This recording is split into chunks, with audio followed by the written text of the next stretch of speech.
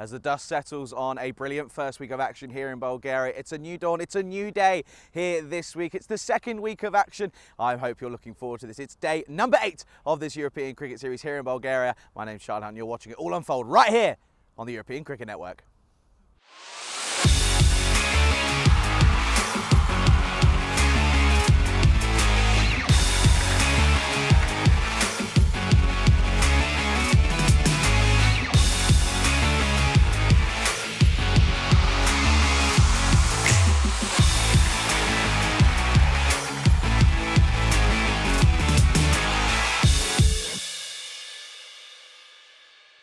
This European Cricket Network event is proudly brought to you by HCL Software and Paramatch. Good morning, everybody. Welcome to the Vasilevsky Academy Sports Centre here in Sofia, Bulgaria, of course, for another day of action here on the European Cricket Network, of course. It is going to be getting underway with match 37 of this European Cricket Series. It's going to be the Turkish visiting side in Afyonkarahisar as they take on the All-Stars in this first game of the day. Let's go over to the middle where standing tournament referee Mahela is out there in the middle with the two captains. What to call? His hits, and it is a hit. They're batting first. Well, there you go then. News from the toss is that Afyonkarahisar are going to have a bat first here, and I don't mind that choice. They are actually at the moment within a big shout of getting into that top 4, of course, early on here in the second week of action. Of course, we're only coming down to the last 4 days or so here in this European Cricket Series. So it's all about a big couple of days for some of those sides at that middle table. Of course, the All-Stars, they've had an up and down start with it in the terms of this tournament.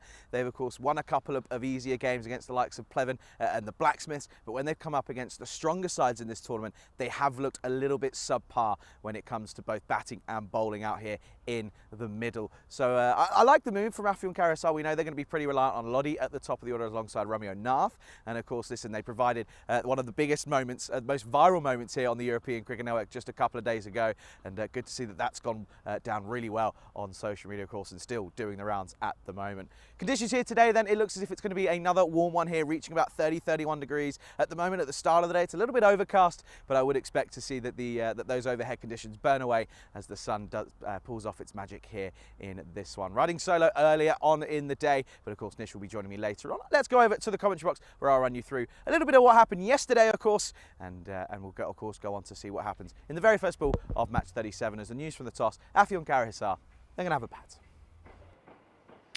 Well, we're going to get another look at these beautiful shots here, of course, provided by Spring Media, as we do have a look at what happened in yesterday's action. Of course, Nish was taking you through it, and he did a wonderful job at that as well. Pack Falcons, of course, took on the Academic Sofia side, and yet again, the Academic Sofia side ended up on top pretty comfortably in the end. It was a good innings from Zidek Chuktai of 39 not out off of 24 deliveries, of course, and it was a man of the match performance, wasn't it? 39 with the bat, 3 for 20 off his 2 overs as well, in a dominating display for them in that one, of course. And then in the very next game, it was the Sofia Stars who once again looked to be on top against this Pack Falcon side. So a difficult start to the day for them. 2 losses by a pretty fair margin. This one 60 runs as Usman Ul-Haq couldn't get them over the line, and it was a pretty disappointing one. But another half century for Mike Jones as he, of course, reached 1,000 network runs. So congratulations to him.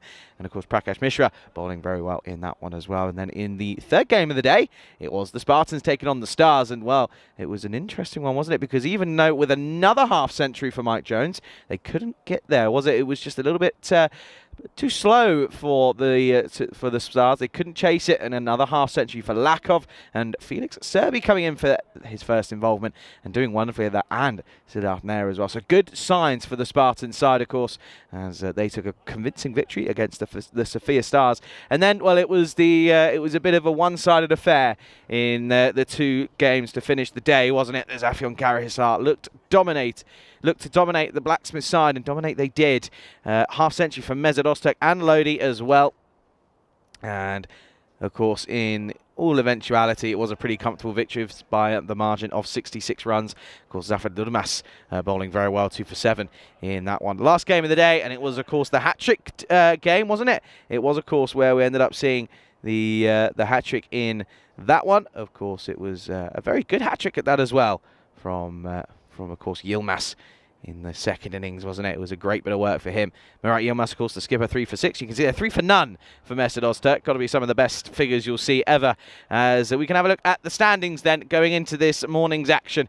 Of course, Pleven's still rock bottom. They won't move from there. Of course, Blacksmiths at the moment don't look as if they're going to be able to get too much higher up. But you can see, as I mentioned, Afyon Karahisar at the moment with a big win could move into that top 4 if it's a 4-point win, that is, as the All-Stars again are trying to chase down this Afyon Karahisar side. So a big moment in the tournament, this one for the All-Stars, as they look to chase down the likes of Afyon Karahisar and the Pack Falcon CC squad.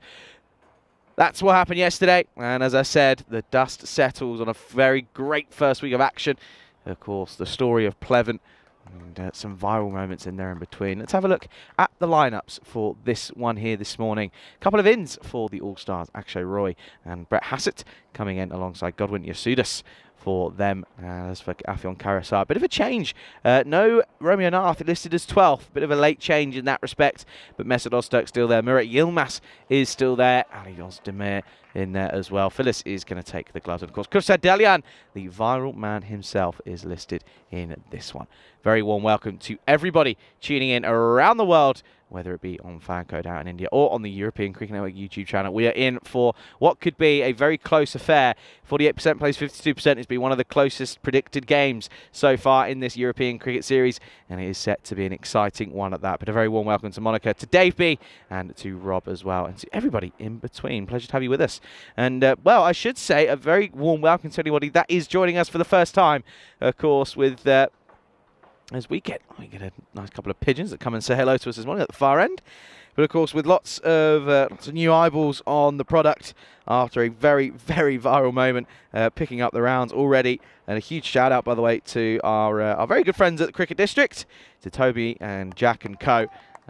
Of course, they shared it about 8 hours ago, and that's already done over 10,000 likes, and that's just on the Instagram. So if you haven't looked at it, make sure you do go and have a look at European Cricket on social media, as it's doing the rounds, and rightfully so as well. But Lottie, he's going to be crucial with no Nath here this morning, so he's going to be at the top of the order. Of course, we've seen him sort of nurdle around that top 4, but he looks to be very, very confident at the top of the order. Phyllis is going to get introduced to the top order for the first time. Again, we've seen him realistically in that top 4, but we're going to see him right at the top, as this is going to be Padabath for the All-Stars. Again, a mixture of time for the All-Stars. They started nicely. We thought, okay, this could be interesting, but there have just been moments that have lacked for them in the field and with bat in hand. Here we go then. First game of the second week of action at the European Cricket Series. And this is going to get hoiked into the onside, and we're going to start with 4 runs. Lodi picks this one up, loads up nicely, and starts his morning beautifully. Of course, not only was it a weekend of action here, but also out in Croatia. And, of course, we did see the conclusion of the first ever ECSW, of course.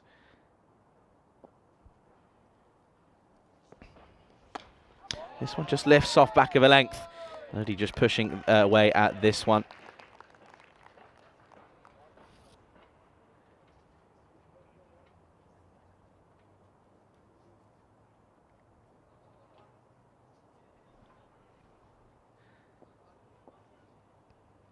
Padabath will be looking for early wickets here. Goes short, flat batted, swatted. That's going to be 4 as well. Lovely shot yet again. That's a really, really nice shot. It's too short from Padabath early on in this power play with the field you've got. You've got to go full, but he doesn't. He drops one very short, and it's stand and deliver stuff from Lodi to start the morning. But no, huge congratulations to Jinx Zagreb, of course, who ended up winning the first ever ECS, of course, ECSW, winning by 4 wickets in that evening game yesterday. Of course, congratulations to them, but congratulations to both sides in what's been a very, very positive and a historical moment. And how about the ECSW bringing the golden ball? Who would have thought? Oh, another short one, and I think this might be a little bit of bat on this. It is, and it's going to be a dropped catch behind the stumps for Nitin Sunil. This one just raced through. This was, I tell you what, this had a serious couple of extra yards of pace. This one rocketed through, and not too much. You can see there, a bit of a deflection off the bat there. Wonderful work by Calvis. Is in the hot seat this morning. Good morning to you as well. Good morning to all of our crew here. But this one really rockets through. And gets through the keeper. It's going to be another boundary. Already 12 on the board, dealing in just 4s at the moment. Goes Fuller, but Lodi equal to it once again. This is a really nice shot and an excellent display of power hitting to start us off on this Monday morning. Another boundary, another 4 runs. Just not finding the right areas. It was too short to start with now. Bowling slot delivery, and you can see there, 1 bounce, cuatro más.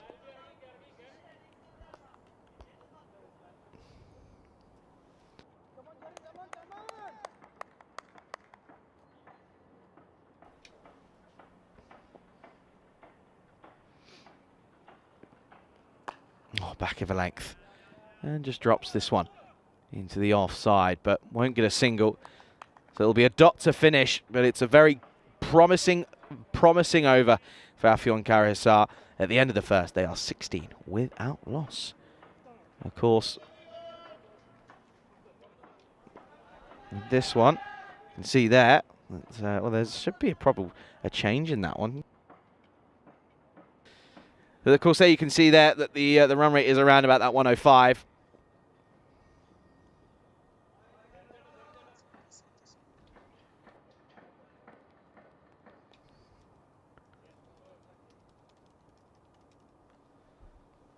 And we're going to come back to the action as this is Karyan. And into the onside, and it'll just be a single. Phyllis looks as if he's going to be there to just play the anchor on, rightfully so. Why wouldn't you when Lodi's gone 16 off the first 6 deliveries? Just get a single, get off strike.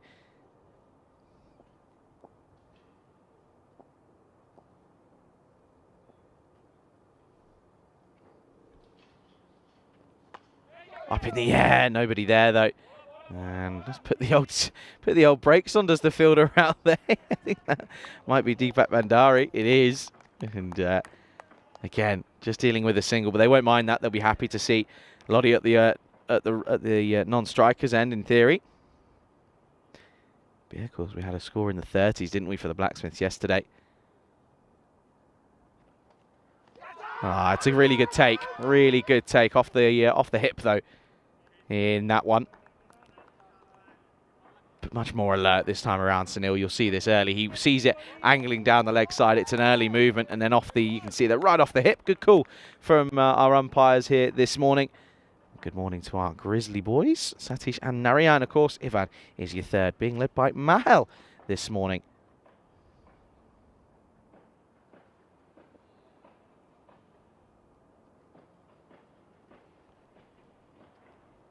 And a little bit of a cross the line shot from Phyllis, and you can see there maybe realises that foot should have gone more across and played it through the offside. You see this here, just gets a little bit stuck. There's a slight movement, but you can see he's trying to go leg side. Gets a little bit stuck on it early on. Does Phyllis. And again, angling into him, and he just can't catch up with it. This one rocks him up again.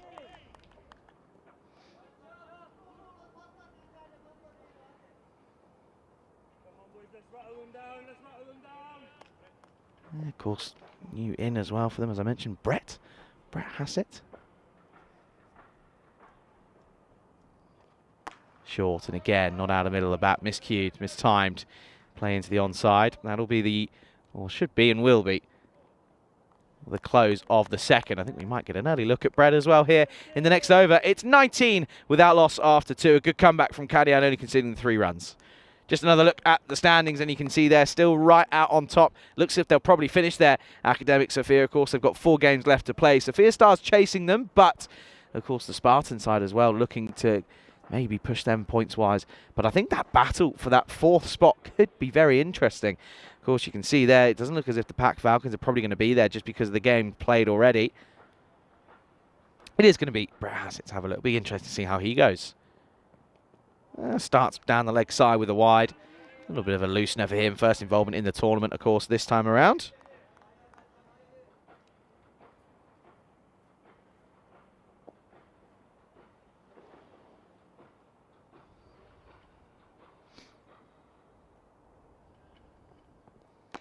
Another inside edge, this time onto the pad. You see there's a bunch, those pigeons there. They're clearly taking a liking to the outfield this morning, and away they go. Not a bad delivery though from Brett. Right areas, isn't it? That back of a length, heavy length, especially on this outfield, it can do anything.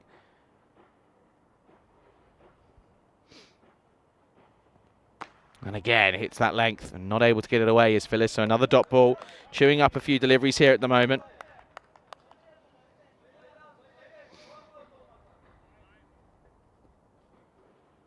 Yeah, huge thanks to everyone who's sharing that clip around as well. It's doing quite a fair views. This one again, inside, onto the onside, sorry. I'll just get a single.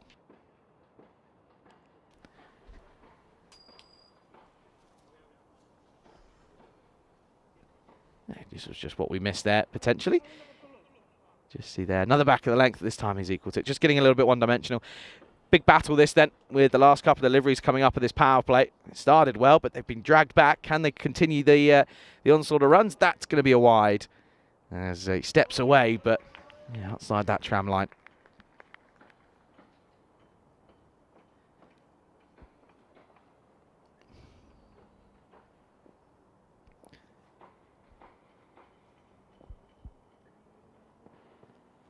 Good delivery. Very good delivery. This time the quicker ball. And this one really just... The thing is for me with Lottie here, his first movement is away from the line of the ball, which never helps. You'll see this here. He just goes away from it. And you can see it stays under it. And he just gets a little bit bamboozled by that one. Up. Oh, well, what could have been? We've had a fair share of crazy moments here in Bulgaria, and that was almost another one. But at the end of the day, it's actually a really good stop. Puts a hand out as Brett Hassett. You can see here, it's a double hit, really. It sort of comes off the splice of the bat. We'll come back to live action. Last ball of the power play, and it's going to go into the onside. 6 runs, good finish to what had been a really tidy over for Hassett, but a little bit of a release of pressure to finish. The valve slightly loosening, and at the end of the third, pretty level playing field, probably slightly more ahead for the Turkish side. But of course, the Afyonkarahisar here at the end of 3 are 28 without loss. Not a bad first over though for Hassett, going for just the 9. Phyllis now on strike. Thing is, it's probably a win, because this is where if I'm the likes of the All-Stars here, I'm probably sacrificing maybe a boundary or two and bringing your fielders in, keeping it tight. Don't let them get a single, because that's going to bring Lodi, who's just been the main hitter at the moment. It's going to be Kadian to return. Again, issues with the extras column already this morning. That's now the 3rd so far, which isn't as bad as we have seen, but still, nevertheless, not ideal so far for the All-Stars. That was their issue, wasn't it, in the first few games of their tournament? Can they correct it? Good delivery. Very good delivery, and another swing and a miss from Phyllis. 3 off 9 now. And again, when you've got the likes of Mesut Öztürk, who's off the back of a half-century in yesterday's action, you're sort of thinking, well, why isn't he coming out at the moment? Of course, you've also got the likes of Yilmaz, who can certainly hold a bat. Ozdemir maybe as well. Again, off the pad. And the thing is now is that Lodi's sort of getting out of touch at the non-strikers. And he's actually showing signs of frustration as well now. A couple of hits on the pad from the bat, sort of just showing signs of impatience at the moment. Looking to get back on strike. He's 23 off 10. He's striking wonderfully at 230.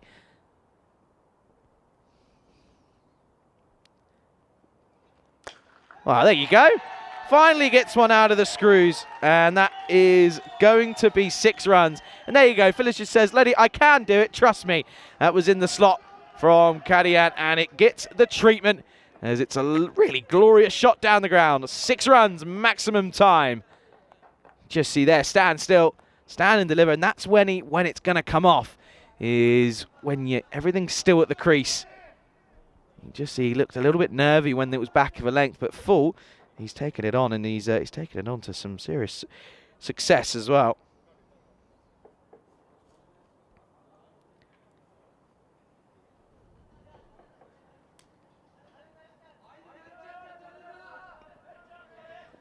A lot of noise coming from the dugout as well. They were impressed with that shot that they just saw. They're probably saying, oh, we want a couple more of these, please.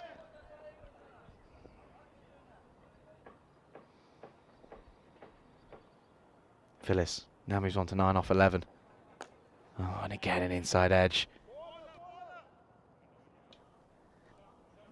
Should just be one and will be a bit of a wayward throw. They won't come back for another. Just see here the difference.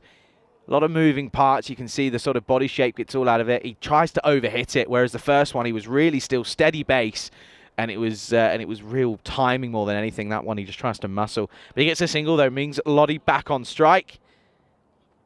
Back of the hand, up in the air. Oh, taken! That is a superb catch. Albin Jacob has made no mistake up there in the deep. It was a low full toss and off at the inside edge of the bat of Lottie. And it was just popped up. He had a lot of work to do and he covered a lot of ground in Albin Jacob, and that's a superb catch. And what a way to get rid of the in-batter in Abdullah Lottie. And it's going to be the first wicket to fall. 36 for 1. What a grab from Albin Jacob. And Kadian knew he needed that as well because he started to receive a little bit of tap. But away goes Lodi. And away goes one of the in-batters for this Turkey Afyon Karahisar side. And the score is 36 for 1. Changing things up here, I think, are Afyon Karahisar. It looks as if Dalyan comes in at 3. Now listen, Kursad, credit to you because you received a lot of attention on social media this morning. Overnight, due to a couple of the posts that have gone out. End of the over. It's a good one from Kanian. 8 runs and a wicket coming from it. It's 36 for 1 after 4. But Kursad, of course, he's had a lot of, I'm sure he would have had a lot of messages overnight and woken up to some crazy things online. After the most asked question is that, was it a actual cricket ball? Yes, of course it was. It's a genuine cricket ball, no rubber ball, no nothing. It's a genuine cricket ball, and it popped off his shoe and took it with one hand over his head.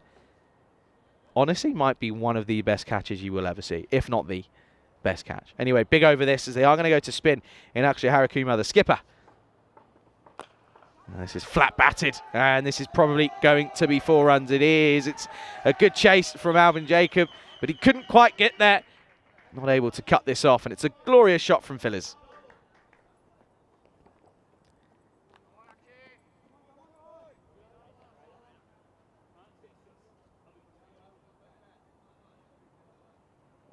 Just see there, wasn't able to get there, didn't get down in time. And again, this time a top edge chance. Oh, doesn't get there. Now can he cut this off before he gets sucked up by the vortex? No, he can't. As Bashir can't get there. So it's back-to-back boundaries to start the 5th, as this one is lost into the vortex. Too short, really. That's the issue. The first one was certainly the case as well. Now this one a top edge, a little bit unlucky, but still too short. He's got to get it up there. With the Harakumar's pace, he's not a slow spinner. I'd be looking to really dart it in on those toes. Still back of a length, this time again off the splice. Doesn't go anywhere. But it's good running, though. Really good running. They'll get a single. Very good. Excellent work. Up and about it here this morning. You can see there, Dalian. He's ready. Ready before anyone was even at their positions. I loved it. They all sort of walked in this morning and they all had big smiles on their face, realising what had happened overnight. Carved away. Glorious. Really beautiful shot from Dalian. Timing, carves it away nicely, opens the face, and away it goes. 3rd boundary of the over. This is a great little spell, this, for Afyon Karahisar at the moment. You can see here, look, stays leg side of it, and just opens the blade slightly. And on this outfield, as soon as it runs away, it is gone. You're not stopping it, even after that monsoon that we had a couple of days ago now.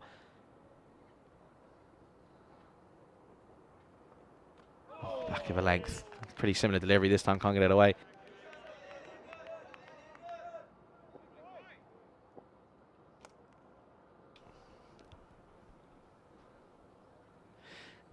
Last ball of the 5th. He's going to turn this into the onside. They probably should take a single and will, as it barely gets outside the 30-yard circle. And going at exactly 10s at the moment here at the halfway stage of the first innings. It's 50 for 1 after 5.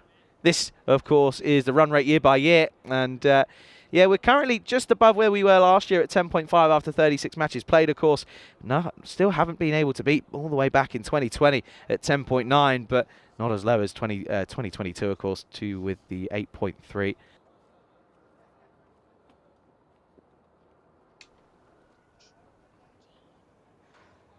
Of course, no real signs of any necessary drinks break at the moment. It's currently just 18 degrees. It's quite tame this morning. Heard yesterday was quite a warm one. Here is Jacob then. Let's come on for this 6th over. And again, there's no one there. They've got to look to maybe plug this gap. They've had a couple of deliveries that have gone that way. And that is going to be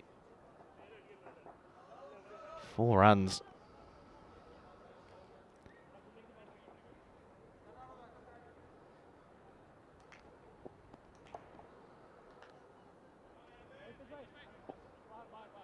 Yeah, they do now plug that gap. They push a fielder back, of course.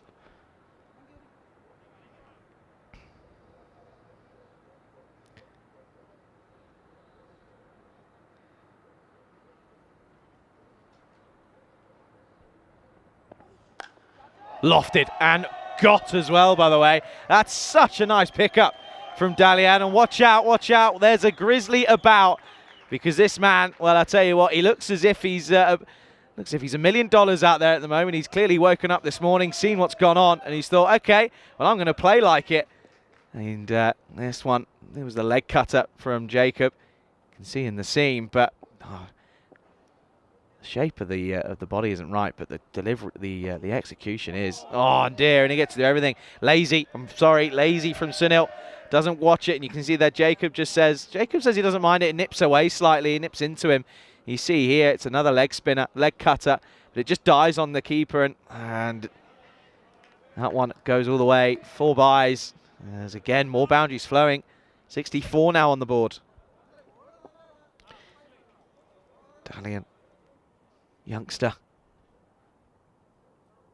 proving to not let the moment get to him, the occasion get to him. Oh, wow. Oh, wow. Well, they think of taking it on here, and if it's a direct hit, he's gone. Oh, and it's not, but it's a really good effort, though, from Sunil. He's woken up after that one that gets through him. And look at that, though. Nice moment there. Jacob says, hey, it's all okay, all good. Jacob's a very nice gentleman. He really is. He's all about playing the game. But that one pops off nothing. Sort of just make sure that he's okay. He's a tall youngster, is Dalian. We'll come back to live action.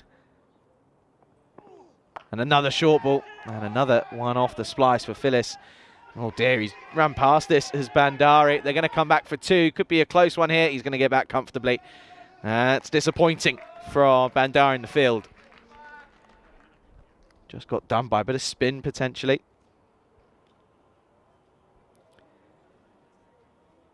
Good afternoon, good evening, good morning to everyone, of course. Good morning to Chris, who's joined us as well.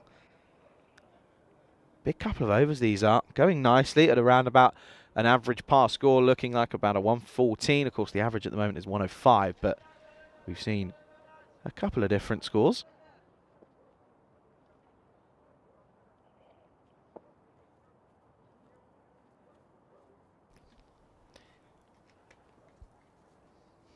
Still pretty much at where we started win predictor-wise, though, aren't we? 50 to 40 odd. Up in the air. This one should be gone. Jacob doesn't put them down. And it will be a caught and bowled. And that will be the end of a fine little innings from Phyllis. Got upgraded to the top of the order. But and he did a job, didn't he? He kept Lodi company whilst getting a few boundaries away himself. But he's going to give way as he'll make the dreaded walk back. And that will be the close of the 6th as Jacob picks up a wicket. Good comeback after a couple of boundaries against his name.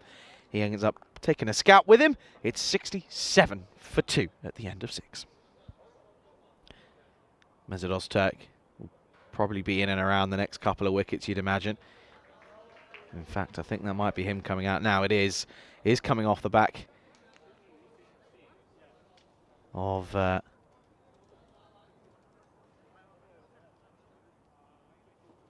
good half century, of course, against the in yesterday's play. Of course, was in fact matches his highest ever score on the network of 53. Just his second ever 50 on the network as well. Of course, has played for the likes of, again, as I mentioned, he's one of the journeymen of the European circuit. Harikuma's going to come back for the 7th. Oh, well, it's a bottom edge, and it gets through Sunil's legs. It's a good bit of fielding out there in the deep. And you can see this here. Watch this get through the keeper. There's not much he could have done about that one.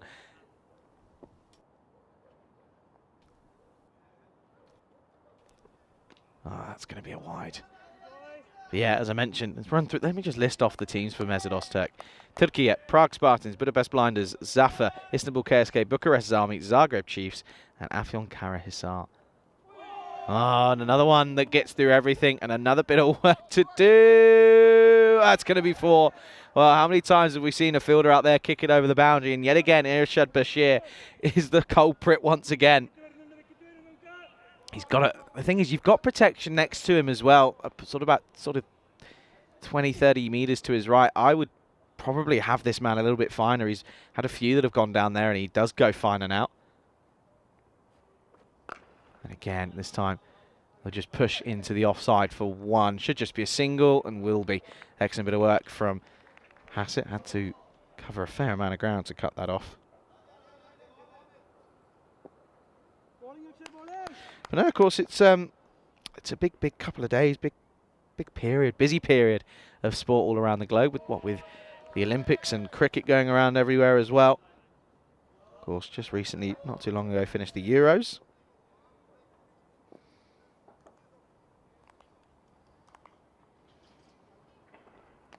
Oh dear. This is, again, one that gets missed out, probably from Dalian. It was a shorter ball. It was there to be hit. Good delivery, though, from Harikuma. Just sneaking it in.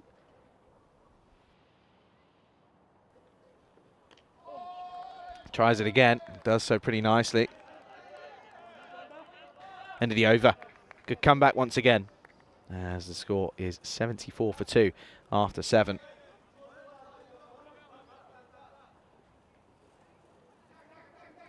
Just see there, just clawing at it a little bit is Sunil. Doesn't watch it all the way. He's just sort of trying to get at it too quickly. Of course, it's the state of affairs, the European Cricket Series 2024 calendar. You can see we're in Bulgaria. We're going to Italy after this, then to Austria, then to Croatia. Then it's the ECC.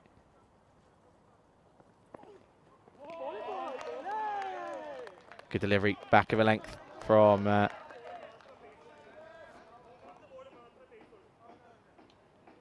Alvin Jacob. He's another one that, of course, we've seen over the last couple of years. Wasn't here last year, but was here back in 22 and 21. Previously for the Academic Sophia side, but now representing the All-Stars. And this is hit firmly. Oh, dear. Well, first sign of the old Bulgarian Tortuga for Brett Hassett out there at deep mid-wicket. It's the glitch zone. And there's a serious glitch in the system. Watch this one. This gets right through him. Does it take a Tortuga? Not really. Just gets right through him. The old glitch zone. Oh, thumped. Well, he's going to be called into action again. And oh dear, well, this one is the old Tortuga. Then watch this one, because he thinks he's got this for all money, and all of a sudden it just goes the other way, and there's a bit of a laugh from the sort of leadership group between the skipper and Jacob. And watch this one. Look, you can just tell by his reaction, it just goes completely behind him, and there's nothing he can do. Goes short again, and this is flat batted up in the air. Chance. And taken eventually by Akshay Harikuma. Mesut Öztürk will be a couple of boundaries and out for him. So 4-4 and gone as he'll go for 9. Good bit of work by Akshay Harikuma. He took the sting out of it and then took it on the second or third time of asking. He won't be too concerned about that. But they get a big batter and a big wicket back in the shed. You can see there, 1, 2, 3. Thank you very much. And speaking of threes, it's 3 wickets down, 82 for 3. There goes Öztürk. I have to say thank you to him, by the way. Right, ended up bringing us some very nice, always brings some treats. Didn't bring some treats this time, which I'm very thankful for, because he knows I'm watching my weight. He brought some personalised wallet/purses for us, and for a couple of members of the crew as well. So huge thanks to him. Ellis in at 5. Again off the splice. This is probably going to be a boundary, or is it? It is. It's a good effort by Ochil out there in the deep, but he couldn't quite get there. And yet again, the Vortex claiming another victim. Gets sucked away. That's going to be cuatro más. Good effort, though, to be fair to Hitesh. It's not as if he didn't try, but Salih Ellis comes out, starts with 4 to his name. For the first time ever, the win predictor in the favour of the All-Stars after picking up a couple of wickets at the moment. Last ball, potentially, of this 8th over. Will be, but it's going to get hit firmly and, put down in the deep. But he's probably stopped a certain boundary. I reckon this might have been going all the way for 6 if he wasn't there. But he does get something behind it, and Jacob, he's appreciative of the fact that it doesn't go towards the rope. That'll be the end of the over. They get a couple, and the score is 87 for 3 after 8.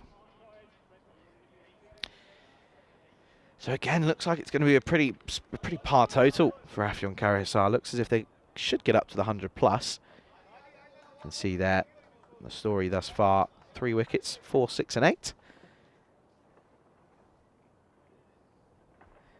9 overs, 8 overs complete, 9th over coming up. They're going to go back to Brett.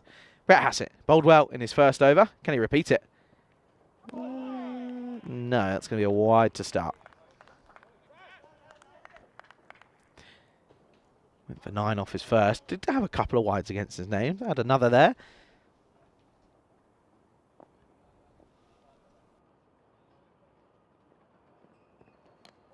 Got him. Gone. And Ellis just sort of walks all around this. Minimal celebrations in reality from Bassett. He knows all he had to do was go full and straight. And that's exactly what he does. So a first wicket on the network for Brett Hassett. Congratulations to him. And it's a good one as well, as the top of off goes falling away. And that'll be the end of Ellis. So 4 and out for him again. And that will be 88, or 89, sorry, 88 for 4.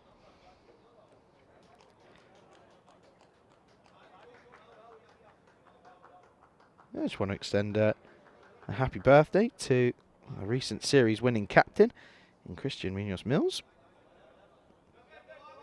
Celebrating his 33rd birthday today. Happy birthday to him. Felicidades.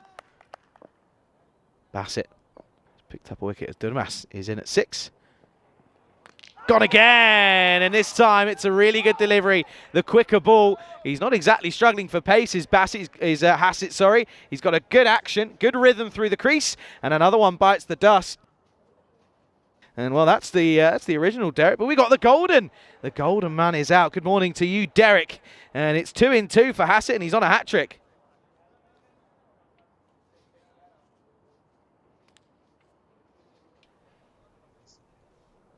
Really, really good delivery. First delivery was off stump. This time is the top and middle. And all of a sudden, well, we had one yesterday, didn't we? Of course, it was the skipper in Murat Yilmaz for Afyon Karahisar. Could we see one here on ECN debut for Brett Hassett? Well, there you go. That's a little updated look at it. And of course, there you can see at the bottom, 3 for 6, just off the single over for him. Here we go then. Could it be this 26th hat trick of the year? Brett Hassett. Oh, I'll tell you what, it's not far away. It's not far away at all. And he's, funnily enough, up against the man who got one yesterday in Murat Yilmaz. And that was not far away whatsoever. Good seam presentation, isn't it, as it comes through? You can really see it. Look at that. Beats bat and pad. If anything, it was just too short. Great deliveries, these, though, at the moment. And again, too quick for him. Too quick for him. That'll probably be the one for the over.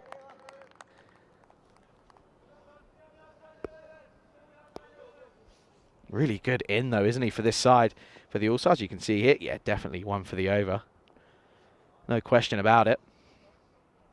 Dragging themselves back here are the All-Stars. Another dot. Join them up. At the moment, that's what they want.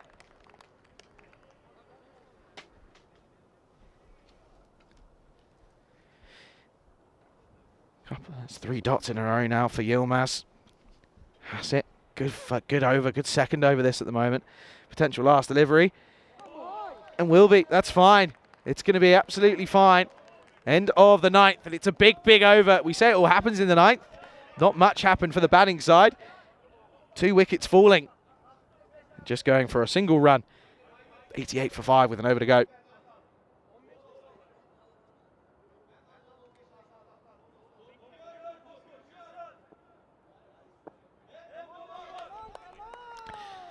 Brett Hassett is not a bad bowler to have as your first change, is it? Is he realistically? 2 for 10 off his first 2 overs ever on the network. Very, very positive start for him. It'll be interesting to see what he brings with the bat as well. Last over time. Back of a length, they'll drop and run, take a single. And they won't mind singles, will the All-Stars. They'll be pretty happy with them taking ones. Better than going for boundaries. Of course, these two do go up in a double header as they'll again take on each other in the second game of the day, which starts at 10:30 local time. Oh, dot ball. Dot ball. Good over this from Padavath. They certainly have dragged them back here of the All-Stars. This one off the pads. Of course, thing is though, you look at sort of where these overs were heading. They were 87 for 3 after the 8th. And again, this one off the splice should probably just be a single. They turn and think about it. They won't get there. There's Bassett. There's Hassett once more. Keep saying that. We'll get there in the end. But yeah, 50 at the halfway stage. Let's see if they're going to only get just short of that 100 at the moment.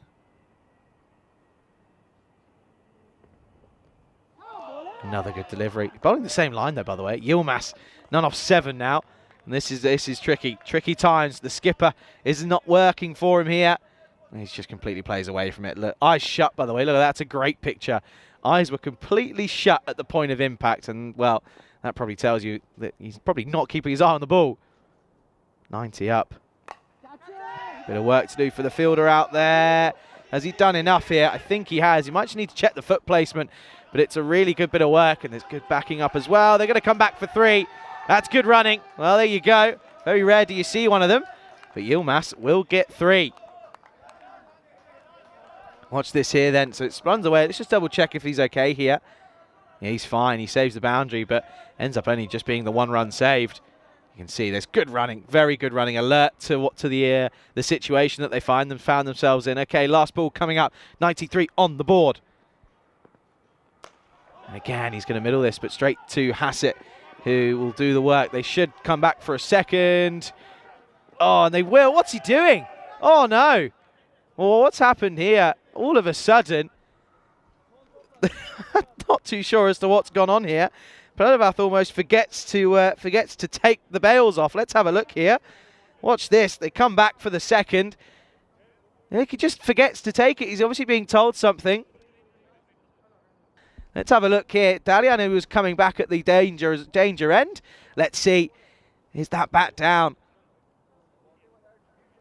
Oh, I think he's gone. I think he's going to be gone anyway. But it's nevertheless, it's a pretty interesting one at that. Yeah, he is going to be gone. So it'll just be a single.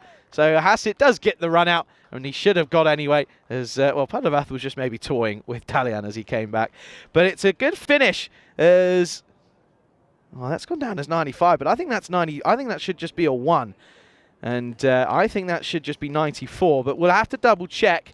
But they get into the 90s, the nervous 90s, and they've put something on the board of Afyon Karahisar, and in fact it is being changed. It is going to be 94. I thought it was. 94 for 5 is what they'll finish on then. And a good bit of work to do, though, for this All-Stars, as they will look to chase this down relatively quickly.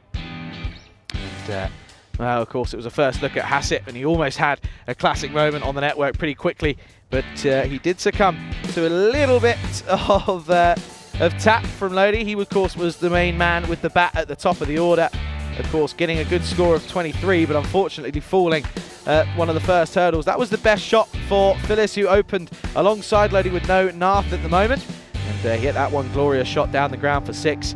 But of course, he was eventually, Lodi, of course, was eventually gone. It was a low full toss from Yukul Kadian and a great catch from Alvin Jacob. And that was where you really thought that the game could change. And it kind of did, to be honest with you. Well, out came the likes of Dalian at number 3. And again, a lofted, elevated position for him in the top order. But of course, out came Dalian and he hit some really, really nice shots in all honesty. And he was really able to kick things off. As Messick came out, got a little bit of luck, swing and miss for him.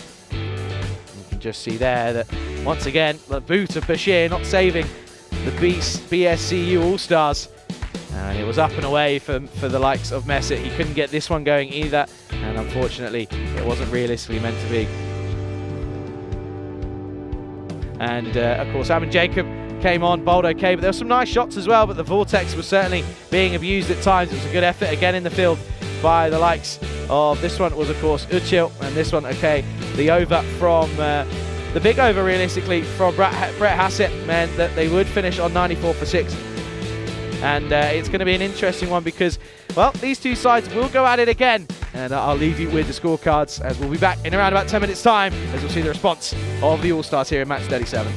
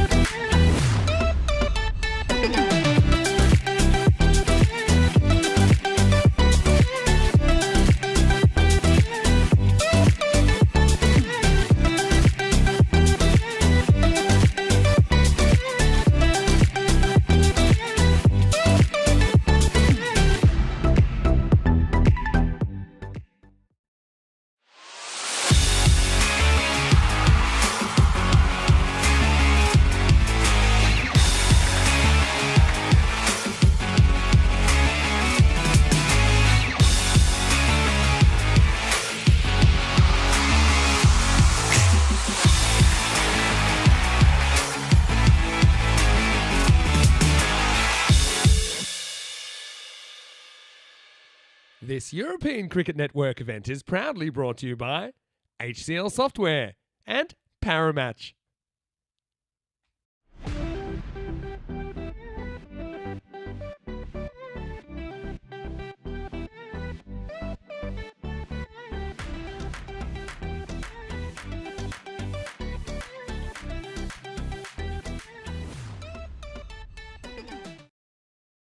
And good morning, everybody. Welcome back to, of course, Sophia, and a little bit of a sighter there as to some of what you can get up to here in the city. But at the moment, it's all about cricket, and it's going to be an interesting setup, this. 94, of course, was the first innings total, so 95 for victory, 65 or less, and it will be 4 points for Afyon-Karahisar. But, of course, if they chase 95 in 7 overs, then it could very well be interesting. Opening up the batting is Kadian alongside in for the week. Brett Hassett is going to open up alongside Kadian, as I mentioned. It's going to be Mesut Ozturk to open up the bowling for Afyon-Karahisar. Good afternoon, good evening, good morning to everybody tuning in. Pleasure to have you with us here as we get things ready for the second half of match 37. Ozturk to open the bowling. And into the pad straight away. Kadian just getting a little bit rocked by that one. Hassett is he's an Aussie from Australia, plays his cricket in the Isle of Wight, and hearing that his story is that he's free to sort of do as he pleases during the during the week, sorry. Down the leg side, this will be a wide, good take from fillers behind the stumps. Free to do as he pleases sort of during the week, but has to be back, of course, for his club side during the week, at the weekend.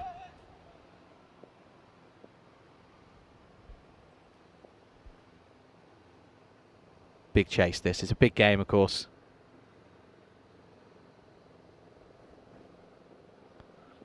Oh, and there's a slight appeal from a couple. Bowler and keeper weren't too keen. I did hear a noise. I think it might have been bat on pad. It wasn't bat on pad. It's a close call. Does it touch the shot? Does it grab the edge of the bat? Maybe. Indeed not out.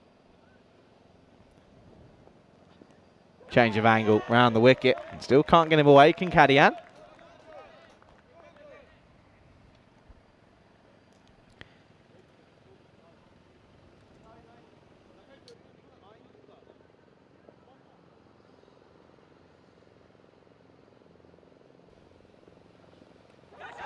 Now he has got his man, and it's going to be a 4-ball duck for Kadian, and it's a disappointing way to go.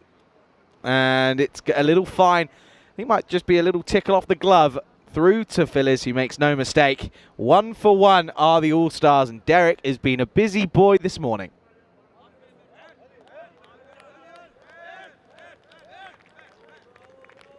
Not a fun way to start with the bat, of course, and you can just see here, it is a fine little edge, little glove through to the keeper. He spots it straight away. They've got their man, Afyon-Karahisar. So a tough start to the chase for the All-Stars. As Nitin Sunil comes out here.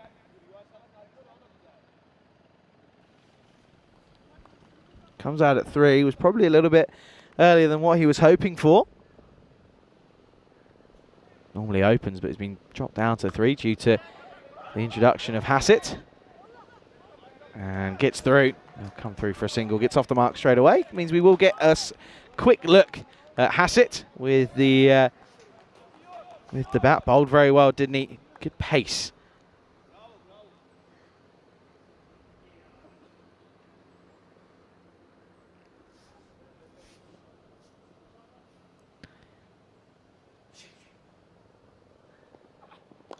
He's just going to drop this into the onside. Bit of work to do for Cosgrove, but he does get that, which means Hassett will keep the strike, but gets off the mark as the score is 3 for 1 after 1.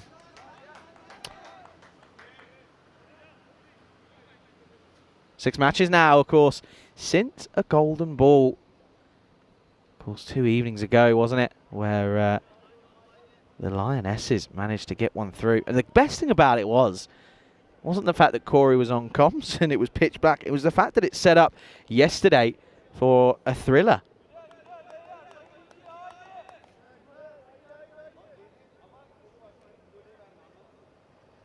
Of course, it's set up for a last game thriller, and it was, of course, the Jinx Zagreb side that won. So congratulations to them, the first ever winners of an ECSW. Here he is then, the man of the hour, Dalian, for the second over. Down the leg side to start, going to be a wide, but not a bad start, a little bit of a loosener. Just finding his radar to start the morning. Just angles down, you can just see. Looking to play it away, but couldn't quite catch up to it, could Hassett.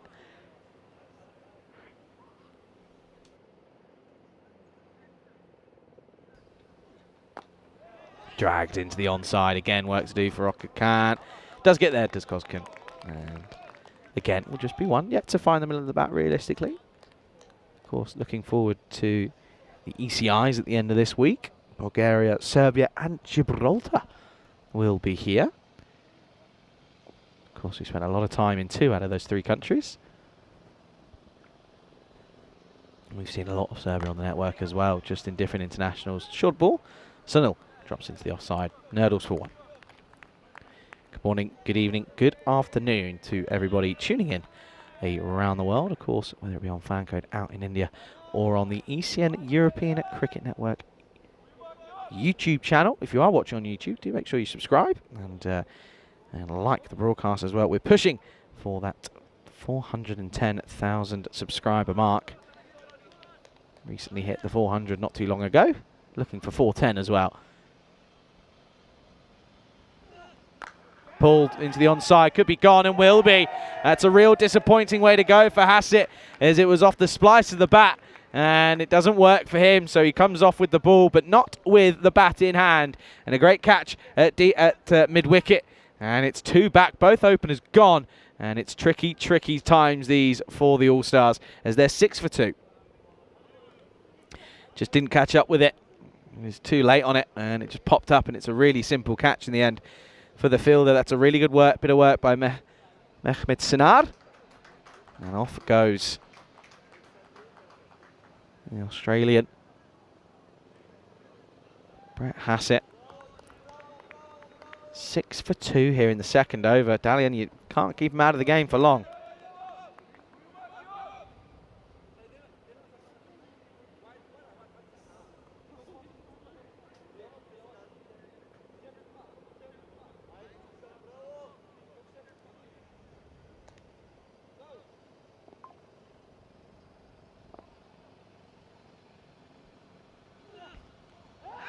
Little tickle, as this is Harry Kumar, who's come out to bat at number 4. Oh, again, what is it? I tell you what, well, this is going to come back for 2 here. They clearly have been watching Arda Gula and the Turkey side in the Euros, because look at this, the old Ronaldo drag back. It's a great touch. Add that with the viral moment. Got yourself some good footballers there.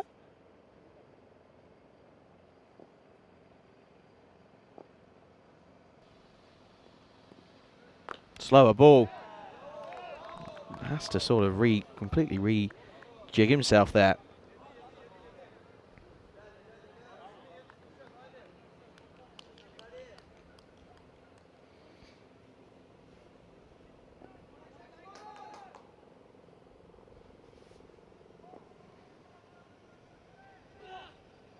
Good delivery again. The effort ball from Dalian, and he'll finish with a really good first over. 1 for 5 off his first to score. 8 for 2 at the end of the second.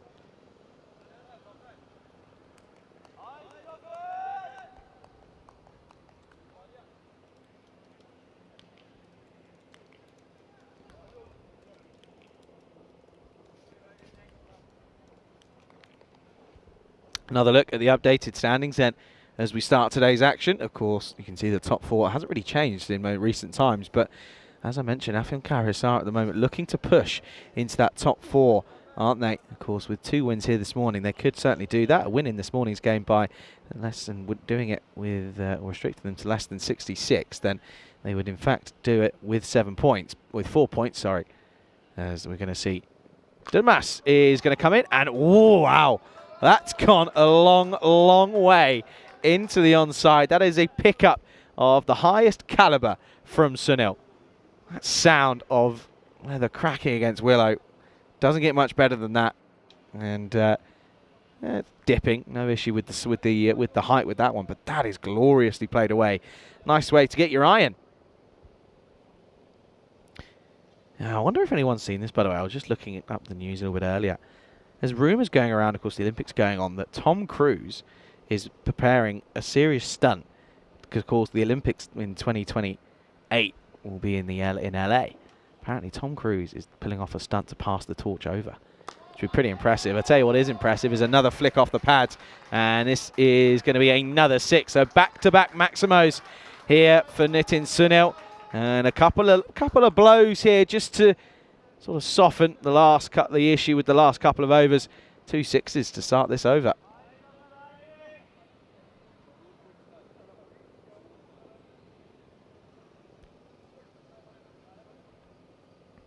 Thomas, 2 balls, 2 6s against his name. This time does use the pitch, and it will be a dot ball. Gets through everything apart from the keeper. Good stop from Phyllis. Make sure he doesn't flow through him, which is the last thing that you want.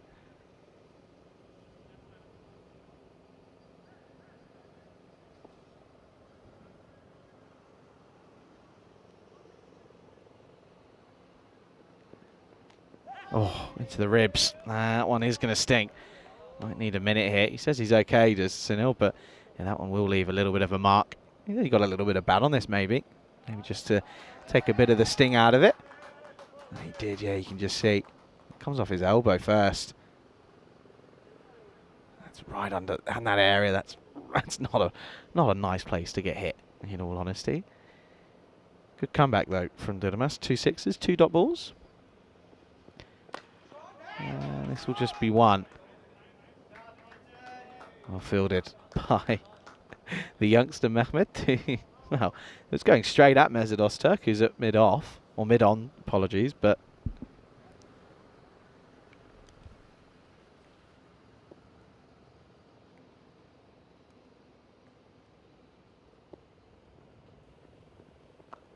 carved away. Straight to the fielder, though. And they've got a habit of bowling to their fields when necessary. Good comeback after conceding 12 off the first 2. He only goes for 14 in the end. And at the end of the power play, it's probably all Afyonkarahisar at the moment. As the All-Stars, 2s all round, 22 for 2. Looking for a target of 95, of course, and you can see in comparison, they're a little bit behind in more than just the runs respective. The wickets falling as well, 22 for 2, plays 28 for none. But of course, it was those last couple of overs that really they were able to drag things back. That one over coming off the over from Hassett. One run, sorry, I should say.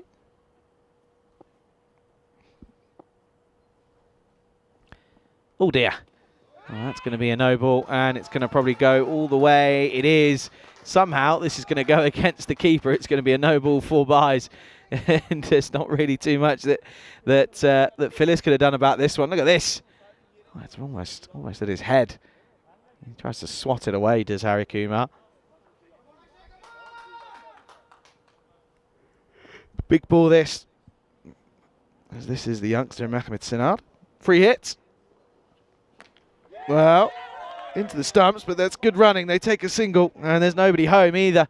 And they'll think about maybe coming back for another, and they probably should now, as they will, as Öztürk doesn't collect it cleanly. That's good running. That's going to go down as 2 byes because it doesn't come off the bat. Harikuma swung and missed, and you can see the stumps have been castled, but well, there were celebrations as they forgot that it was a free hit.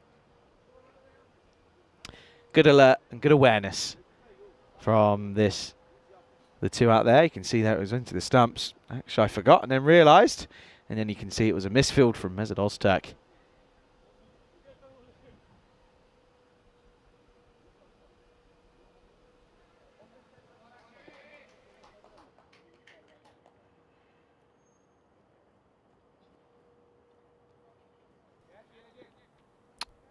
So byes to start off the over.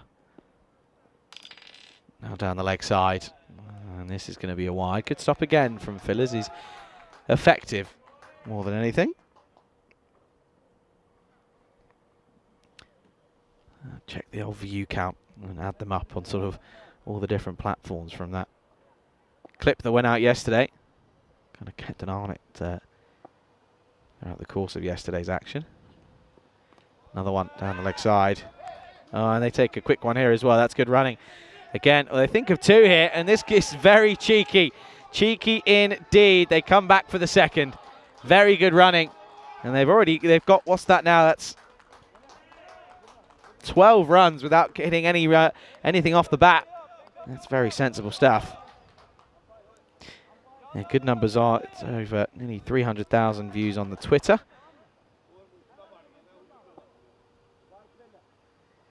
It's doing good. Got good engagement on Facebook as well. 400 likes. Of course, and as well as being shared by our friends at the Cricket District. That's nearly at 11,000 on Instagram. 11,000 likes. Some big names would have seen that as well.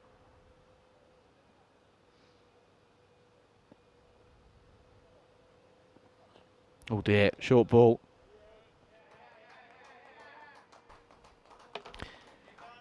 Sanar is really struggling in this one, isn't he? He cannot get things going here. Down the leg side, but too short as well. It's going to be a wide ball again.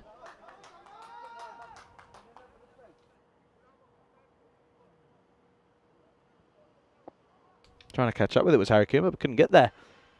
And this one is just going to be dropped into the onside. Don't need to take any unnecessary risks now. Any unnecessary journeys. Excuse the pun. As they'll get through again for a single. So that's now 13 off the over, 7 against the bowler. But there's been 7 byes and 3 wides. A couple of singles as well.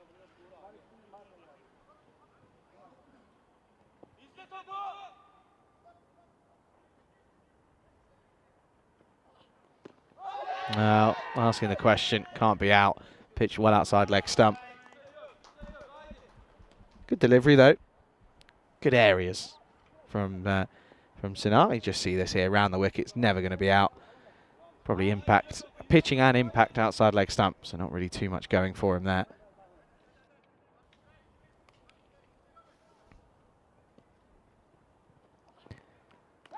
Oh, put down.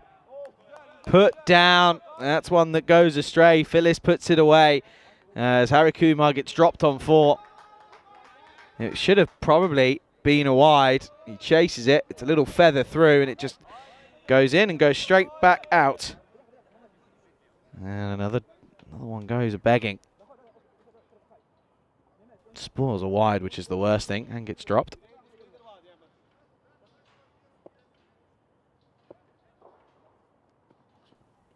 Well, this time again chasing a wide ball. Doesn't need to. Leave him alone. Don't touch him out there at the moment. The wides will get you there. 37 now becomes 37 for 2 with a ball to go. This over's gone for 15 so far. 14 off the third over.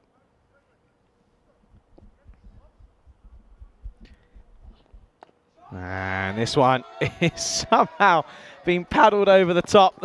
It's going to go for 4. Well, it's an interesting shot, but it's an effective one from Harry Kumar.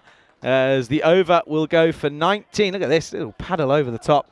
And it doesn't get much straighter than that behind square. Very bottom hand, he has to catch up with it. Comes off the splice more than anything. There's an interesting over. A long one at that comes to an end. The score 41 for 2 after 4. 54 needed off 36 now to chase this down. Should be a relatively simple chase, but crazy things have happened. We've seen collapses.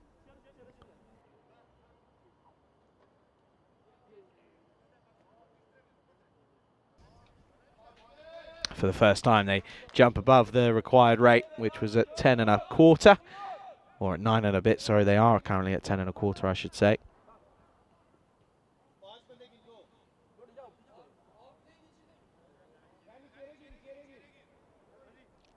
They are going to go to Faruqi, Shakil Faruqi.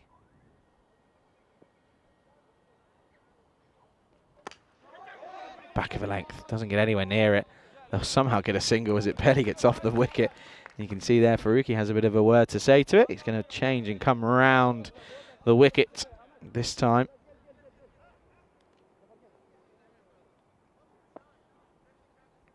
Well, somehow, I checked that. I was running you through the numbers. This one, really nicely played. One bounce 4 runs. Harry Kumar, he loves anything in that area. They've got to stop bowling him. They're feeding it to him at the moment.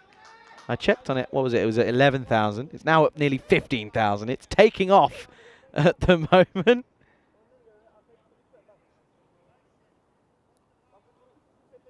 Performing very well on the old platforms. Rightfully so as well. One of the best catches you'll ever see. I'll stop harping on about it eventually. Bulgaria just produces them. Oh, and again, another wide ball that he chases that he doesn't need to. He's got to just learn to leave these alone. He's got to get himself into trouble. He got dropped on 4 because he chased the wider one. So we'll come back to live action. Gets down on one knee and sweeps firmly. And it's a glorious shot. 4 more yet again. Harry Kumar, when it's on his pads and in that sort of ribcage area, he'll swivel on it and utilise the extra bit of pace. And that's what he does. Into the onside. Poor delivery. 4 runs.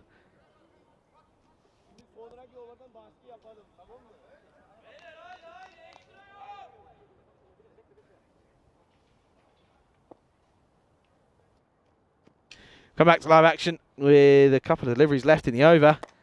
And this time over the top of the offside. And this will race away for another boundary. So 4 wide, 4-4. The over not going so well so far for Faruqi as Harry Kumar motors into the 20s.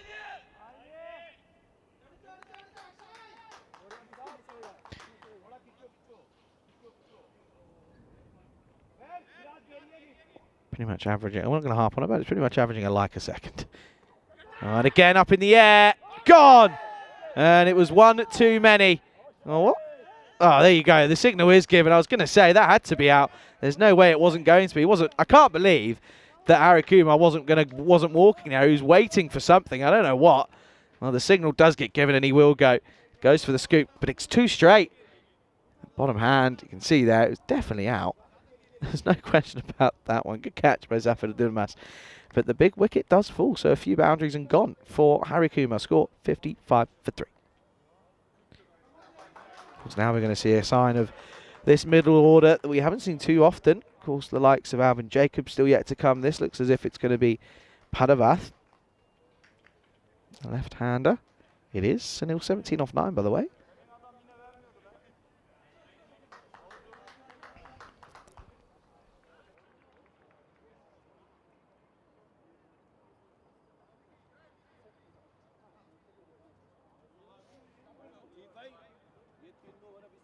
It is the left-hander of Padavath. So this just changes things up now because it means that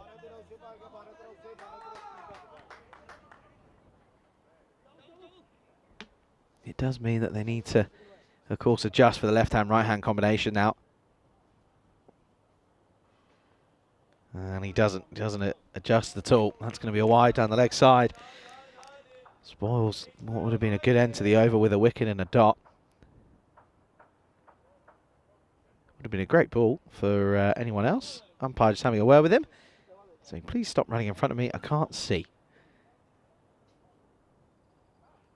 And another one down the leg side. Can't get it right. Left-hander has clearly come in and proving to cause him issues at the moment. Great catch, of course, that was by Ali Ozdemir.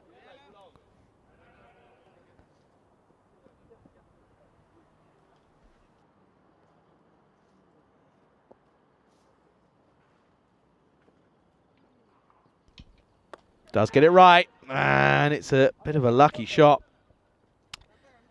It'll just be a single, and the over goes for 17. Now they're taking wickets, but they're leaking runs as well. As at the end of 5, halfway through this second innings, a score 58 for 3. Of course, this is the upcoming events for the next few months, of course, and with Croatia finishing, we get the first look at the ECC, of course. 23rd of September all the way through to the 19th of October. That one is, of course, following some more ECS action in Austria and Croatia with some T20Is coming up in the Valletta Cup and the Netherlands Tri-Series with the T20I Ws, that is, in Malta. And then, of course, the Tri-Series consisting of the Netherlands, Canada and the US of A. So more high-level action coming your way, of course. All 3 sides participating in the World Cup. Not too long ago, out in the Caribbean and America. Here's Lodi.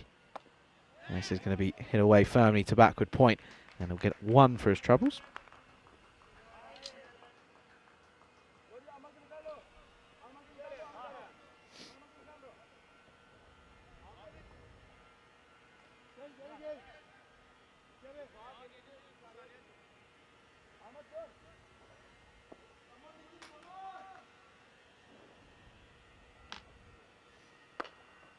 Top ball. Well bowled, Luddy. It's hitting good areas to start with. They really desperately need a quiet over here. They need a Hasid over, don't they, where they pick up a couple of wickets and give away 1 or 2. That's what they really need here. 36 off 28 is not tricky at the moment. Of course, wickets are falling, but one big over of a magical over, and it's pretty much game over realistically. Launched down the ground. This is going to be 6. That's really nice. Really, really nice hitting from Sunil. He looked a little bit troublesome at times, but when he gets it and when he gets it out of the screws, it looks glorious, and that's another prime example of it there. Just opens up the shoulders, doesn't he, and hits through the line. It's a really nice shot down the ground. So 6 more, and this is not the that sort of ruins the over already. Come back to live action down the leg side, and this one comes off the grill of Phillies. Just get 1 though, so the wide and the extra already pretty much, what's that now, less than 30 from here on in, just the less than 30 needed.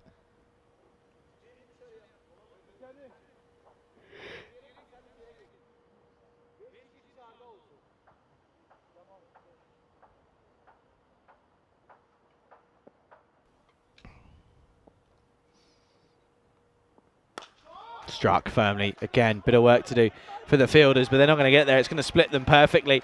Pradavath gets this away, and it's now less than a runner ball as that boundary takes them to less than 6 and over. Dragged from well outside off, but again was able to penetrate the infield, and it runs away. Afyon Karahasar, the wheel starting to fall off here. 24 needed off 26. Well, 4 big hits, and it's game over. Oh, top edge. Oh, and he's run past it. Has Ozdemir. Bit of work to do. Oh, dear. He's not going to get there. And it's going to be 4 byes. And again, the wheel's already falling off once more. Thought there was a top edge, but it actually just lifts off the pitch.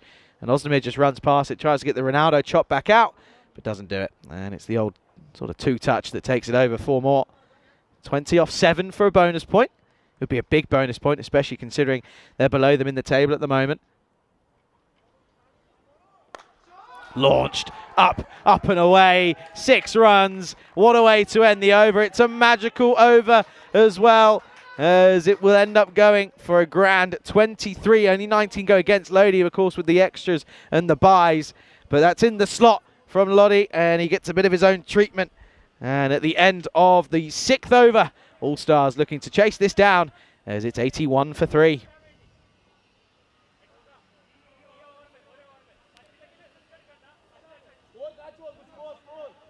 Of course, whoever comes out on the wrong side of the result here will be looking for revenge, as these two will go on against each other in the second of the double header in the second game of the day. You can see there, good healthy contributions from 3, 4 and 5. The top order failing massively. Hasit and Kadian getting 2 and none respectively. 14 needed then. Sunil, 23 off 11. 14 off this over would be a bonus point. So lots to play for. Can the likes of Afyon Karahasar take a point out of this game? Or is it going to be 4 points for the All-Stars? Here we go then. Mesut Öztürk as this one is going to get played nicely. Oh, the old Tortuga. Watched well by Zafir Durmaz. They'll just get a single. Mesut just saying attack it. Oh dear, well he's almost let one go through him. You can see there, that almost rattles him. So they get a single. 13 needed off of 5. Halavath, the old lefty. Can the levers connect?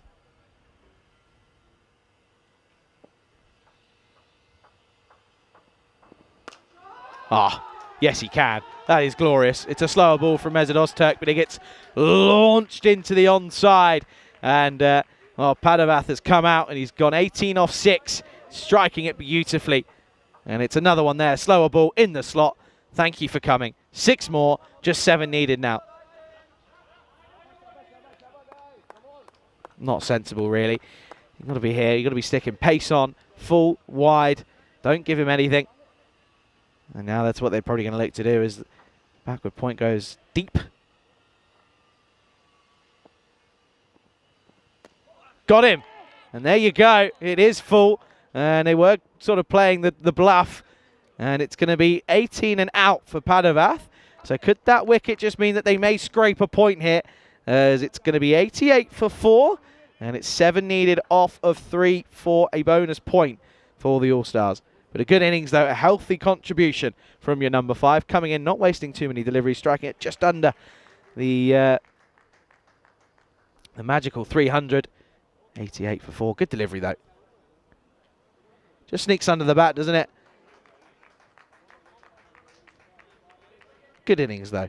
Alvin Jacob comes out. Who know what the requirement is? 6 here, and you're going to tie the scores with 2 balls to go in the over. 7 needed off 3 for a bonus point. 88 for 4. Messett again in the wickets, by the way. 2nd for him.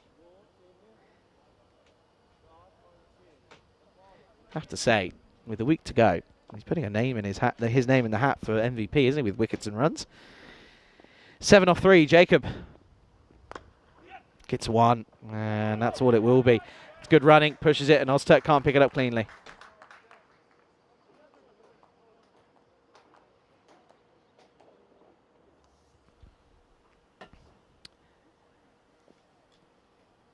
So then Sunil, he's come out at 3, was relegated. It's actually worked for him. Good strike rate. 6 off 2. Dragged. Got to think of 2 here. Have to push for 2. Oh, they won't. They don't even push it. They'll just get 1. So it's boundary or, well, maximum or bust. A 6 for a point.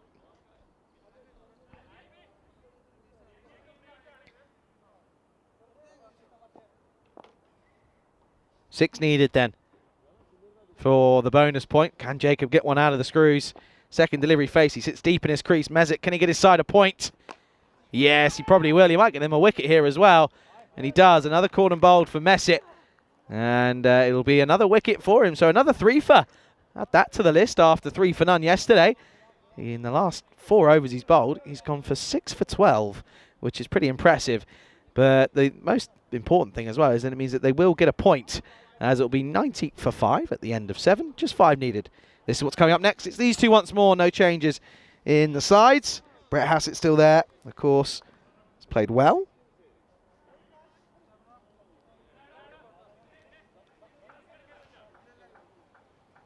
Of course, still no Nath in the side for Afra Karahissa.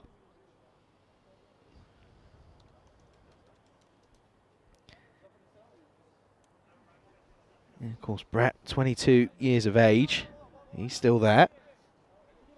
This is his first day of action. Said he sort of came out and knew that Sofia was a pretty lively city. And then found out there's a bit of cricket to be played as well. And here he is on the network. And well, at the moment he's joined what could be a winning side here this morning. Just 5 needed. This is going to be Cosgan. Well, there's one of them. Could do it probably in extras in theory.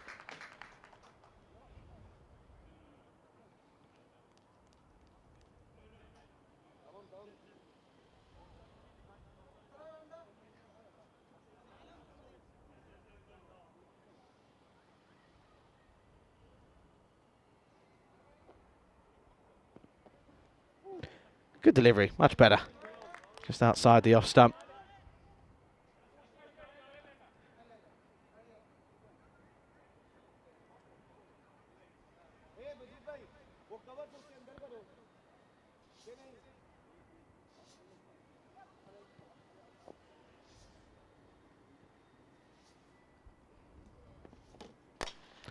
Full toss up in the air, and a bit of work to do for the fielder. He's done okay. They'll come back, and they'll get back for the 2nd. That's good running. Good hit by Sunil. Just couldn't find the middle of the bat. That is Ishaq Bashir, who has gone out to join him. And just see here, as far he's okay, is Lodi. A little bit frustrated that they come back for the 2nd. Well, they're still giving this a go. Our Afghan Karahissa, they're not giving it up. Just 4 needed though. Oh, off the pad. Well, I'd argue that no shot's been played here. They're going to turn and come back for the second, but I wonder if this is going to get called a dead ball. It is going to get called a dead ball.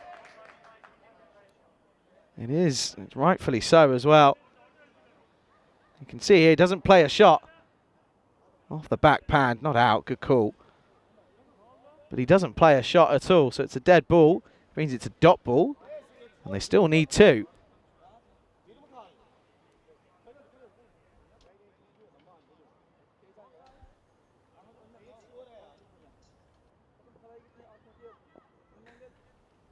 Just 2 needed then.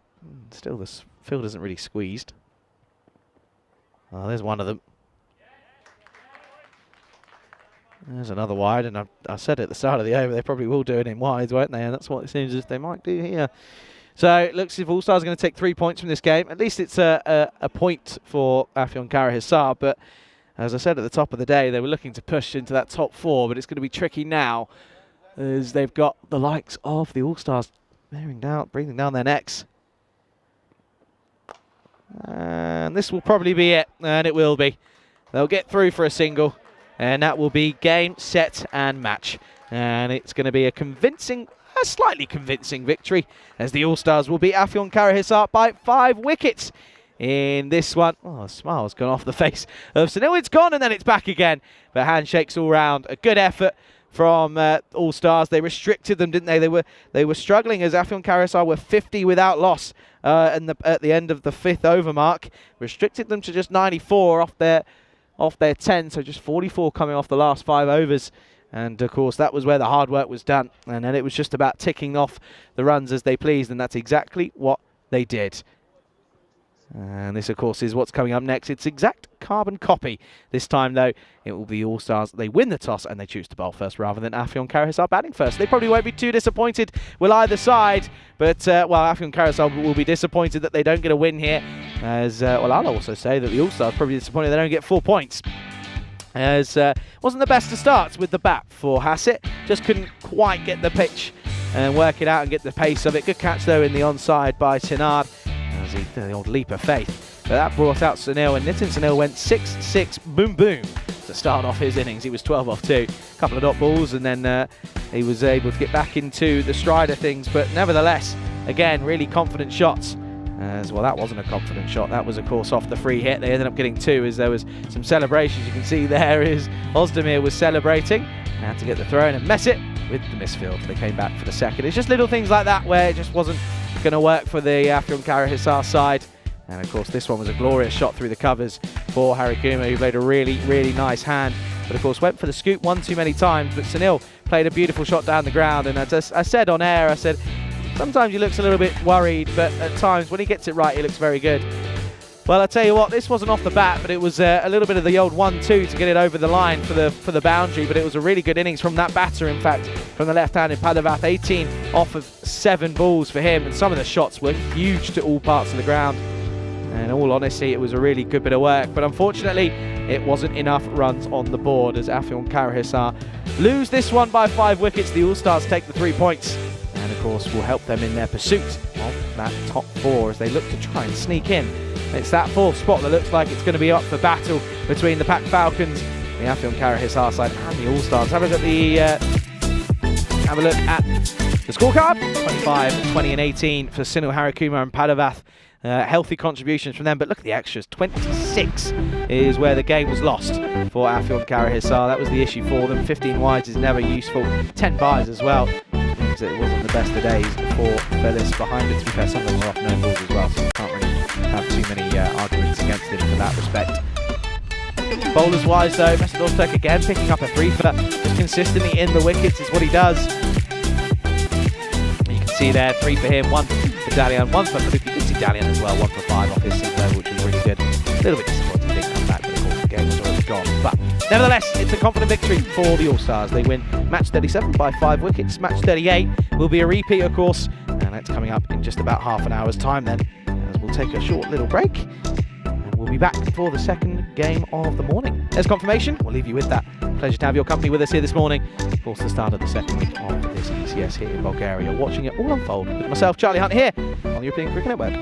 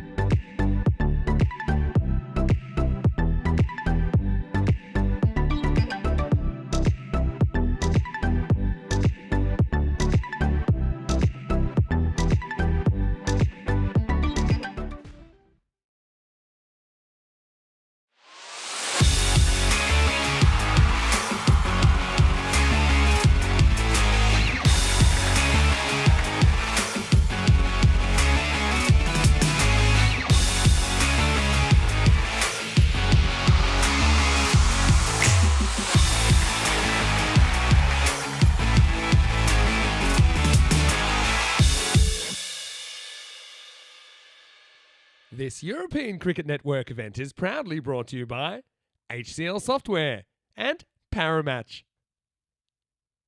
Good morning, everybody. Welcome back to the Vasilevsky Sports Academy here in Sofia, Bulgaria, where we're going to get things ready for the second game of the day. It's match 38 of this European Cricket Series, and of course it is the second of the double-header here this morning as the All-Stars will once again take on Afyon Karahisar. Let's go out to the middle. Mahel Dab has got the two captains. Tails. Tails has been called. Oop. And it is tails. We would like to bowl first. They're bowling first.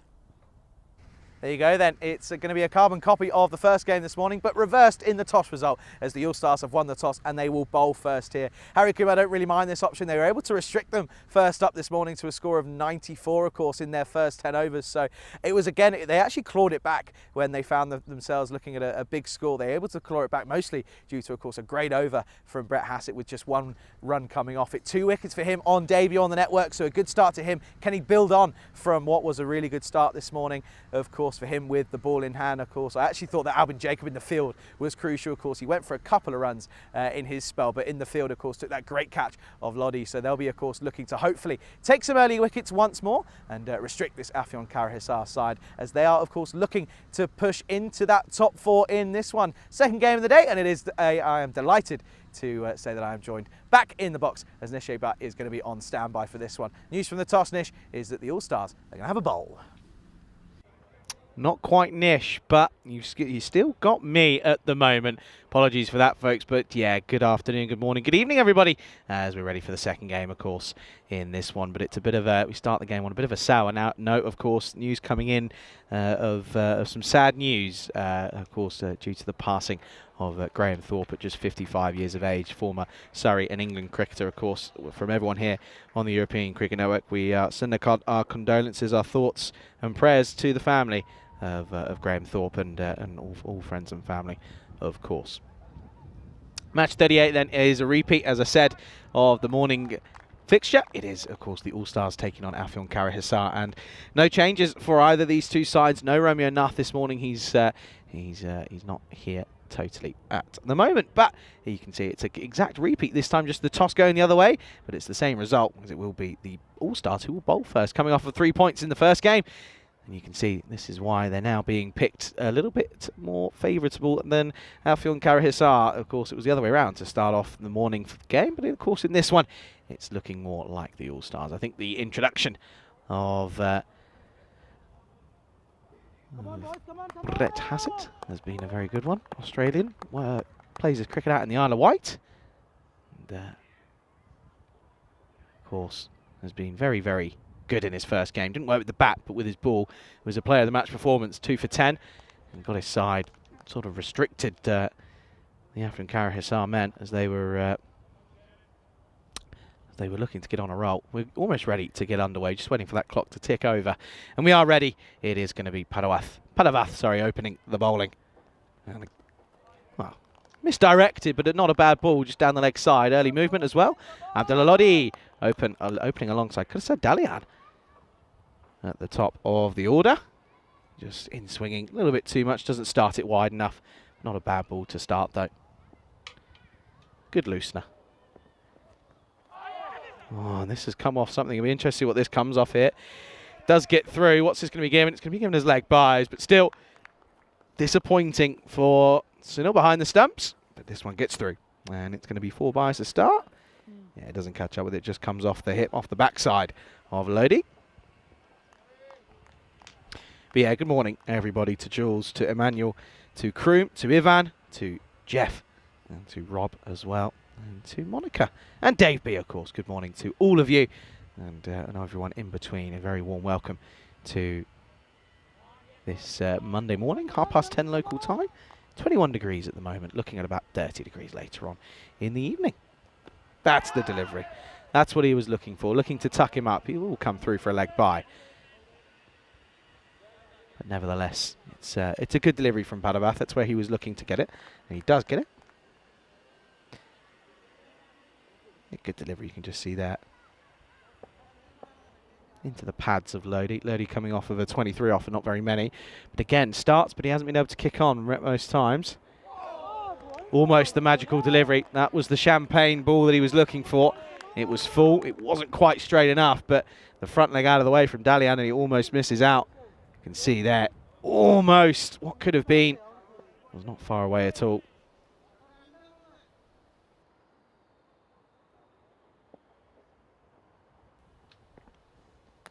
Well, the first one was very, very close. The second one is exactly perfect into the leg stump, and it's going to be a 2-ball duck for Dalian, who has been elevated to the top of the order, but it hasn't quite worked.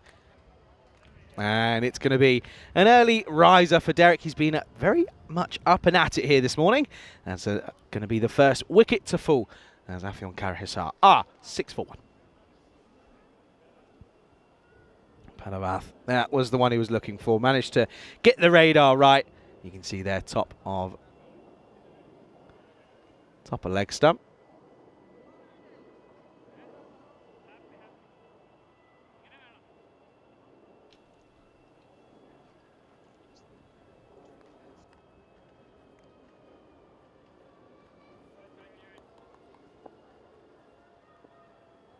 Mezidos Turkin at 3. It's not, sorry, it's Ali Ozdemir, and he's going to be gone first up. And that's going to be a golden quacker for Ali Ozdemir, who gets elevated into the 3rd position. And it's going to be a golden quacker. So Derek very much in demand here this morning, as it's going to be another one that falls, and it's going to be 2 in 2. And all of a sudden, Padavath is on a hat-trick. 6 for 2 now. He's backing away to a delivery, just can't be, and it's pretty much a carbon copy of the previous delivery. Top of leg stump, and Afyon Karahisar in all heaps of trouble here. 6 for 2, as Padavath is on a hat-trick. Of course, Murat Yilmaz took one yesterday. That was the first one for a good few weeks, as Murat Yilmaz took 3 for 6 off and over. But now, it's the time of Geraint Padavath. We'll come back to live action. Oh dear, it's a terrible, terrible ball. It's an awful no ball. It's going to be a no ball off the hat-trick delivery. Oh dear, not the finest of moments for Padavath there. You can see that very much above the waist, no question about that one. So they come through for the bye as well. So free hit to come, Lodi on strike with the ball to go. As Padavath just wasn't quite happy with his run up there. Lodi Lou. What can he do with a free hit to come? And off the toe. Well, they will get a single. Don't mind the idea. Wasn't executed though. The ball wasn't there to be played in that one. That's going to be the end of the over then. An interesting one. There's 2 wickets fall. 9 runs come off it. It's 9 for 2 at the end of 1 over.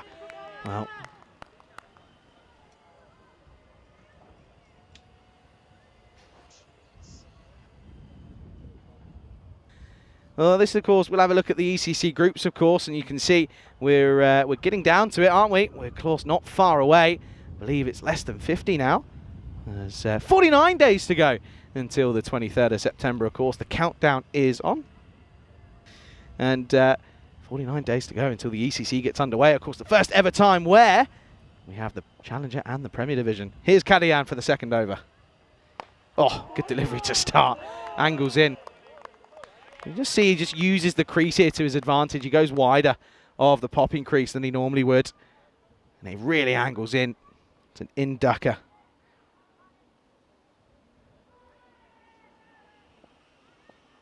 Onto the toes. Lodi yet to really get going. Just the one off the free hit. Shorter. You don't bowl there to Lodi. That's going to be 4. He swats that one away with relative ease. That's where you don't want to leave it for him.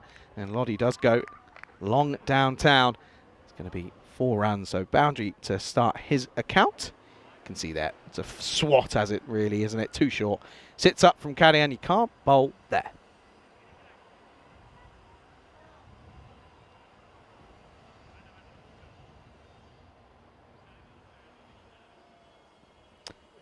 So we're going to have to see a response here, aren't we? Can he get it right? That's where the full delivery is where it is, on those toes. That's where it's got to be perfect. That's where it has to be.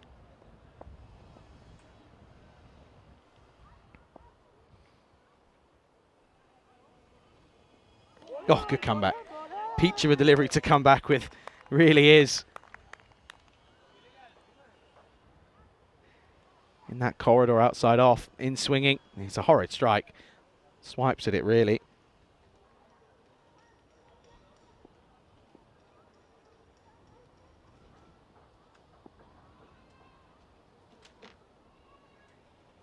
Full toss. And this one into the deep. There's Albin Jacob. Well, it was, of course, Albin Jacob. He took a great catch to remove Lottie. In fact, off a low full toss as well. This one, he doesn't go for the lofted version. He's learnt from his mistakes. Well watched, though, by Lottie, by Jacob. Yeah, Jules has got a good point saying Derek has his running spikes on this morning. He does. He's been very busy. Been a busy bird. Early bird gets to the worm, though, folks.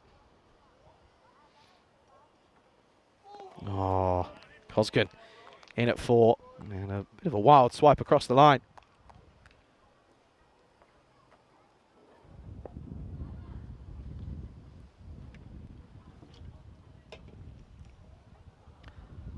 Not a bad start this for the All-Stars on top. They wanted to bowl first, and you can see why. Got him, gone. Full straight, and cricket's a simple game of you miss, I hit for a bowler, and Kanian finishes a really, really good first over. And it will be a wicket to finish. So yet again, for the 3rd time in the innings, Derek turns around and gets involved. 14 for 3 at the end of the 2nd. Not a good start this for Afghan Hisar. Don't get me wrong, they are changing things up with the order, but you still there are points to be played for here.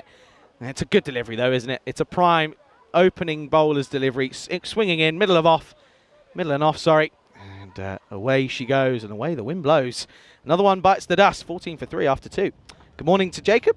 Says on the final day of my school break. Well, make the most of it, Jacob. I always remember that those last couple of days they end up being some of the quickest and some of the ones that flow by very quickly. So make the most of them. Get up early. Make the days as long as possible. Look at the updated standings then here. All-Stars closing in on Afron Hisar. That, of course, 3 points does bring them into touching distance with the Afyon Hisar side. 4 points between them. So a bonus point victory here would elevate them into 5th. And, of course, then that battle for the 4th becomes a huge battle. Lottie takes on the charge and goes over the top. Couple bounces, 4 runs. This is Padavath who comes back into the attack. And Lottie, I think he's just thinking, well, to be honest with you, at the moment it doesn't look like anyone can help me out, so I'm going to do it myself.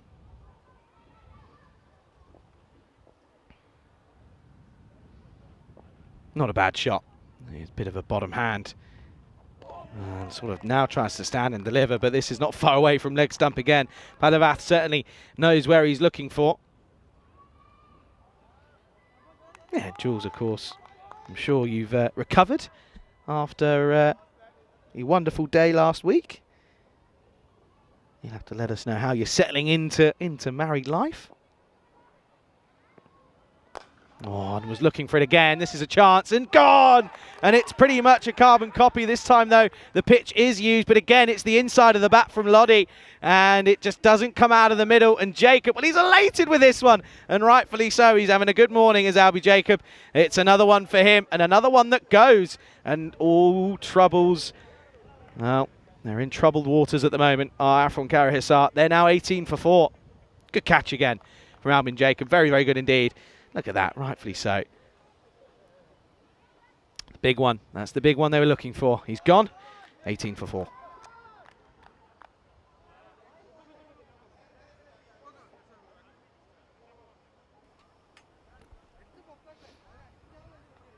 Oh, this is now a big moment to come out here for Sally Ellis. No Mesut Ozturk yet, which is an interesting one. Murat Yilmaz is at the other non-strikers, and he's yet to face a ball. Padavath up against Ellis.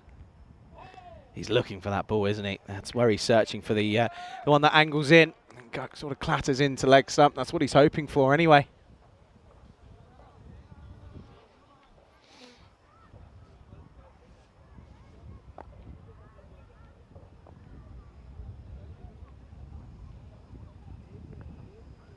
Well, that's what he was looking for, but I think he might be doing too much here. Well, yeah, Yilmaz at the non-strikers is going on walkabouts, but nevertheless. Good delivery again, though, from Padavath. Angling in again, just going down the leg side, though.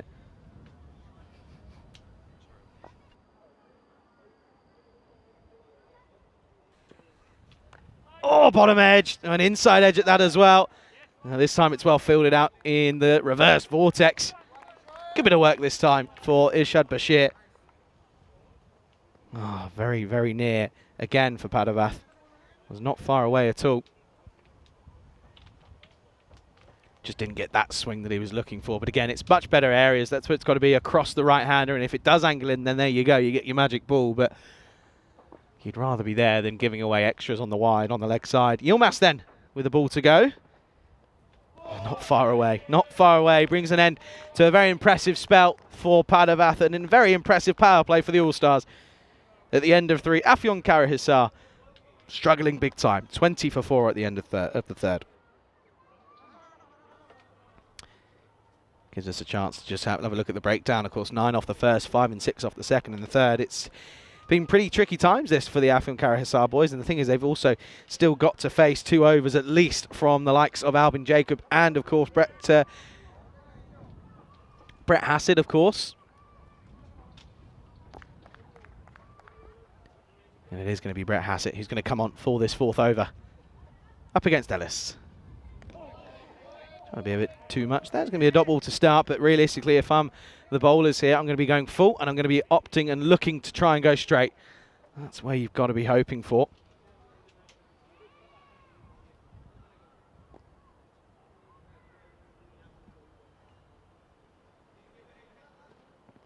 Well, especially when the batter in front of you is stepping away early on. Watch this first initial movement is well outside the leg stump. Got to be going full and straight here. Top of, well, trying to hit that base and middle stump. That's what you've got to be looking at here.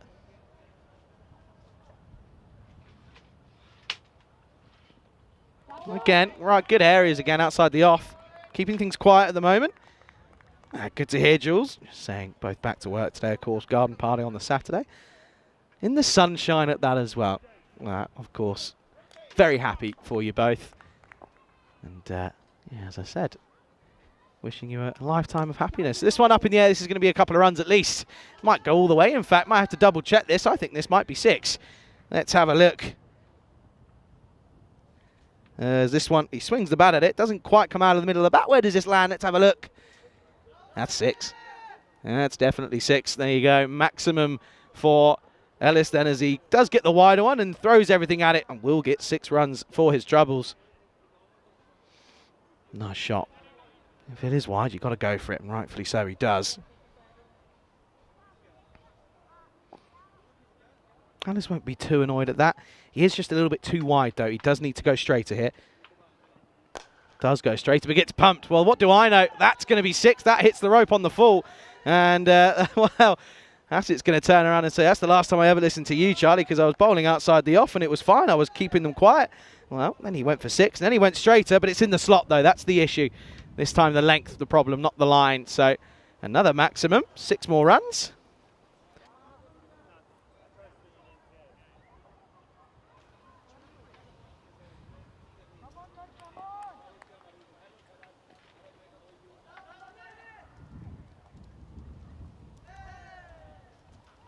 And not really too much evidence we could provide there, but I reckon that has to go down to 6. He hit it on the full. It does go down to 6. Good comeback from Hassett. That's going to be the end of the over then, as it does go for 12. And Hassett will probably have to rethink the tactical approach for him. But a good little comeback this at the moment from Ellis. He's 13 now off 8, sorry. And the score at the end of 4 is 32 for 4 after 4. Going at 8, but 2, well, wickets falling in almost every single over. That's the first one where they haven't lost one, which is slightly concerning for them.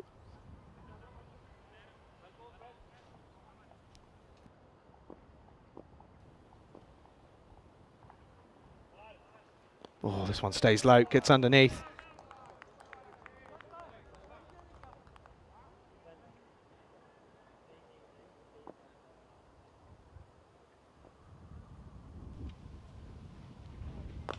Up in the air. Oh, well. Doesn't get more cool, calm and collected than that from Harry Kumar. As cool as a cucumber, some will say. But this one comes off the splice of the bat from Murat Yilmaz. And it's going to be a disappointing way to go. as Yilmaz will have to make way. Yet again, the skipper not working for him with the bat. And it's going to be another one that bites the dust. 5 down now as Harry Kumar takes a wonderful return catch. It's 32 for 5.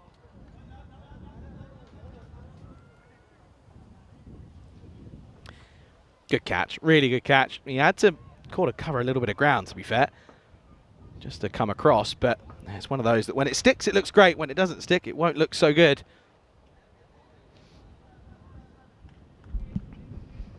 .32 for 5 now, in all heaps of trouble at the moment here. Oh, it's another one. Oh, full and straight, and Phyllis is going to go.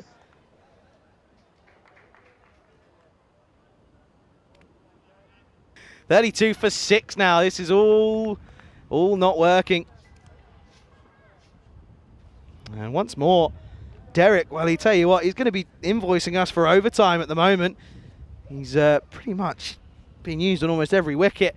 Another one bites the dust, and it's another chance at a hat-trick here. Unfortunately, this just isn't working at the moment.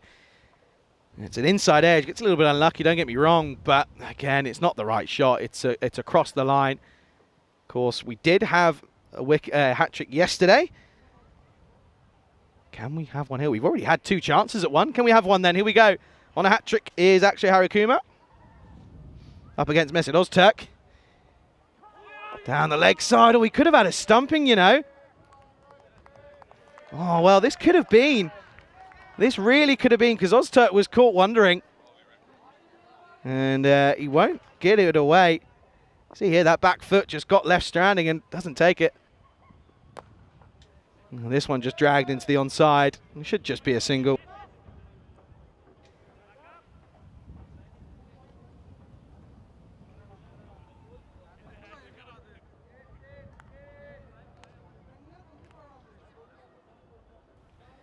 There you go, just confirmation, come back for 1.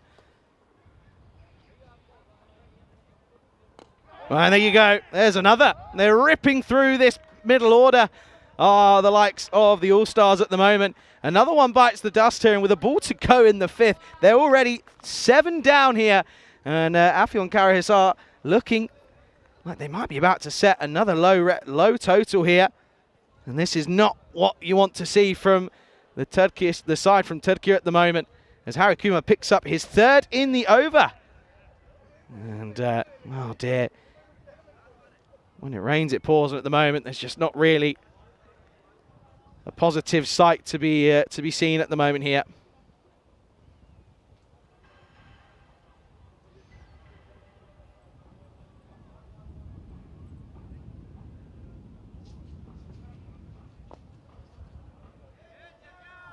Last ball, Faruqi in at 9. Oh, and I tell you what, that wasn't far away either. That will be the end of the over then, end of the 5th. And it's going to be 35 for 7 then at the moment here, as we can welcome you for the first time into the Cube. Then, of course, huge thanks to our Parimatch partners, of course, and we'll provide you, well, I'll try and provide you some in-game analysis. And what I'll tell you, rash batting, not the best of shot selections at the moment from this side from Turkey, of course. And realistically, all the bowlers are doing is just bowling straight and bowling full. That's where it has to be.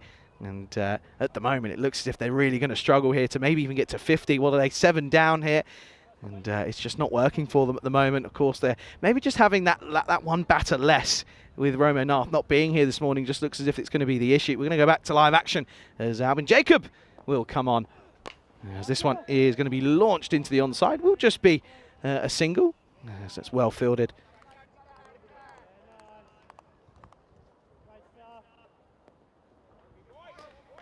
And it's my pleasure to welcome into the box for the first time this morning is Nishay Bhatt. Yeah, great to be here. What a rough day for Afyon Karahisar. They find themselves 35 for 7. Yeah, it's not pretty at the moment. This one, though, is pretty. That is swatted for 6. And oh, watch out. Oh, no. Oh, he's down and out. That's loading. Well, there you go. The thumbs up from the lads out there. Well, listen, it's not working for them out in the middle, but they're still enjoying their time here in Bulgaria. Yeah, this is really nice. Well struck. Square the wicket. And, oh, he's just hammered one of his own teammates, Lodi. cops a blow. I love that. Dalian knows where the cameras are. Thumbs up straight away from him. Of course he does. He knows that he's on camera all the time at the moment. Jacob, he won't like the look of that though.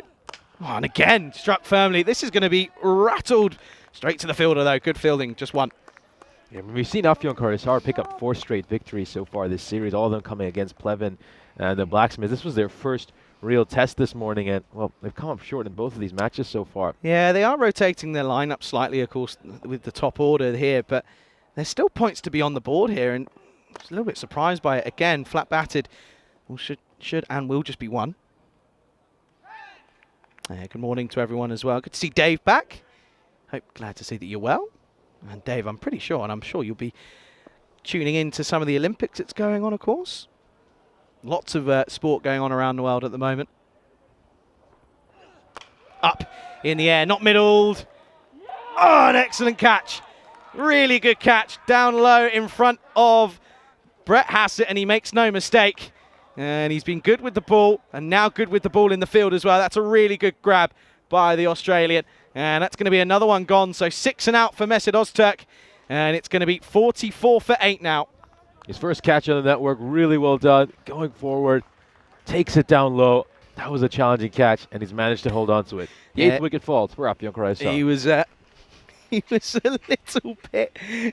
a little bit worried about not sort of losing some of his elbow skin there, but unfortunately, luckily for him, he doesn't get down low, but he takes the catch.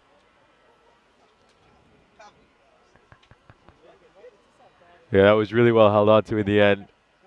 And he's come into this team. He's made an immediate impact. You just wonder, the addition of Brett Hassett, I mean, how far could it potentially take this All-Stars team who, so far have been on the outside looking in. Durmas in at 10. And this one is up in the air. Nobody there. Falls just short of the fielder. They'll come through for a single. This is worrying times for Afyonkarahisar. Another few wickets fall. In the last 2 overs, they've lost 4 wickets. And not for very many runs. In fact, it's only for 12, or actually 13. End of the 6th, score 45 for 8. Here's a look at the scorecard. As you can see, no real scores of note. Just have a look at that entire middle order. What a disaster. Hardly anyone's troubled the scorers. And it was just been a rough outing so far for Afyonkarahisar. Truly a Hall of Shame moment. Four ducks in a row. Now Derek's been on the old sprinting job this morning. Harry Kumar returns after a good first over. He'll be hoping and thinking of a Michelle, by the way. He's 3 for 3 off his first over. Goodmatch just plays that one into the onside. Gets a single.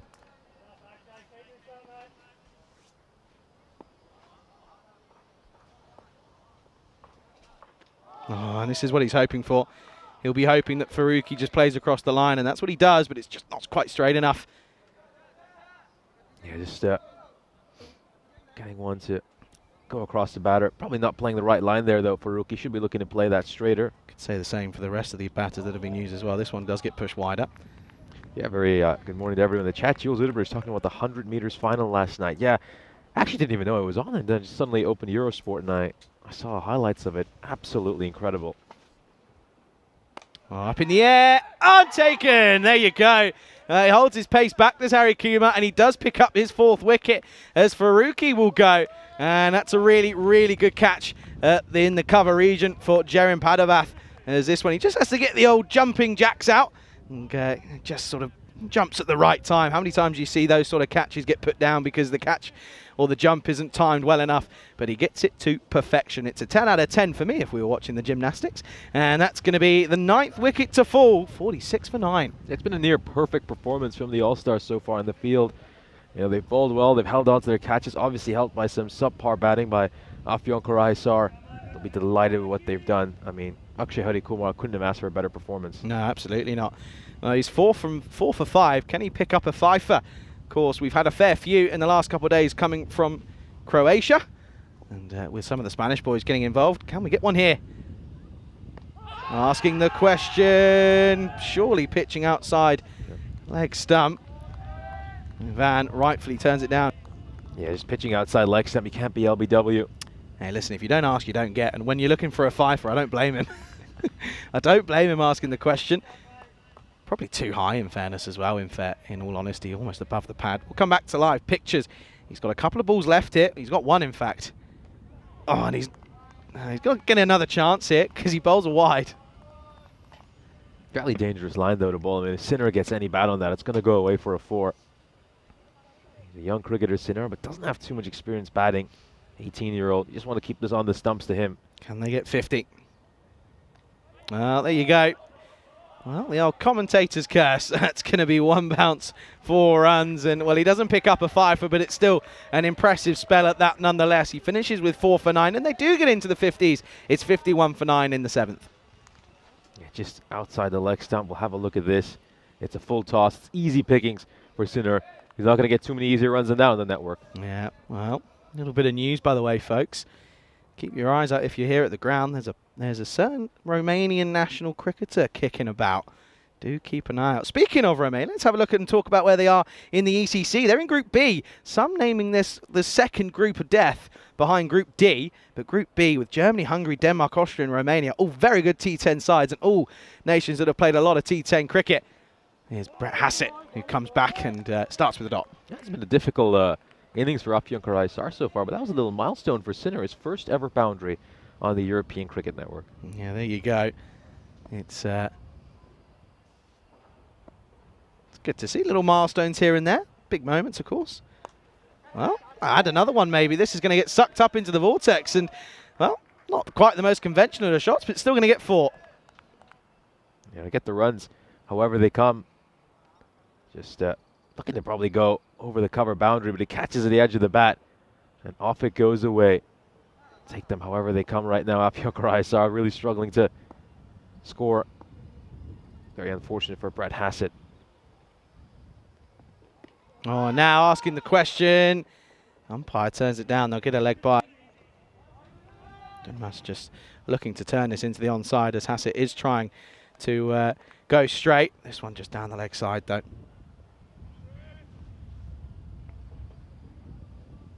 He picked up a couple of wickets in the last match. Brett Hassett, great figures of 2 for 10. And his opening match of this European Cricket Series. Oh, and again, just fending this one out. This sort of last wicket partnership giving me the feels of the old Panesar Anderson vibes at the moment. Just nurdling around, getting boundaries when possible. And of course, as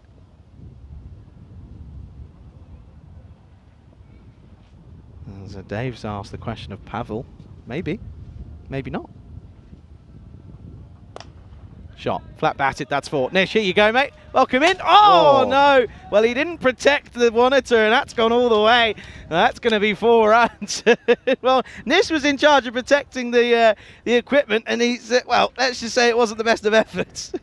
I mean, in fairness to me, that looked like it was heading sort of straight around me. It ends up taking a, I'll say a Tortuga bounce. There we go. That's the off the PC rope. way. Yes. Okay, fair enough. Everything's fine, by the way. Spring, it's all good. It's still working. And now the short ball probably going to be too short.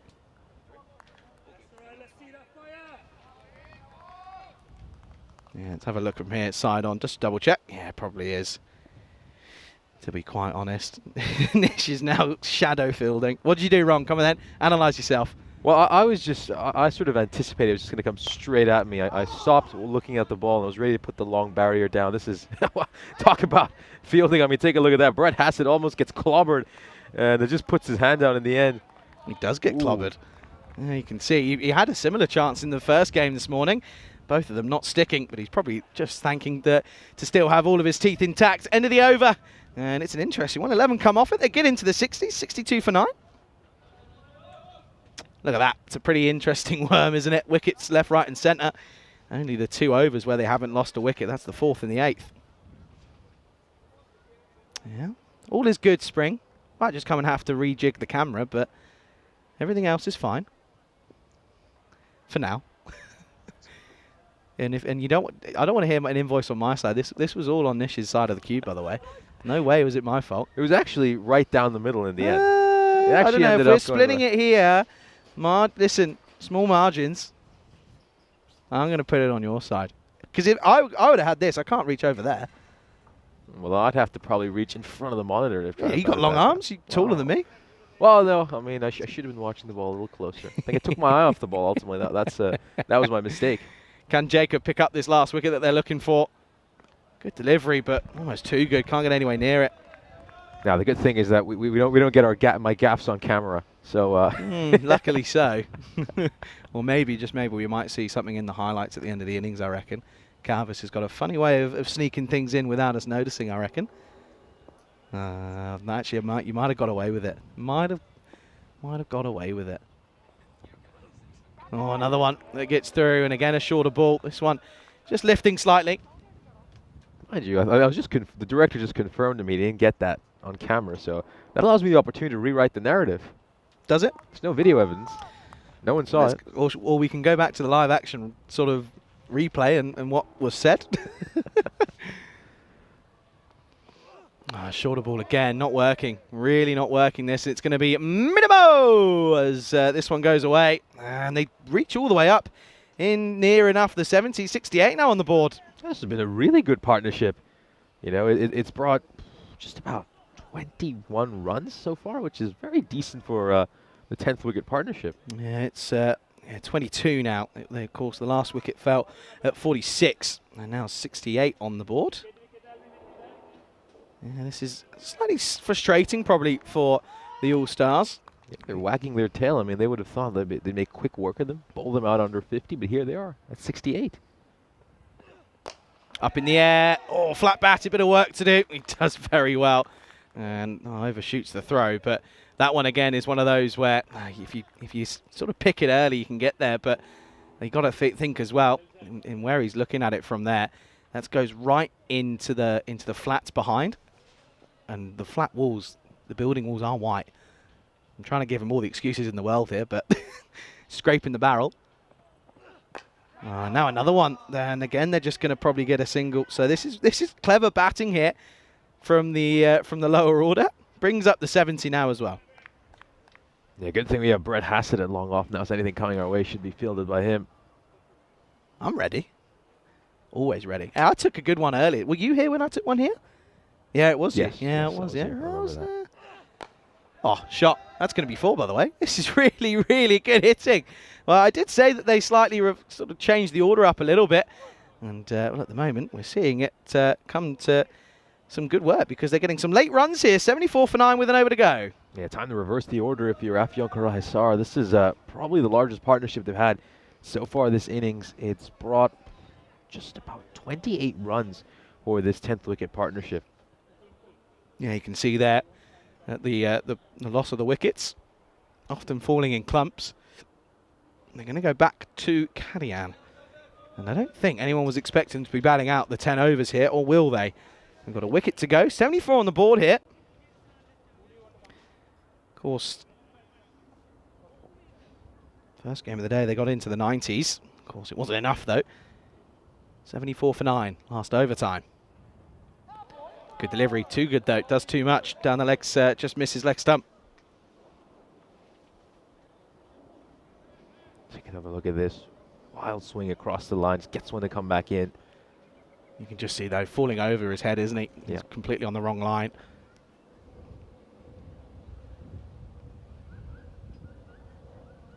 And again, just pushing it a little bit too straight to start with means it angles down the leg side. Not going to get a leg by for their troubles again, though, but that's probably not a bad thing, getting Durmas on strike, to be fair. Can he deal with the swing from Kadian, though?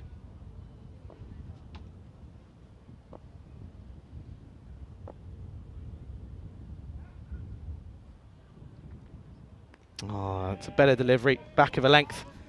And again, Durmas not able to quite get to this one. But yeah, plenty of fifers coming out in the in that Mediterranean Cup. Of course, congratulations to Spain, winning that one 5-0. 6-0 if you include the little individual T10 as well. Thumping victories and all round for them in all of those games. Okay, up in the air, could be the end of it, maybe. Oh no, gets put down. That's disappointing from Jaren Padavath. Just didn't quite look like he picked this up straight away. No, it didn't look like he did. This is the first mistake we've seen from the All-Stars this innings. Pops up in the air, should be a regulation catch, but it's put down. Yeah, well, I mean, it's been a little bit of a momentum swing these last few overs. They're really wagging their tail here. just bowling's just been lackluster since these two have come out. They've sort of look like deer in headlights every time now. They're just sort of hurdling ones and twos. The bowling just a little bit wayward. Get another single, another leg by. Moves on to... Yeah, it's just a combination, I guess, of frustration, not being able to get this 10th wicket, and also the fact that a few bowlers are probably just trying too hard. And they are going to try and sneak through here, or will they? He's probably not going to get there. This is going to be the last wicket then. It's the last ball, of course.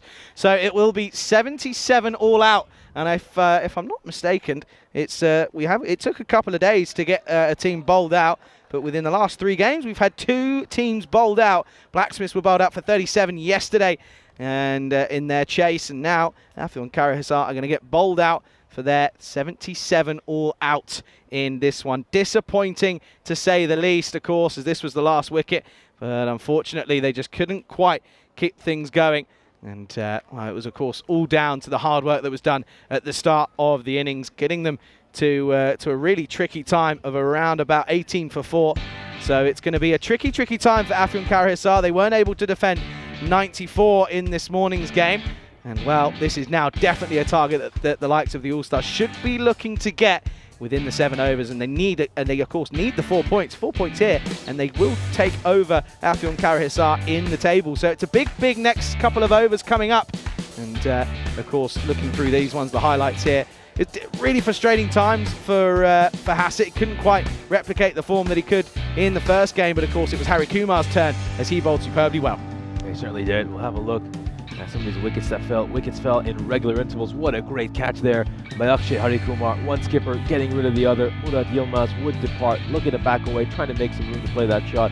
And all he did was present a fairly simple catch to Harikumar. He'd get more wickets, he'd have more joy. That'd be the end for Mertkan Filiz, who would depart for a golden duck as well. It was ducks galore. Derek was working overtime during this innings. That was, of course, Mesut Öztürk absolutely hammering one of his teammates out at square leg. That one struck Abdullah Lodi.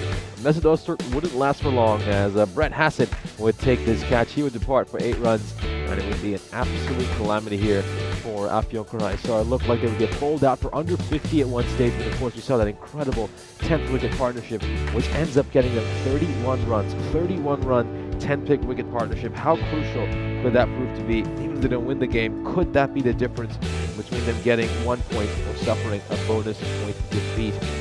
Of course, we saw right at the end. But just having a few words, I think they were rather disappointed by the fact that it's allowed Afyon Karahisar to get all those extra runs at the end. 20 runs of extras as well with their bowling. That is something they will look to improve on, and certainly we'll see how they fare in future games. Let's have a look at the scorecard of this inning. As you can see, well, what a calamity for the middle order. Zeros all across the board. 4 straight batters. Their openers all the way down to number 5 with ducks. That is certainly an issue that Afyon Karahisar will have to look to address. They simply weren't at the races today in either of these first 2 matches, and they just haven't looked like a side who are aiming to make it to the top 4. Sarah Ali's making 13 runs and 9 deliveries. So have a look at that. Number 10 and 11. Zafar Durmaz with 16 of 14. He struck 3 boundaries in his innings. And Mehmet Sinar striking his first career for on the European Cricket Network. He made 7 of 8. That 10th wicket partnership was worth 31 runs. We will now turn our attention to the bowling card for the BSCU All-Stars. And Jim Fazlak, well, incredible figures for him. 3 for 9 in the 2 overs he bowled. Mukul Kadyang 1 for 6.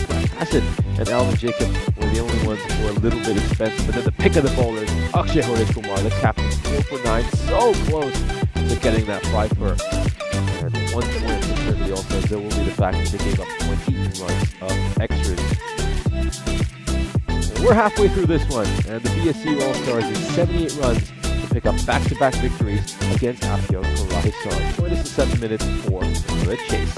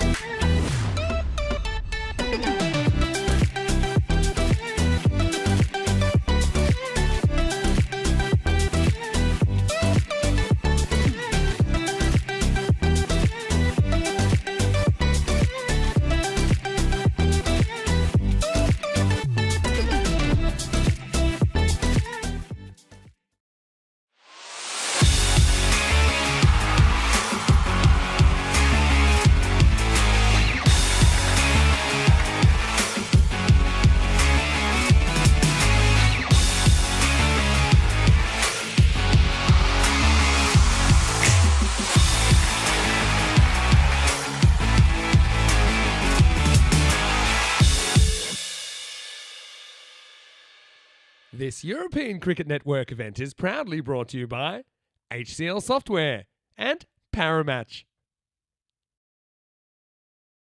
Welcome back for the second innings as the All-Stars look to go back-to-back against Afyonkarahisar, who managed to muster 77 runs, which is quite a remarkable comeback considering at one stage it really looked like they were going to struggle to get above 50. Here's a look at the bonus point equation. As we can see, if the All-Stars can achieve this target in 7 overs or less, they will pick up the bonus point.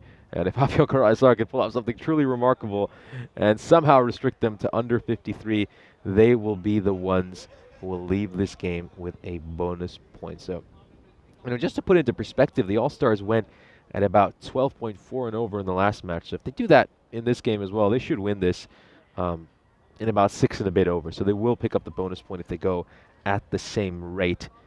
I think, yeah, look to go around 11 to 12, pick up the bonus point here. They narrowly missed out on it in the last match. They did it in 7.4 overs. And I think this time around, they really want to go and get that bonus point. Obviously, they're in a tight race to try to make it into the top 4. It's looks like, as things stand, it's going to be between them and the Pac Falcon Cricket Club of Viren. Here we go. We're just moments away from the first ball as Öztürk is looking to get his field setting spot on. He's got a deep point in place and a long on as well. First ball coming up.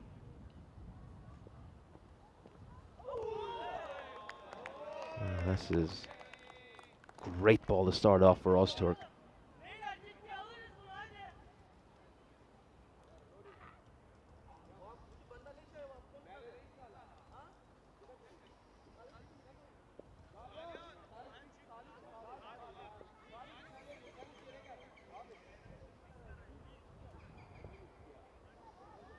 There we go. So just trying to get the field setting right here. So they've brought mid-on back up after that ball and send deep third back. That's another one that Kadian is going to block out.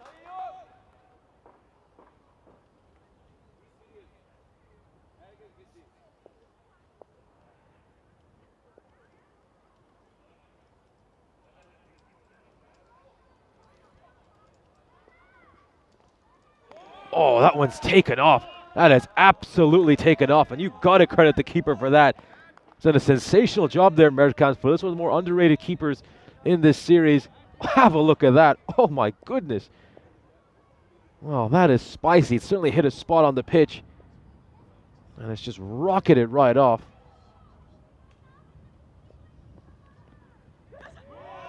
And once again, just going across. What an over so far by Öztürk. I mean, this is almost unplayable kind of bowling we're seeing here from him.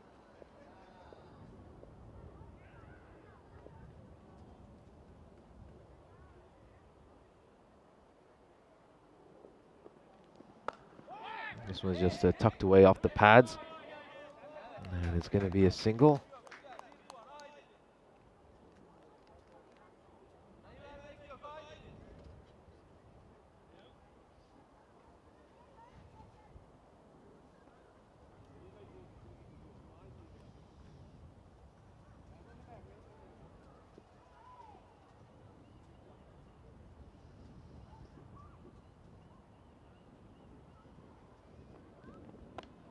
This one's an outside edge, and it's going to run down towards third. Single to end the over. Terrific start here were up. Young Karayasar obviously got a big task ahead for them, but they've started exactly the right way. Ozturk setting the tone in the first over. Here's a quick reminder of how many matches it's been since we last had a golden ball. 7 games. It's good that the counter once again is quite low, but of course we like to break these streaks early, so let's see if we can get a golden ball here in Bulgaria at some point. We obviously saw one over in Croatia. Got a man, of course, who knows plenty about that golden ball. Joining me, Charlie Hunt. Yeah, thanks, Nish. Good morning, everybody. And yeah, this, of course, Corey. He's the man with the golden touch, it seems. 268 matches is what we got to. Glad to see that it didn't get any higher. I thought we were almost on cruise control up to that 300 mark. But yeah, good news is that we aren't. And if you haven't seen it, by the way, go ahead and check it out. Dalian comes on to for the second over, as Hassett will just block this. Nerdles this into the offside, gets one. Yeah, I mean, I mentioned this a few times during yesterday's broadcast, but that final ball, they're running at the wrong end. That was something unique, and really, every golden ball is a snowflake. Every single one of them are unique, and I think how we get to that golden ball is just always so interesting. Yeah, normally like to see every golden ball's always got a bit of chaos in it. There's always some form of chaotic madness involved, and I think it just so happened to be that it was the second ever ECSW. These they never played some of that format. So a couple of them had, but also most of them had probably never were really expecting to have had to deal with a golden ball. Yeah, I mean, anytime you play this game and you're still tied after 1.5 hours, I mean, there must have been some chaos. This is good bowling here by Dalian as well, just continuing the good work we saw from Mesut Ozturk in the first over. Yeah, you were telling me, of course, that during the break about how he's broken the internet. Of course, Dalian, he of course took that sensational catch, a football cricket catch combined, just flicked one up. Yeah, there's been some funny comments on it. This one popped up into the onside. Just get a single. Yeah, there have been some class comments on it. There's some good, some bad, but there's some of them like Cristiano Jadeja is one of them. There are some classics on there, but well, maybe just we might be able to remind you of what happened after a couple of deliveries. This one again just fended into the offside for what should just be one and will just be a single. Yeah, this is good bowling, though, by Dalian. I really like this. I think they're bowling good lines and lengths. I wonder if just the fact that the kind of weight of expectation will be off their shoulders now that they are trying to defend a target of 78. It's just allowing them to bowl a bit more freely, but look good here. First couple of overs been sensational bowling, and I think all the All-Stars also just playing a little bit within themselves. Yeah, they kind of did something similar here after Karahasar. They got a couple of early wickets. I was asking the question here, but not out. Asking, they were able to really sort of keep them quiet first up, but since then it's not been. Let's have another look at what we're talking about. This was the viral moment of that man on your screen, Danny, and this was a couple of days ago against Pleven. Of course it was off the foot. Thank you very much. And how good was that? And we had to have a look at it, but it was just superb. And look at that, we're sticking with him. And look, he's dealt with it really well as well. To be fair, he's really done very well. He's looking very humble, and he's come up and he's saying hello. And he actually sent me a message last night, and he said thank you for sharing. And listen, it was this is what we do here. We sort of spread moments of magic. And listen, the thing is now is that his name is going to be edged in cricket history and in cricket folklore just because of it. Next over then, it's going to be Kozgun. And this is going to be gloriously played over point. It's going to be a square drive, and it's I think this is going to be one bounce for. Yeah, very nicely played there. Take another look at this. It's over pitch delivery, plays it with a straight bat, over square, and it's gone away for a 6. First boundary of this innings.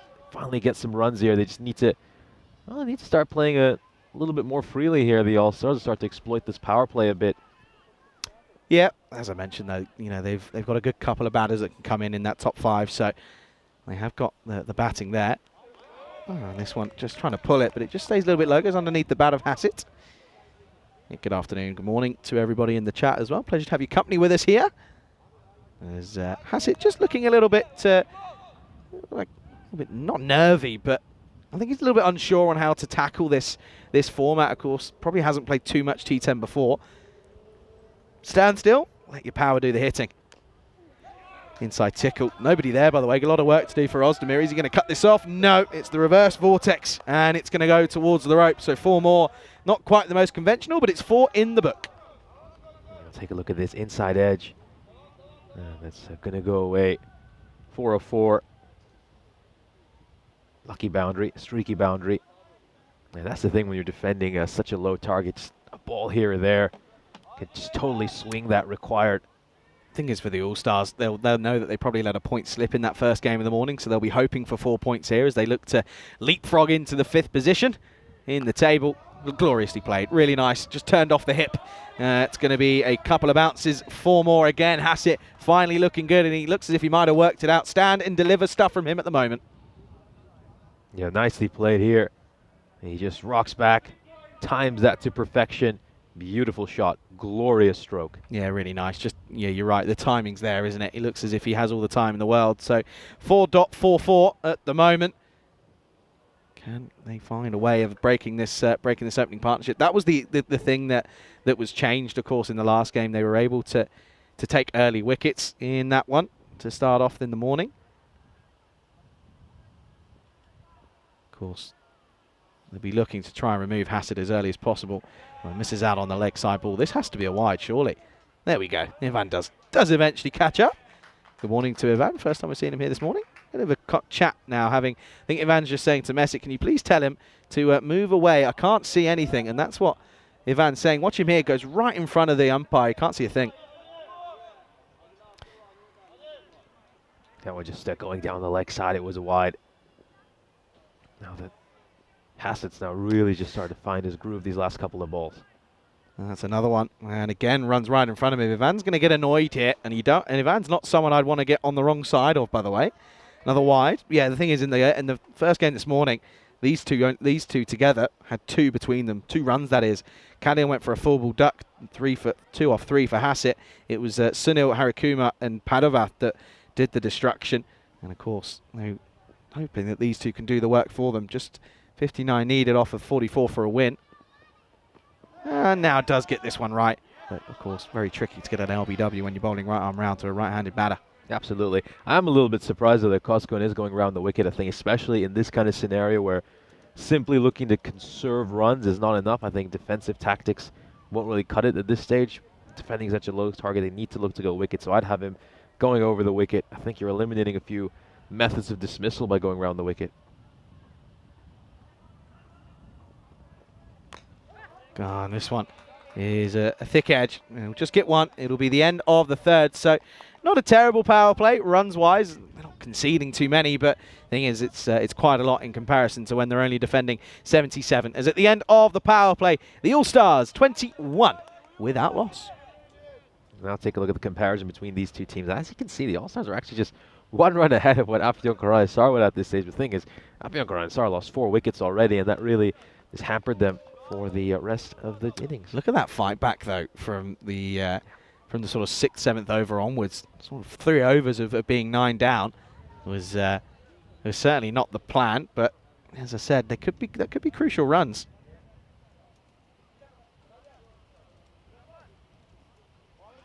This is going to be Dalian continuing. Good first over from him. Just 3 overs coming off it. Very good first over. I think I'd have him and then maybe Öztürk bowling the next over. I was surprised that they did make that bowling change and bring Ahmet Kozgun in. I would have just gone with Öztürk and Dalian for the first 4 overs. Yeah, of course. Öztürk bowled the first, only went for 2. So this is a fun one. This is a fun stat. I'll bring this up in a second.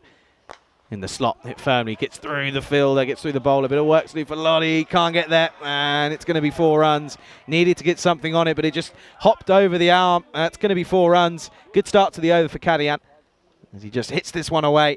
It's in the slot, though, isn't it? And well, a little bit disappointing not to stop it. But yeah, if you go off Mesut Öztürk's last 5 overs, he's bowled 5 overs, 14 runs, 6 wickets. It's pretty impressive stuff.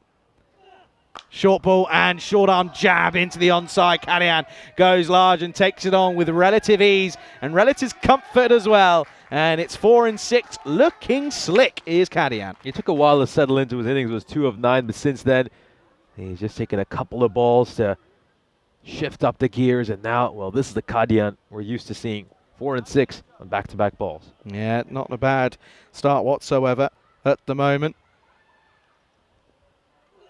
Now goes full up, but the result's the same. Carved away, square drive over point, and it's going to be back-to-back Maximos here. Kadian lifting off and going large. Massive 6.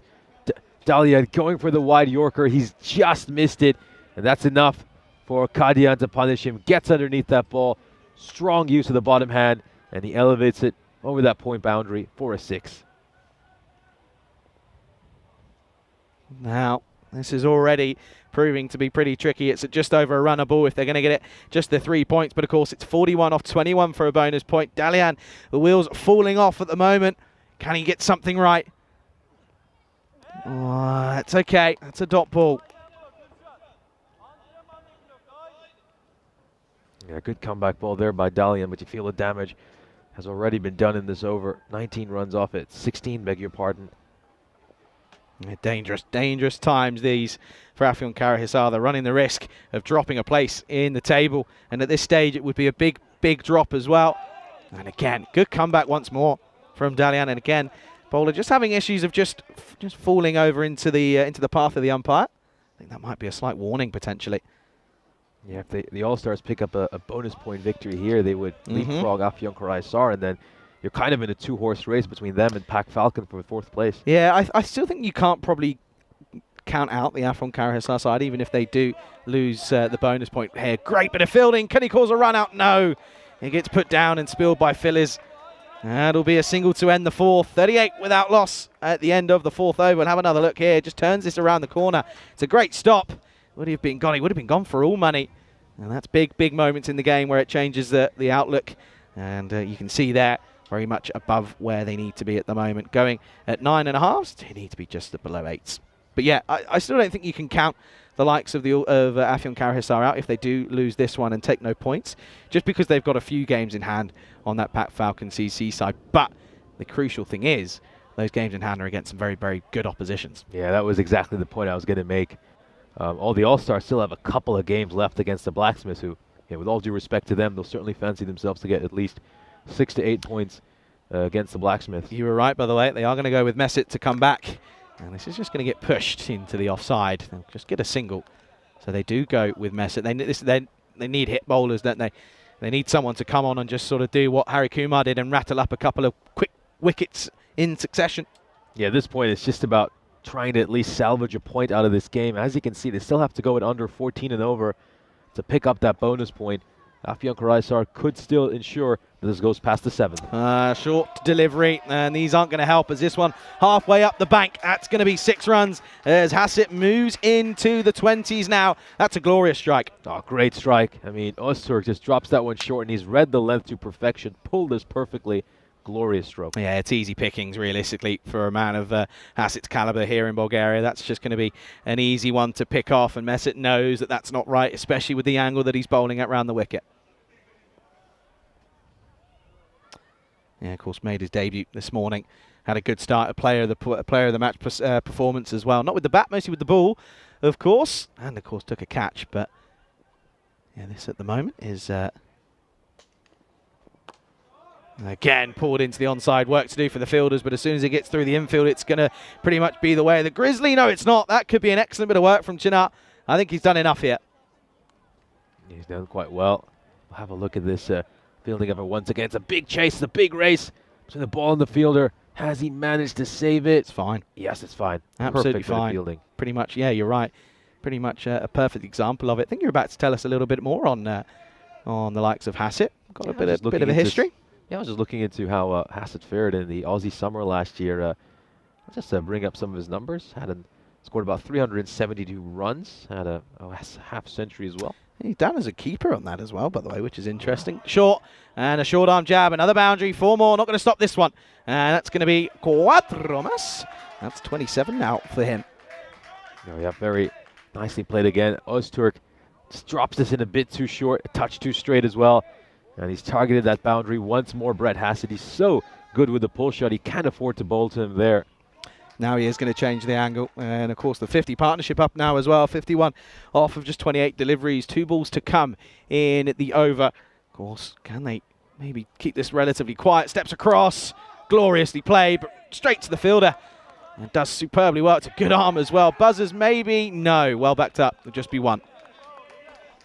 So 50 partnership brought up here. Ball to go in this halfway mark, and we'll probably get a chance to welcome you into the box after this. But yeah, this at the moment is worrying times for Afyon Karahisar, because these two, they look pretty comfortable at the moment. Can they pick up a wicket going into the drinks break? No, it's going to be launched for six yet again, carved away, and it's going to be maximum to finish the over. It's a big over at that as well. It's a magical one, and at the halfway stage, they're not far away at all. Just 20 needed as the score is 57 without loss. Yeah, they're closing in on victory here. A couple more overs. And if they manage to get these 20 runs in the next 2 overs, they will, of course, pick up the bonus point. That would be absolutely massive for the All-Stars, as, of course, they want to close that gap on Pac Falcon and grab one of the top 4 spots to make it to finals day. Yeah, of course. Yeah, you're right. It's all about those extra bonus points that end up being so crucial in that. It's trying to get into that top 4. You know, you mentioned a couple of days ago, like in Hungary, how crucial the run rates were as well in respect of, you know, getting into that maybe favoured fixture that you want in that finals day. But listen, still a lot of cricket to be played. Of course, we've got a lot more coming your way over the next couple of days as we lead towards that all-important finals day on Friday. And then we've got a big international series. 3 teams taking part, of course, later on this weekend. Bulgaria, Serbia and Gibraltar will be going at it to try and pick up that ECI trophy. Looking forward to welcoming back some very familiar faces from the likes of Serbia and Gibraltar, as we know that a lot about all those 3 nations, of course, alongside Bulgaria. Yeah, of course. It'll be a big trip for Gibraltar as well. So big congratulations and big thank you to their team, of course, when they do make the trip over here. I mean, coming all the way from the other side of the Mediterranean up to Bulgaria, that's going to be a big effort for them. So let's see how they can cope with that. 20 needed off 12 for a bonus point. They need a quiet over. They need something. Can Durmas provide it? Low full toss and just played away into the onside. Will just be a single. Yeah, so of course Hassett, I mean, he plays the cricket out in Western Australia, over in Leaderville, close to the city of Perth. Yeah, currently playing his season in the Isle of Wight. Launched up in the air, hasn't quite got out of the middle of the back. Chance, no, runs underneath it. Oh dear, and he goes for 4 as well. Well, he looks up and turn around and say it's the sun. There you go, almost on cue. And Cosgan blaming Mother Nature. He goes for the big shot here, and he's just misjudged this one, hasn't he? He's come too far forward, and it's gone over him. Should have stayed back. It would have a much more comfortable catch. Yeah, these little mistakes are ones that you can't afford to really give away when you've only got a handful of runs to play for. 15 needed off of 10. Now, they did slightly bottle the bonus point in the first game. Can they rectify that mistake? Well, shots like these will certainly help. This is pumped up, and away. And just gets over the likes of Dalian, who was watching this all the way, who was interested as soon as it left the bat, but just enough bad on this one. It's another maximum. Well, Dalian has a penchant for taking spectacular catches, and it looked like he might be able to take one here as well. He's done the right thing. He's all the way back. He's just a little bit too high. Gets fingertips on it, which is disappointing because he was able to get there, but it's a tricky catch, let's be real here. There's the ski station's up there. It's still there. Slower ball, inside edge. Just be dropped into the onside. Yeah, big tourist attraction, Mount Vitosha. There's also plenty of local mythology around it as well.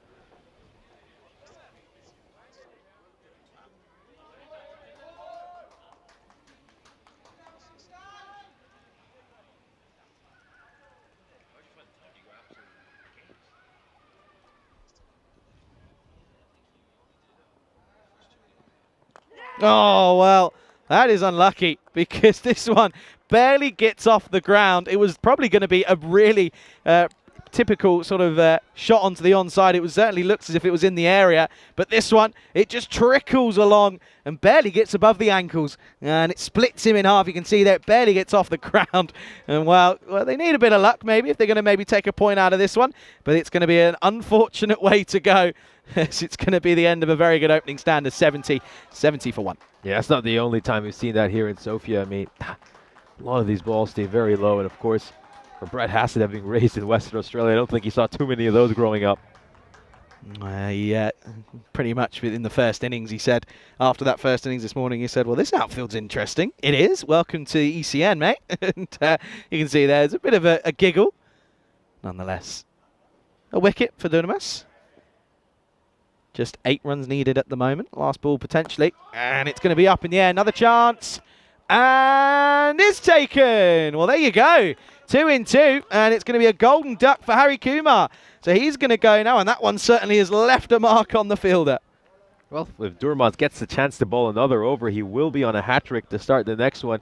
Very well caught. I mean, he chuckles it in the end, but somehow manages to grasp it. And the captain, Hari Kumar, who bowled superbly in the first innings, won't make much of an impact with the ball in hand. He departs for a duck. Derek comes striding out, and he hasn't troubled the scorers. Absolutely. Well, you know, it's a funny saying that, because I used to say it all the time, and then I had a scorer come up to me and go, actually, do you know what? Ducks are more annoying than anything, because everything's too quick. You've got to try and get everything down, and it's all a bit too much going on. But yeah, there you go. Then he rectifies the mistake that he made earlier, does Kozkin. That'll be the end. It should be the end of the over, and it is the end of the over. It is 70 for 2 at the end of 6. They're going to go to Ozdemir. Of course, Ozdemir had a bit of an issue when he got caught on the rib cage earlier on, didn't he? So maybe this is a chance here where just potentially they could look to rectify a couple of issues and mistakes that they've made. Padavath comes out at number 4. Still Kadian still there though, and of course they only need the 8 runs off the over to get the bonus point. They did bottle it in the last game. Can they make something different here? Short, and well, this might be a bit of the old teaser of what's to come in the next game. Hint, hint, wink, wink at a certain bowler you might notice who could be involved in the next one. 7 more runs needed now for the All-Stars to pick up the bonus point. Well, there's 6 of them. This is fetched from outside the offside, and Padavath continues where he left off in the last game. He hit some glorious shots to all ends of the ground for just his 18 runs, but that's a prime example of him there. Yes, tosses one up, gets to the pitch of the ball, and he smacks it over cow corner. Big, big hit. Yeah, really nice pick up, that one, has to be said. But yeah, of course, some interesting news coming in for team news that we'll be able to share with you probably momentarily. Just the score's tied, of course. Just 1 needed. And this will be it, and he'll finish it with a 4. So Padavath goes 6 and 4. Well, he is hungry for more, but he's going to have to wait, because that's game, set and match. As it's 4 points for the All-Stars. They leapfrog Afyonkarahisar after a disappointing morning for the side from Turkey.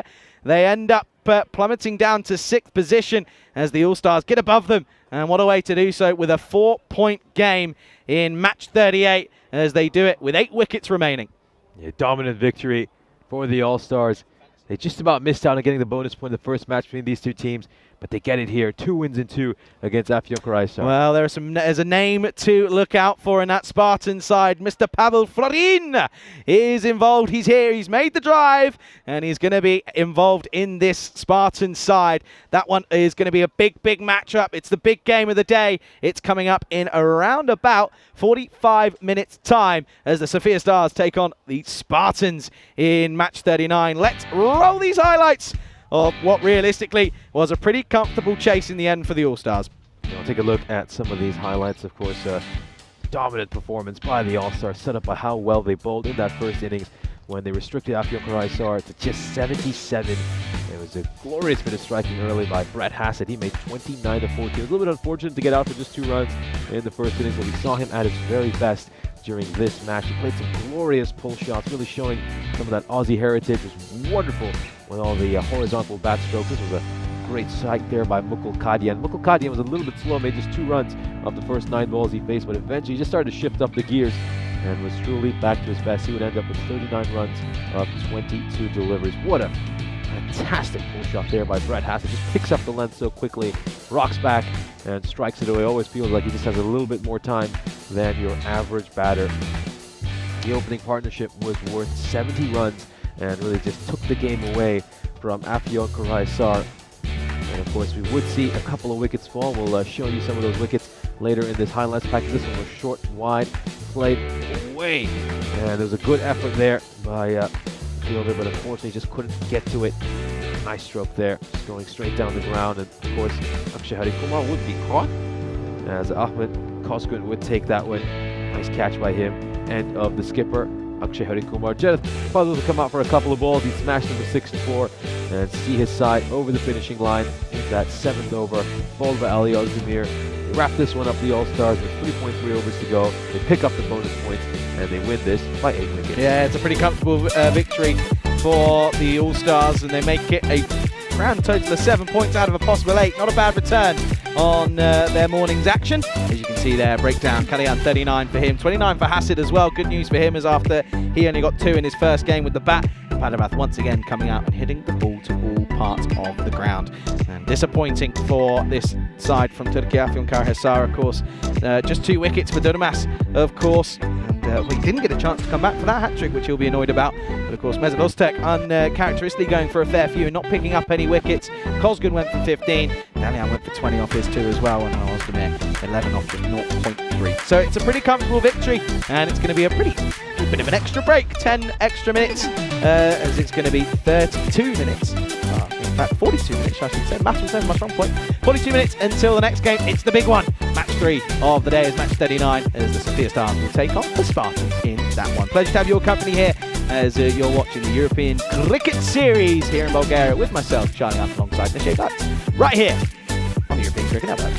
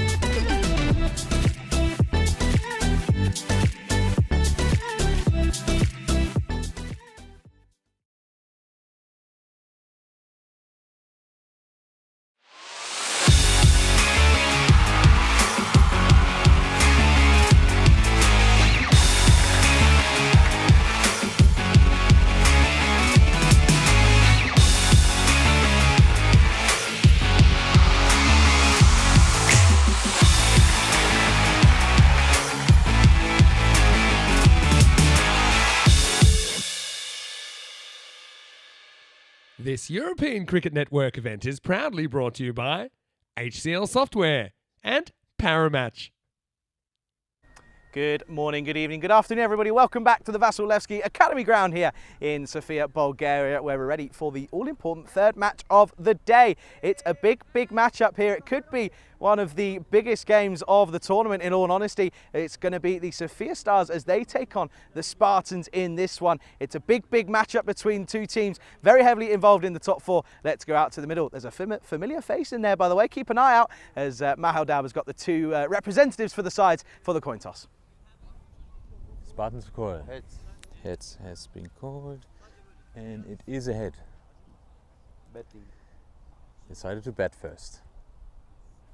There you go, then news from the toss. The stand-in skipper, the representative, Pavel Florin for the Spartans, has won the toss and he's going to have a bat first here for the Spartans. Well, first of all, welcome to Bulgaria, Pavel. Good to have you here, of course. I know many people will be excited to see you back on the network, but of course, let's have a look at this one tactically. Of course, the Spartans in this one up against the Sofia Stars. Of course, we saw this yesterday, and the Stars just weren't able to get going with the bat. Of course, they didn't lose wickets. It was just the run rate and the strike rate that was the issue for them, of course. So they'll be hoping to maybe change things up in that respect and maybe go one better here, of course, looking to cement their position in that top four. Of course, it is the top four at the end of Thursday afternoon that will go into Friday for that finals day, of course, looking to, of course, go on and win the tournament. Looking forward to this one then. It's a big game, match 3 of the day. Nish, over to you as the news from the toss. Spartans have them a bat.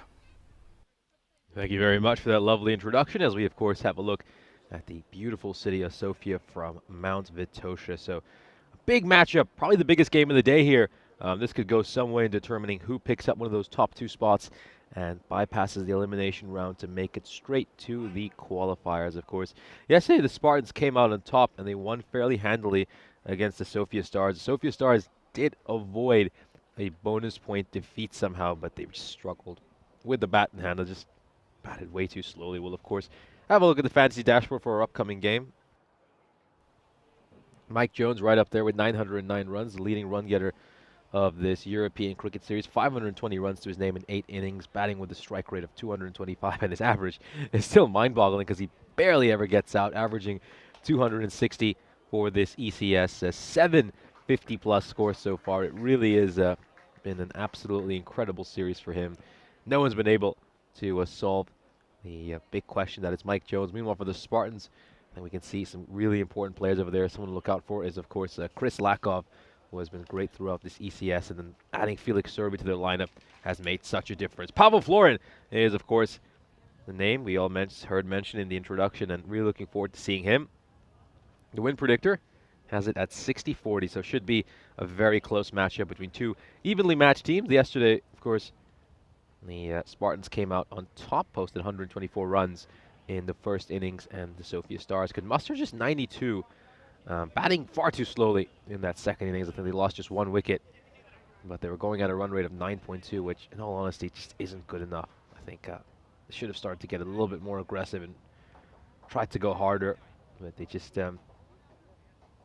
weren't quite able to push that run rate up. I think at times they were a bit too respectful to the Spartans' bowling. So, of course, got to credit the Spartans for the way they bowled in that second innings. It was absolutely amazing. Anyway, here we go. It's going to be Kushal Krishnakumar and Chris Lakov to open the batting.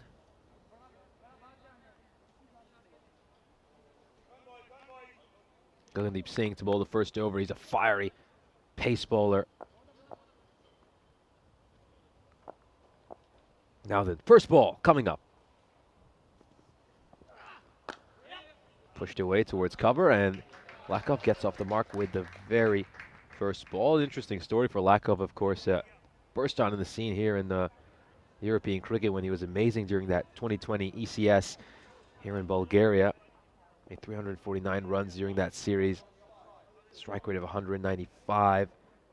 Scored 3 half-centuries and was just spectacular throughout that series. And was one of the star performers. And last year, though, he really struggled with injuries and wasn't able to play much of a part in this series. But looks like he's back to his best in this ECS. He looks fully fit. He's been great with both his batting and his bowling. He's a true all-round talent. It finds ways to contribute in multiple different ways. He's bowling better than ever in this ECS. He's got his best career economy rate so far in this ECS, 6.4. Picked up 4 wickets as well, but his batting has been very, very impressive. A couple of half centuries to his name already this series. This one's just going to go away for a 4. Yeah, it's going to be leg buys. His catches on the outside of Krishna Kumar's pad. Goes away for 4 runs.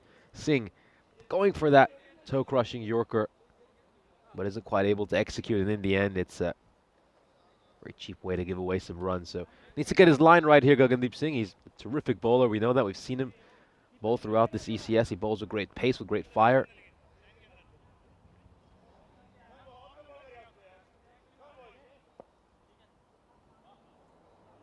Our third ball coming up. Edge, and that could be out. Oh, the umpire. Oh, he's raised his finger. Well, that really threw me off.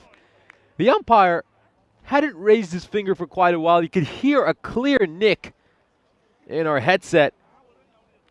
And it looked like that was going to be a fairly simple decision. A little bit surprised Krishna Kumar hasn't walked over here. I mean, it's a pretty clear nick. You can hear it loud and clear.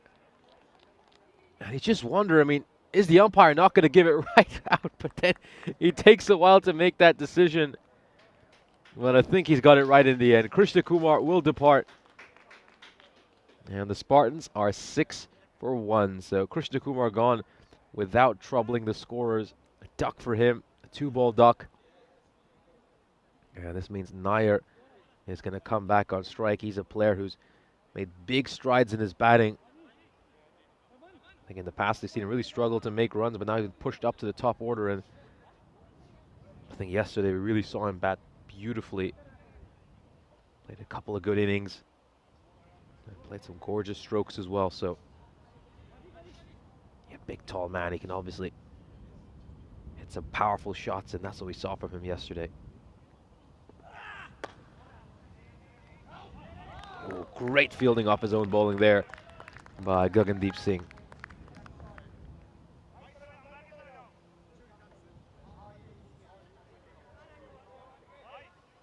Great hustle and great effort by Gagandeep. Always got a big heart. Always plays with a lot of passion and fire.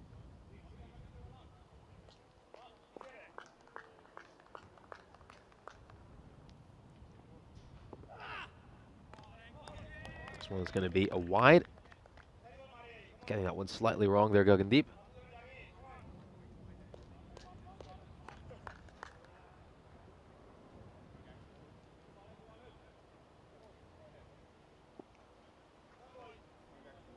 Look at this one, taking quite a few steps outside his crease here, Singh.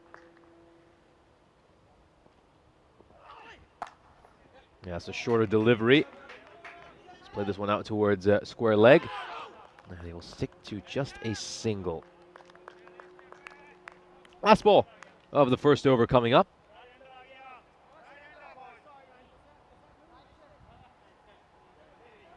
Going to bring Chris Lakoff back on strike. Looking like a UN peacekeeper with that blue helmet.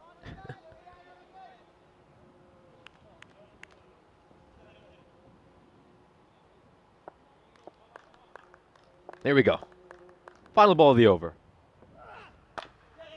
Yeah, just plays this one hard into the pitch, and it's going to be a dot ball. So a great over for Gagandeep Singh. Once again, getting his side off to a great start. We're so accustomed to seeing this from this fine, fine bowler.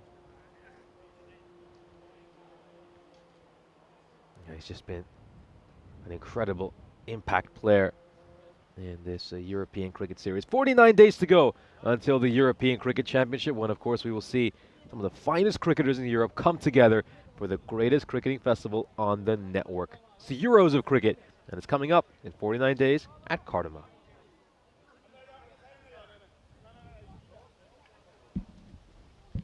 Yeah, it's always great when, of course, the ECC is around, the marquee event on the European Cricket Network. Truly get to see some of the finest players from all over Europe coming together. Get so many magical moments, so many great games. Memories are made. Of course, it's always also a good time when we get to interact with all of the ECN faithful, so many fans coming down to watch these games. It's truly the best time of year to be a fan of European cricket. Jack Watmo's bowling this second over.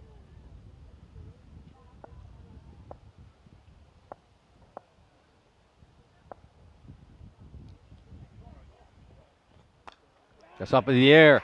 And it's going to go over third for a 6. Top edged. And it goes all the way. Yeah, digs this one in short. Lakov gets a little bit lucky. Bounces a bit more than he expected. And the top edge is just carried it over the rope. It's gone for 6. Very unlucky for Watmo. I mean, he's just looking at there saying, well, what did I do wrong? Nothing. It's just the nature of the game sometimes. Got these very short boundaries. Modern bat technology. Any kind of a edge tends to fly away towards the rope. Oh, this one's going to go over for Bison. I'm just having a look at the square leg umpire. It's been given a wide. Yeah, so this would be the one for the over, of course. And well, if he bowls another bouncer, it's going to be a no ball. So 5 wides over there. It's a minimo. Yeah, just needs to keep his head here, Jack Watmo. Not try to bang in everything short.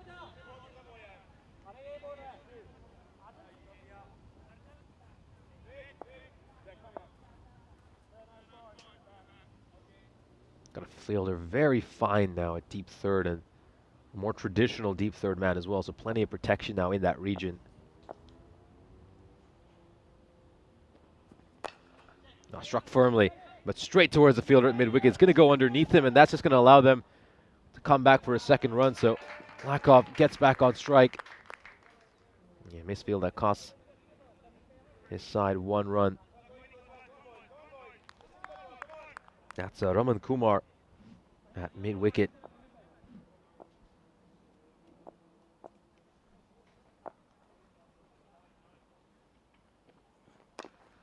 Hasn't quite struck that cleanly, just comes off the inside edge of his bat. And yeah, good comeback by Watmo after a couple of very rash deliveries that cost the side 11 runs.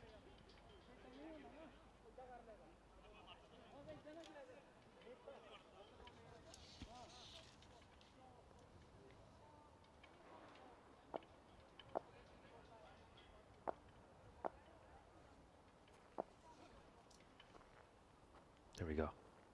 Look how far he's outside his crease over there at Lakov, and Watmo just dug it in a little bit short. Just push that one towards mid-wicket.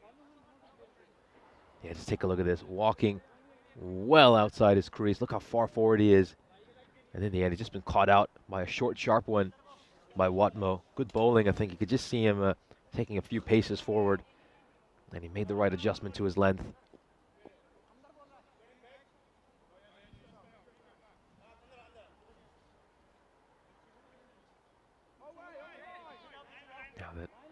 Just making some adjustments, of course, for the left-hander. So once again, a very, very fine deep third, and then another fielder's out, a deep square leg. And it's played off his pads. And it's going to be a single to end the over. So 16 runs coming off that over in the end. It's given leg buys, actually, so there wasn't any bat involved. 24 for 1 at the end of 2. Here's a look at the standings, of course, and this is why it's such an important game. A lot on the line here. Finishing in the top 2 gives you a big advantage as you get to skip the eliminator match and you go to the qualification round, where if you are one of the top 2 seeds, you just have to win 1 of 2 games to make it to the final. So finishing inside that top 2 is an enormous advantage. And that's why this match is absolutely pivotal for both these teams. Yeah, so if you really think about it, in order to win in ECS, you have to win 3 games on Friday if you finish in 3rd or 4th place. Meanwhile, you have to win 2 out of 3, basically at worst, if you're one of the top 2. So, yeah, just shows you how much is on the line in this match.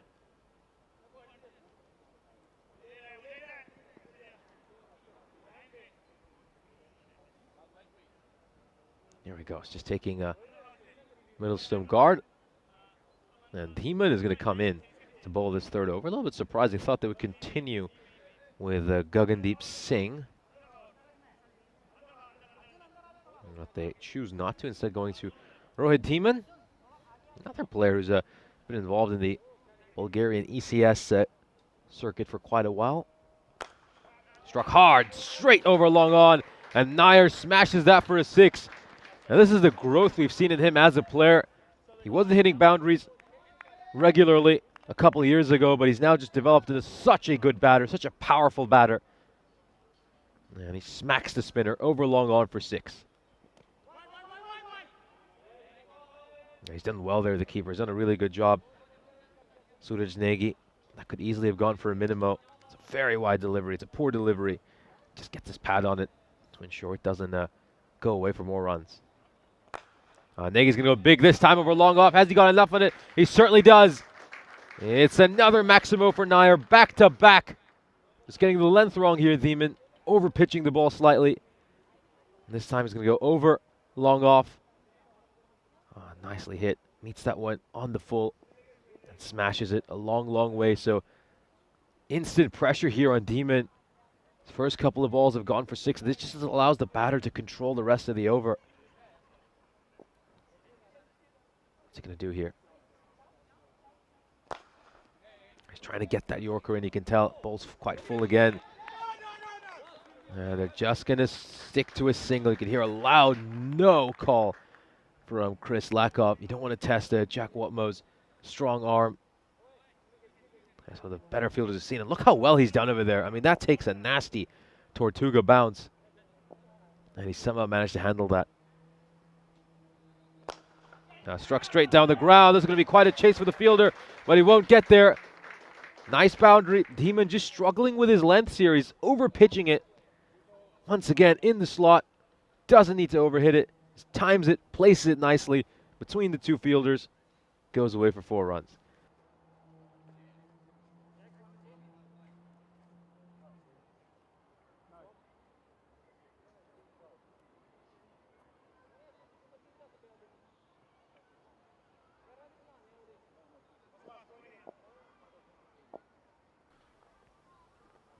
Oh, that one's staying really, really low.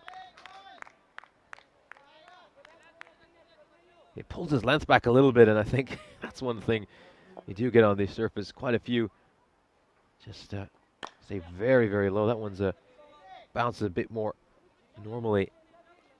And Lekov will pick up a single to end the over. Good start with the Spartans. They are 43 for 1 at the end of the power play.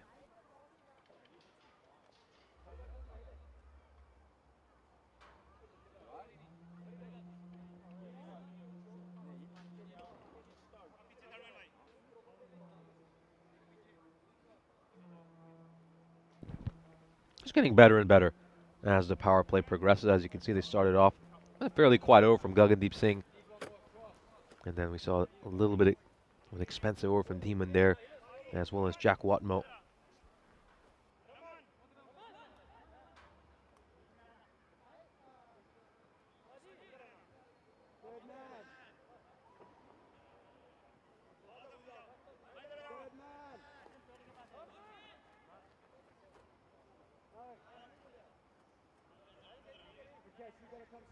Fourth over about to start. And it's going to be Kumar to bowl this over, Sahil Kumar.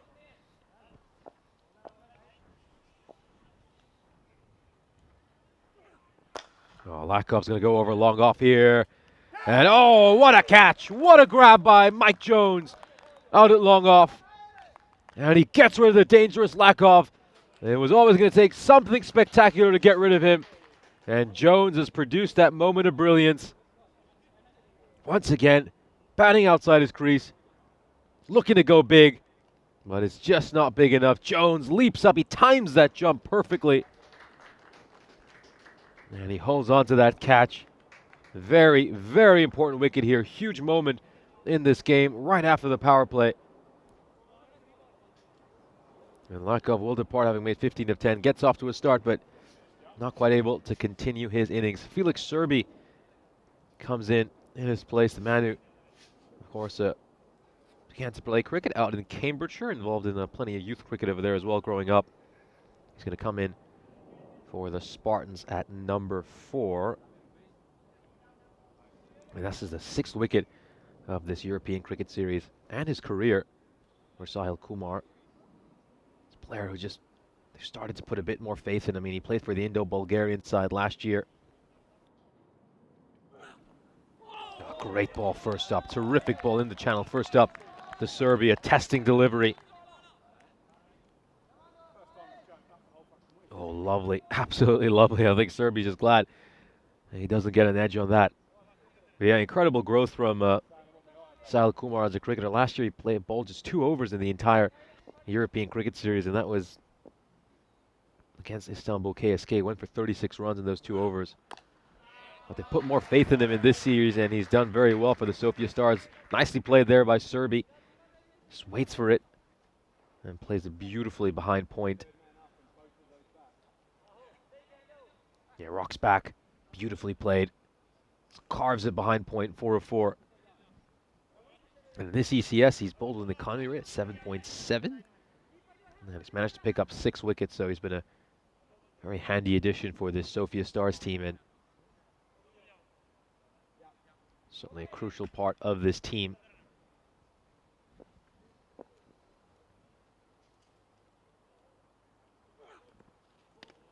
Now this one just going down the leg side. It's going to be a wide.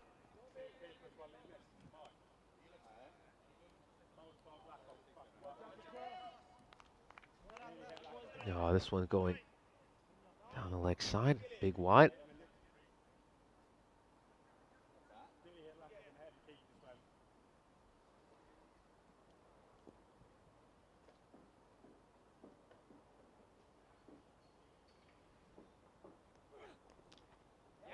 Just a little bit of a dangerous line there from Sahil Kumar. There's been a few deliveries around his pads that he's just not been able to get away. I think he's missed out on a few runs.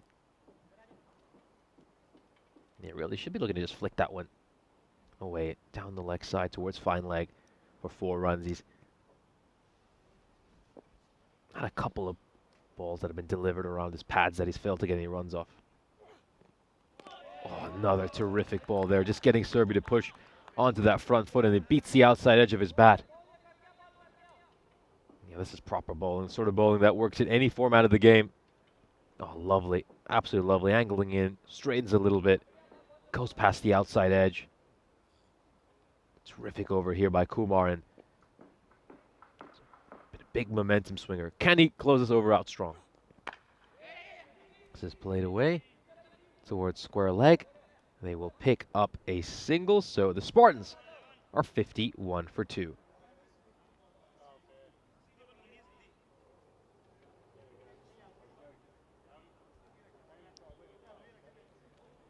Here's a look at the graph for this match. As we can see, the Spartans going along at 12.75 and over. Fairly decent run rate. They have lost a couple of wickets, which is slightly concerning, but they still have the likes of Delrik Vinu, Jakub Gul, and also Ali Rasul to come, who we know they're certainly capable of hitting a long ball.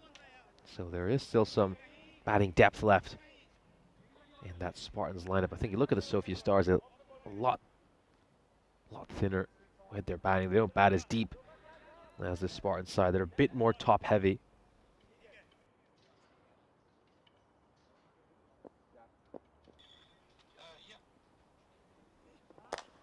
Now struck towards extra cover, and it goes away for a 4. Good looking shot there by Serbi. He's a sort of player who plays very good looking traditional cricketing shots right out of the textbook. Watches that one closely. It's a fuller delivery, a touch too full. And he's played this one through the line beautifully over extra cover.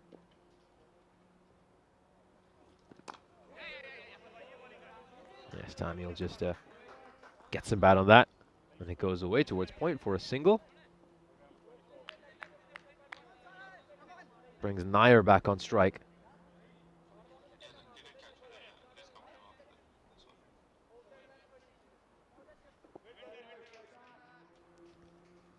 Okay, so they're just making a few adjustments in the field here. Let's just see what they're doing.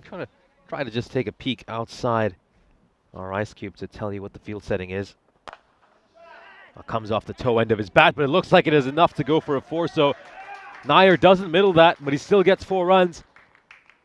Yeah, I think if he wants to bowl those wide Yorkers, it'd probably be a good idea to have point back, but point's inside the ring, so it just doesn't leave him much margin for error.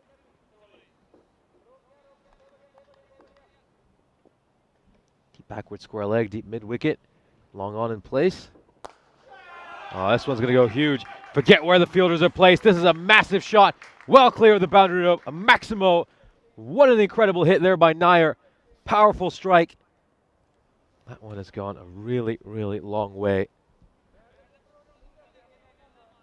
I mean, that is when he's at his best, when you just give him a chance to free his arms and you bowl it in the slot. That's really where Nair is at his best, so can't afford to bowl there. If anything, from what we've seen so far, he actually looks weaker in and around his pads. Can't afford to miss the length to him. This time he goes big again. Strikes this one hard, but straight towards Gagandeep. And it's just going to be one run, so. Yeah, got a long off and a deep cover in place as well for the left-hander.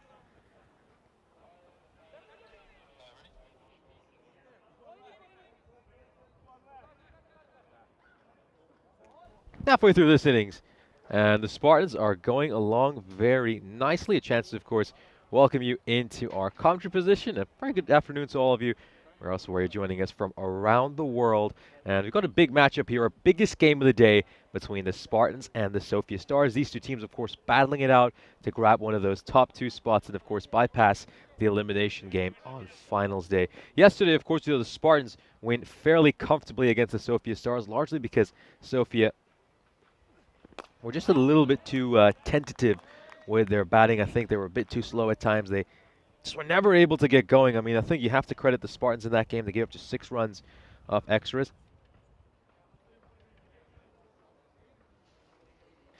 And you just saw the final ball of the 5th over bowled over there. And, of course, one of the things that we saw yesterday was, as I was mentioning, that, of course, the Sofia Stars were just a little bit too slow at times.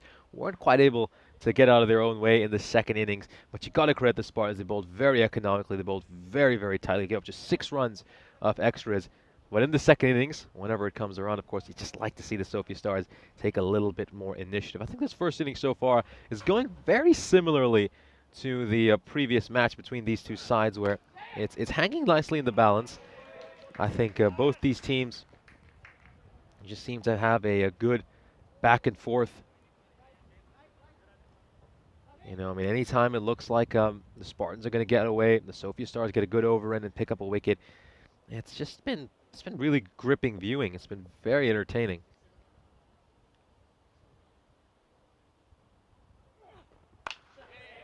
That's gone up in the air, but it's going to land safely. You know, they were asking him to attack that, and Sahil Kumar is really frustrated. He's saying, you had a catching chance, and everybody's just looking at him, really, really annoyed why he hasn't gone for the catch. Oh, so much frustration in the field. You can see even this captain, Prakash Mishra's just got his hands up in the air saying, why didn't you go for that? But in the end, he just stayed back and says, you know what, I'm going to look to save the runs. Was that a little bit too defensive an option? Looked like if he'd gone forward a few paces, he would have had a chance to get that. Does he get a finger on it? Does he get a finger on it? Looks like he has. And what an unfortunate way for Serbia to get run up. Oh my goodness. Oh dear, I think he might just have got a finger on this. You can tell from both the batter's reaction and the bowlers. And this is probably going to be a run out. Well, does it get the finger along the way? Looks like it has. Looks like it has. And Serbia is gone. And, well, it is one of the most unfortunate ways to get out in cricket. And, yep, that will confirm that, of course, he was nowhere near the crease. Never even made an attempt to get back. And the Spartans find themselves 69 for 3. Lucky break here for the Sofia Stars. When you're playing in these big games, you just need that little bit of luck, don't you? You really do.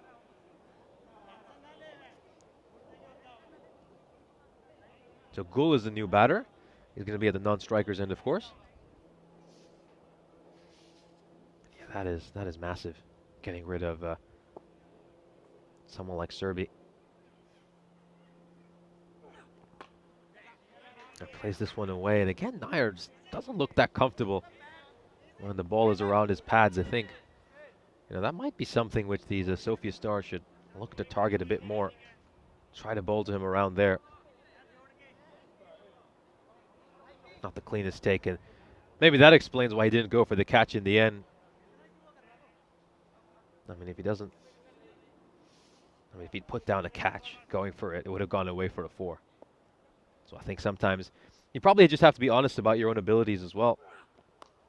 Oh, outside edge, and that's going to go away. How intentional was that? Is the question. I mean, it looks like a thickish outside edge, but you could kind of tell that Gul's probably looking to run this down towards third. Yep, no, it's actually played quite well in the end. Gets it away for 4 runs.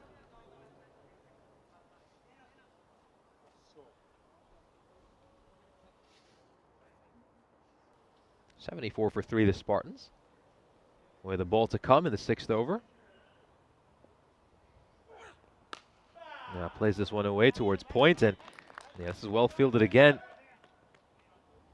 The same man out in the deep, that's of course Raman Kumar. 6th over comes to an end. The Spartans are 75 for 3. And here's a look at the scorecard. As we can see, the top scorer so far, Siddharth Nair with 28 of 14. Chris Lakov got off to a good start until he sent one towards Mike Jones out at long off. Krishna Kumar was dismissed in the 1st over for a duck, and Felix Serbia, of course, getting out in the extremely unfortunate fashion when we saw one absolutely drilled by Nair. The bowler got a hand to it, and Serbi was left stranded well outside the crease and run out. Helix in the chat saying that is one of those stinky wickets. Yeah, gotta agree. Now, you don't like to see that, do you? But it's just always so unfortunate for the batter. But it could be a huge moment. I mean, and if Nair were to depart within the next over or two, I think that could mean the Spartans would leave a lot of runs on the table. They still have Gul there, and Ali Rasul are both capable of giving it a hit, but I think outside of that top 4, you're kind of gone past the truly recognized batters. Gul goes big again. Does he have enough on this? One bounce over the rope. That goes away for 4. Great strike there by Jacob Gul. Yeah, looks to get back and plays this beautifully through extra cover. It's a terrific shot. And yeah, one thing about Gul, and of course Ali Rasul, is he's still yet to come, is there's certainly batters who are both capable of giving it a good whack.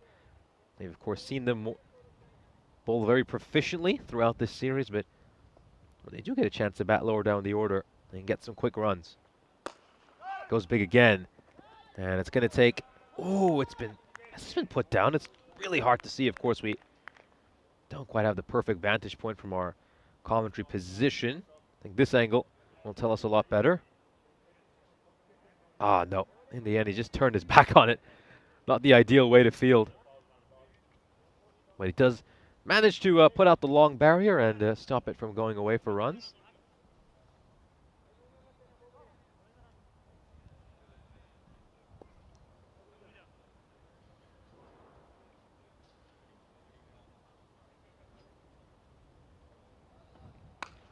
It's going to go big behind point. Couple bounces over the rope. 4 more runs for Nair. Goes short, goes wide, Mishra, and he gets punished by one of the most powerful batters in this Spartan side.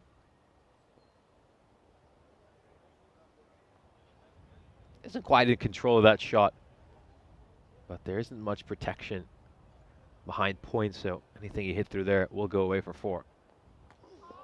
Oh, he's just trying to play across the line there. Oh, they're going to pinch an extra single of 5s.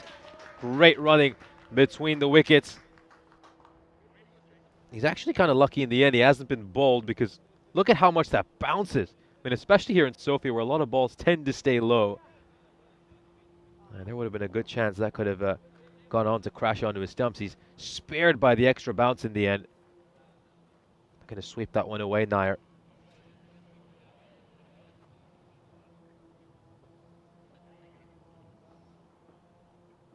Prakash Mishra running into bowl the 5th ball.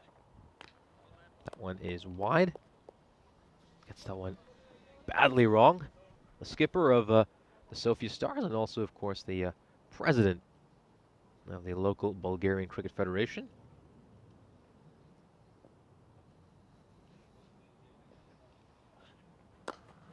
gonna hit this one out towards cover. Just gonna be a single. So last ball of the over coming up. Nair back on strike.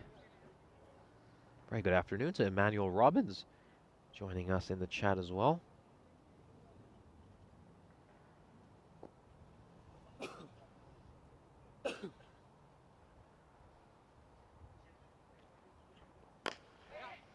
This is pushed towards cover. It's going to be a single, so the Spartans are 88 for 3 at the end of 7 overs. And you've got to say these last few overs, they've done just a good job of containing this run rate a little bit. 21 runs off the last 2 overs, which isn't too bad. Here's a look at the groups for the ECC. Of course, the host nation of this ECS, Bulgaria, will be starting off their European Cricket Championship campaign on the 23rd of September. Just take a look at their group. Very interesting teams there, of course. Croatia, we saw them play over this weekend. They were thoroughly and convincingly defeated by Spain. We've got some players for Turkey, of course, playing in the Afyonkarahisar team. And then you see the rest of that group. You got the likes of Slovenia there, and then Estonia and the Isle of Man. Two very exciting teams, of course. Isle of Man will probably be the favorites in that group, but then, well, you look at a side like Estonia and how much they've been developing. They, of course, picked up a big series win in Cyprus last June, winning both the T10 ECI and then also the T20I series, and the way they did it was just through powerful batting. We, of course, saw Sahil Chauhan for them break a record for the fastest ever T20I century. I mean, Estonia, the kind of team who could just go into a match and just bat you out of it. Ooh, that one's just, oh, it looks like it's just clipped the finger of Watmore along the way. He's wincing. He's in some real pain. Oh, such an important player for the Sofia Stars. The last thing they want is him to do any damage to those fingers. He's got a big smile on his face, so hopefully not too serious. Oh, dear, that's painful. Just gets the tip of his fingers to the ball. He's a tough player, though, Jack Watmo.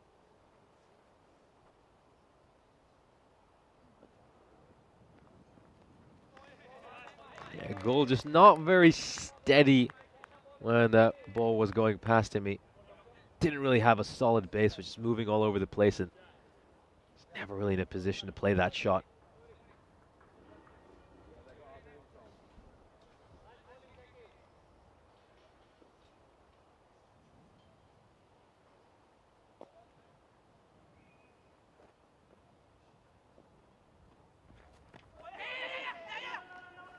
This one is just dug in shorter.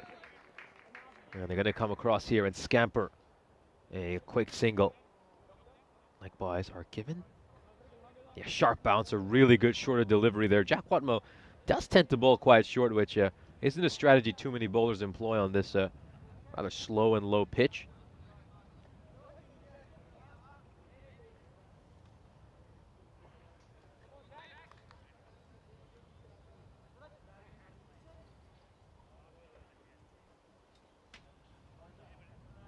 Here we go then.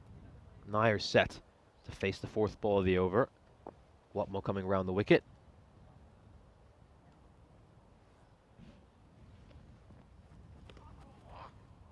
One just down the leg side. It's going to be a wide.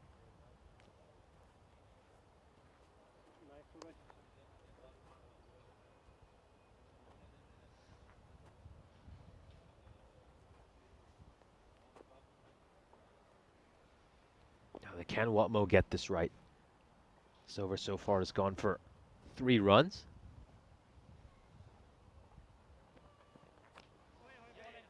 One just coming out the edge of his bat. It's going to go away for a single. I mean, not too bad a strategy against Nair to try to angle it into his pads. He just seems to struggle when he bowls it to his pads. He's normally looking for room outside the off stump to free his arms and then look to bash it towards long off and long on. That just seems to be where he likes it, from what I've seen early.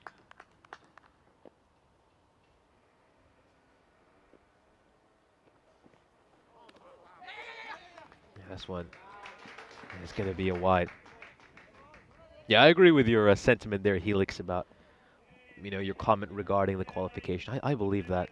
I don't believe you should have that advantage just because new year, new teams, and I don't believe you should have an advantage from the previous year. That's my sentiment as well.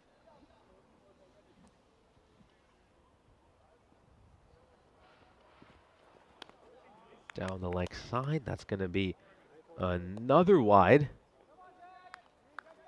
Yeah, struggling a bit with extras right now, Watmo. It's been a concern, though, for the Sofia Stars in this innings. 22 runs of extras so far. You just take off a good 15 of them.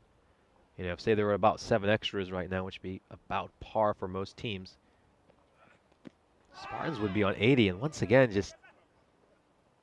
another one angling into his pads, and he just can't play it.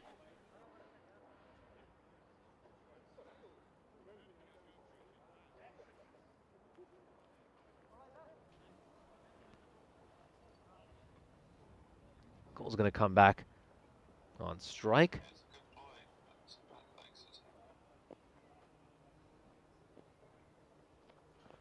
Oh, shorter wall. Bit too short. That's going to be a wide. That's another one that's just taken off. Yeah, Watmo, he does like to bowl rather short, and you're always kind of playing with fire with that tactic. You get one wrong, or one just takes off on this pitch, which does have a tendency to produce a little bit of uneven bounce at times. It will go away for a wide or a 4. Yeah, well, I think you just have our director, Alex, who's just told me in the headset that uneven, that's colossal. No, I certainly agree with you. That was massive, I think. It's a funny pitch.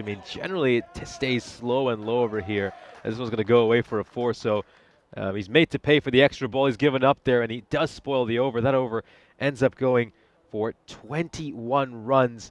A magical over. Beg your pardon, 17 runs actually. Just had the correction come in. So, yeah, there were times in that over where I felt like Watmo really seemed to get a good plan. He was trying to bowl to Siddharth Nair's pads, and he made it very difficult for Nair. And then he just spoils it with those last couple of balls. 5 wides, add the 4. That's 9 runs of 1 legal delivery. And yeah, that was a pretty catastrophic. But it's a funny pitch. Generally it stays very low, and then you just have the odd one that takes off. It's tough. It's really tough to be a batter out there, and I think that, along with maybe some of the quality of play and quality of batsmanship, explains why we've seen an average run rate of 10.5 for most of this European cricket series, compared to something like 13 or 14, which we're generally accustomed to seeing in most ECS.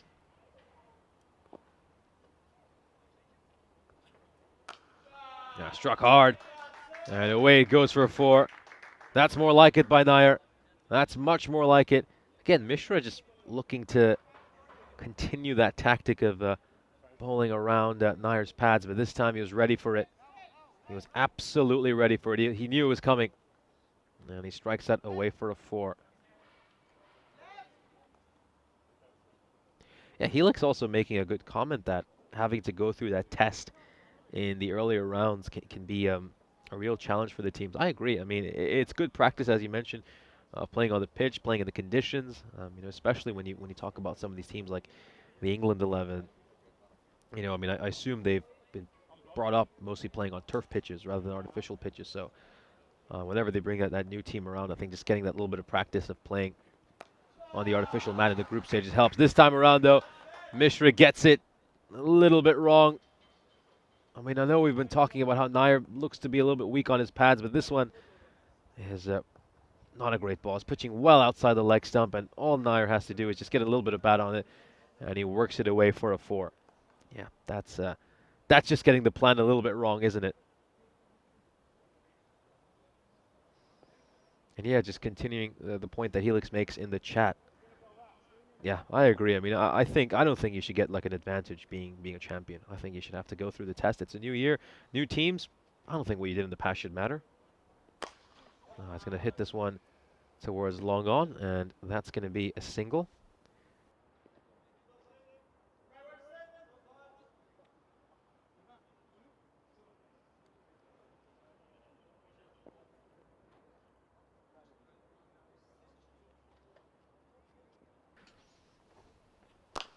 It goes big, but doesn't quite have enough distance on it. One bounce towards Watmo at long on, and that's going to be a single. Yeah, Robin's commenting on the one bouncer which we saw Watmo bowl in the previous over, saying that one took off. Yeah, absolutely. Right off the launch pad. not a cricket pitch. It's going to go big again. This one's heading towards long on. Mike Jones there to field that. And it's just going to be a single. So Mishra coming back well after bowling a rather poor delivery around the pads earlier in the over. Over comes to an end. Apologies that we're having a few issues with our graphics. We'll have them up for you ASAP.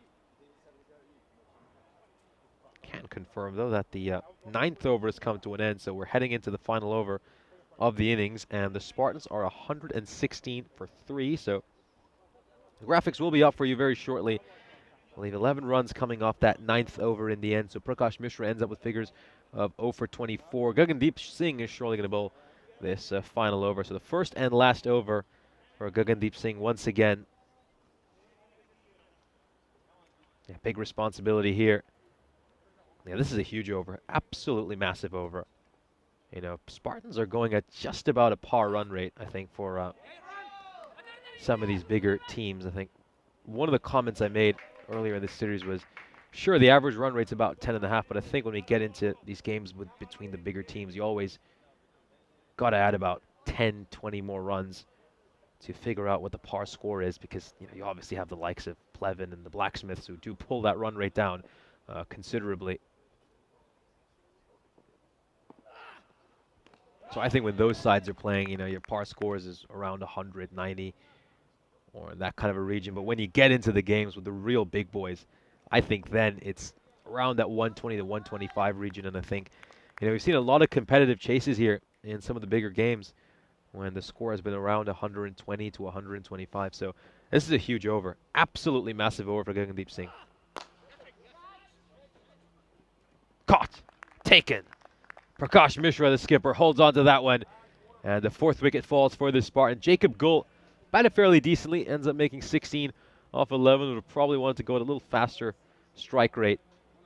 But he hung around well with Nair after they, of course, lost the wicket of Felix Serbi. So I wonder who's going to come out next. I believe it might be Ali Rasool.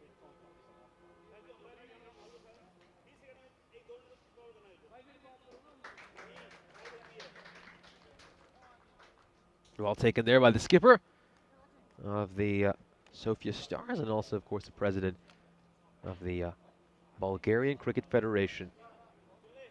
Always brings us lovely food every day as well. Obviously owns a restaurant as well, so it's always just great to get some of the finest items from his menu for lunch. Nikolov coming into bat. I thought it was probably going to be Ali Rasool. He was also listed to come in at number 6, but instead they go with Nikolov. Inside edge goes straight to the fielder, and that's going to be a single. So Nair gets back on strike, and I think the way he has to look at this is say, well, look, I got a couple of balls to hit, 2 boundaries.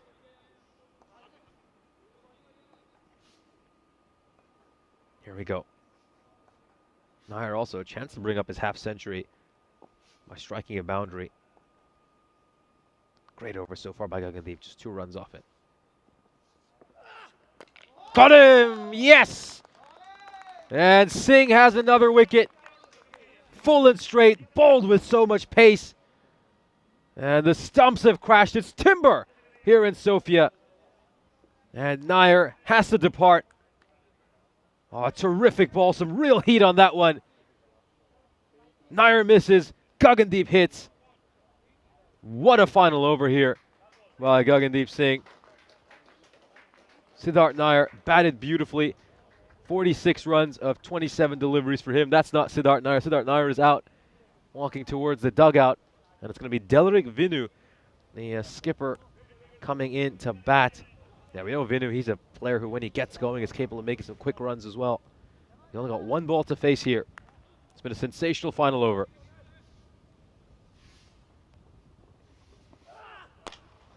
Yeah, he's going to go for the big shot here, and that is sensational. Vinu smashes it a long, long way. And it does make you wonder, though, why Vinu maybe didn't come ahead of Jacob Gull. I mean, we know he's got a big score of 49 earlier in this series. And that one is launched away for a 6. Great shot by Vinu.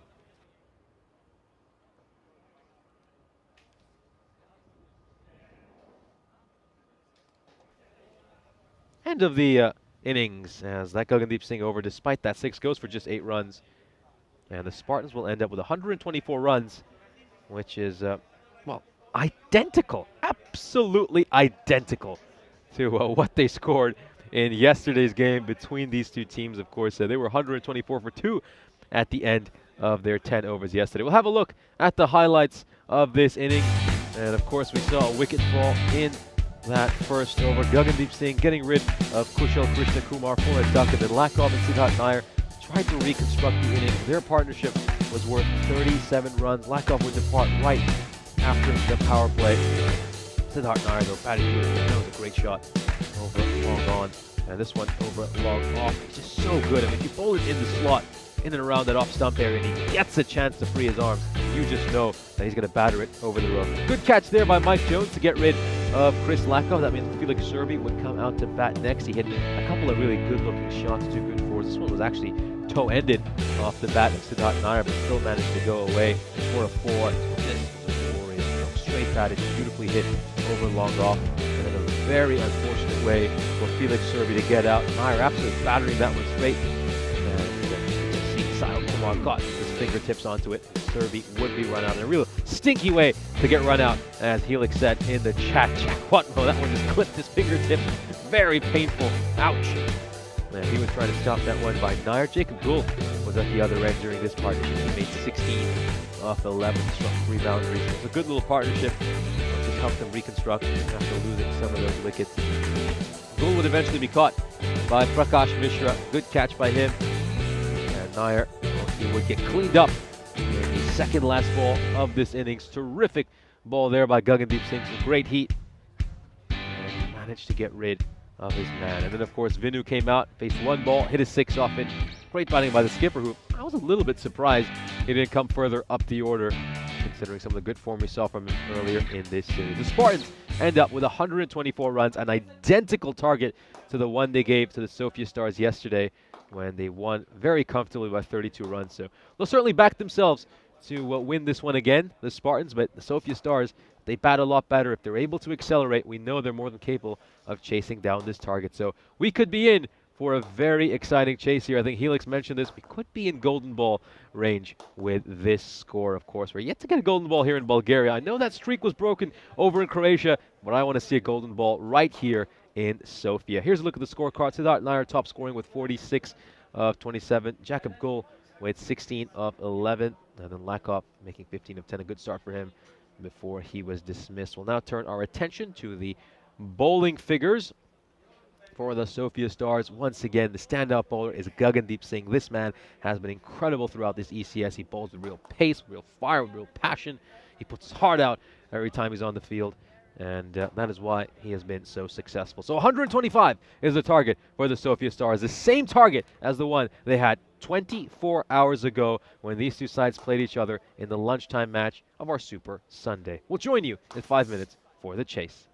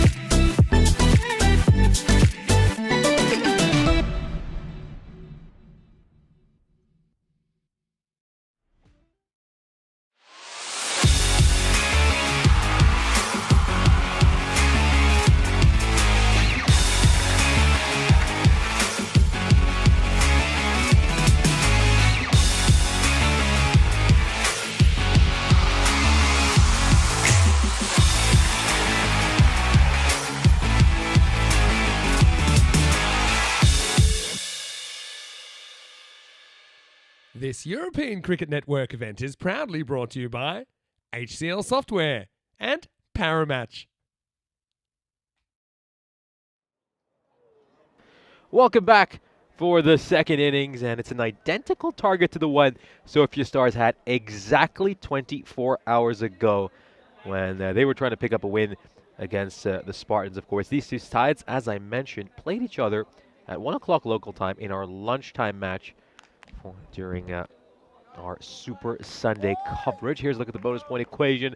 So if they're able to achieve this target in 7 overs or less, which will be a massive challenge, they will pick up a bonus point. The Sofia Stars will pick up the bonus point. And of course, if the Spartans are able to restrict them to 86 or less, the Spartans will be leaving here with a bonus point. The Spartans, mind you, came quite close to picking up the bonus point yesterday. I mean, the Sofia Stars only managed to muster 92 runs in the end.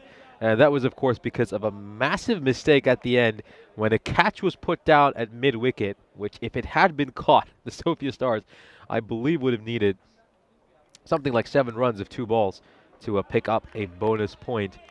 So certainly some concerns for the Sofia Stars after yesterday's game, but they'll be hoping to do a better job this time around. First ball coming up. Ali Rasool steaming in. Starts off with a great ball.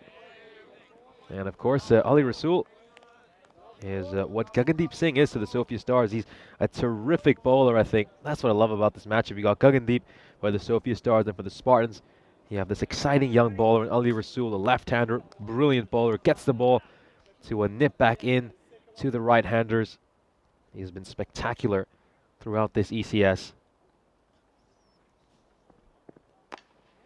Blocked out again.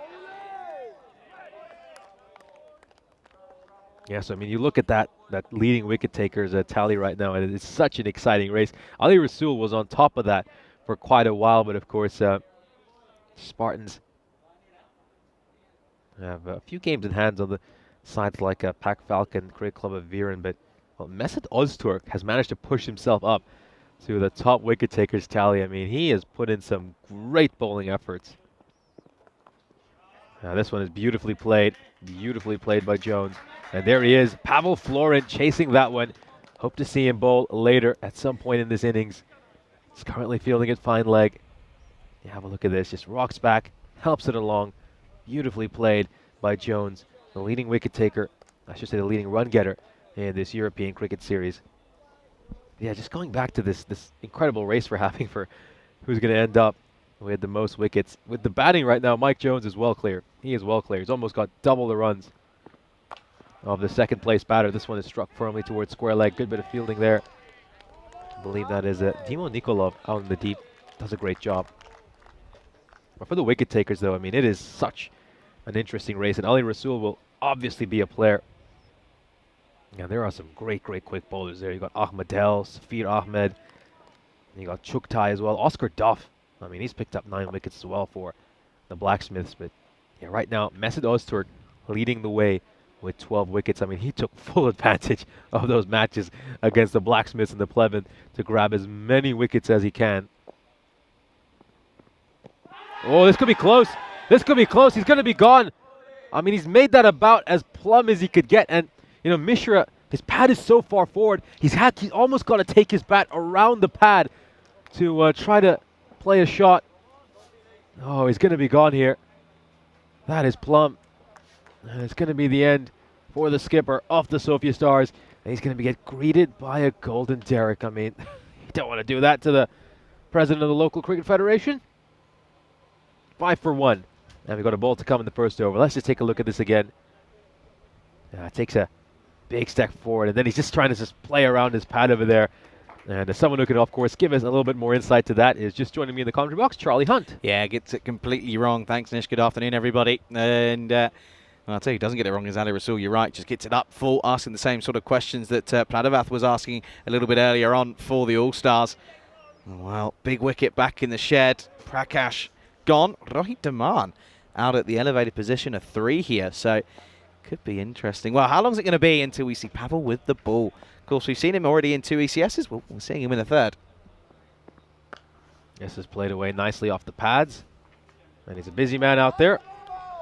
Second bit of fielding we had to see from Dimo Nikolov this over. 6 runs coming off the first, and Rasul gets a wicket. Terrific start for the Spartans. And yeah, just going back to that point about Florin, I think you're going to want to bring him in outside the power play for sure when, you know, you've got those extra bit of protection out in the deep. He's someone who can just force a batter into a miscue, and then one pops up in the air and you suddenly have a catching chance at the boundary. It's been 8 matches since we last had a golden ball on the European Cricket Network. Of course, we saw our humongous streak snapped over in Croatia on Saturday.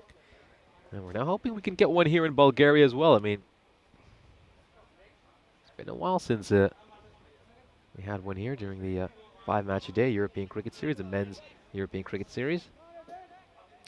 Yeah, last men's golden ball was back, of course, on the 10th of June. Played away towards square leg. It's another single. Demo, he's being heavily used, but yeah, great to see, and a great sort of product and a great showcase of some of the talent, wasn't it, out in Croatia with the first ECSW. Some seriously good cricketers out there, and it was great to see.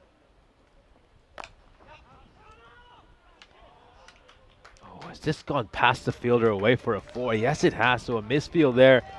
Mike Jones will get some runs very cheaply. A mistake by the Spartans, who are usually so good in the field. Yeah, that's another one that just gets through, and yeah, those sort of tone setters aren't what you want to see early on. You really don't. You don't want to see these sort of things go through, especially early on, because, well, as I said, sets the tone. Yes, it's going to go over the fielder at mid-off, and it's going to be another boundary back-to-back for Jones. Another boundary for Jones. Yeah, you are right. This is just what this man does at the moment. He just has a habit of scoring runs with relative ease. And the thing is, as well, it's a strike rate that's normally pretty decent at the moment. Of course, this year recently got his new highest ever score on the network of 115 not out.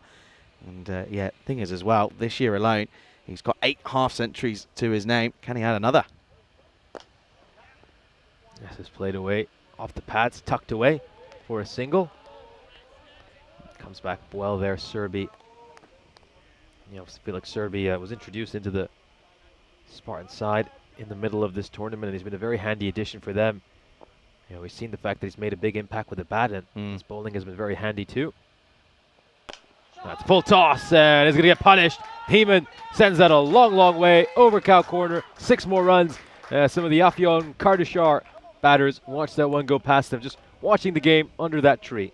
Yeah, thing is for me is this one is a full toss and gets absolutely pumped downtown, rightfully so, from Demar. Good shot. Interesting that they don't use Jones as a bowler in the last innings, and you know, it's interesting because he's been so good with the ball. Last ball of the second. Just plays this one for a dot ball, so a dot ball to end the over. 22 for 1 at the end of 2. Yeah, and just interesting that they go with an over from the likes, of course, of a couple of different ones. Like Raman Kumar came on and got an over, went for 16. Jonesy, he's taken wickets in this ECS. You look back at it, okay, he's only 2, but he's also normally pretty economical at that as well. So it's a pretty interesting one, to be honest. But nevertheless, it's easy to sit here and say that hindsight's 20/20. At the moment, though, 103 needed in 48. This rate starting to creep up here. They need a big over. Of course, 16 off the last will help. Rasul returns. It's just played into the surface. Another dot ball.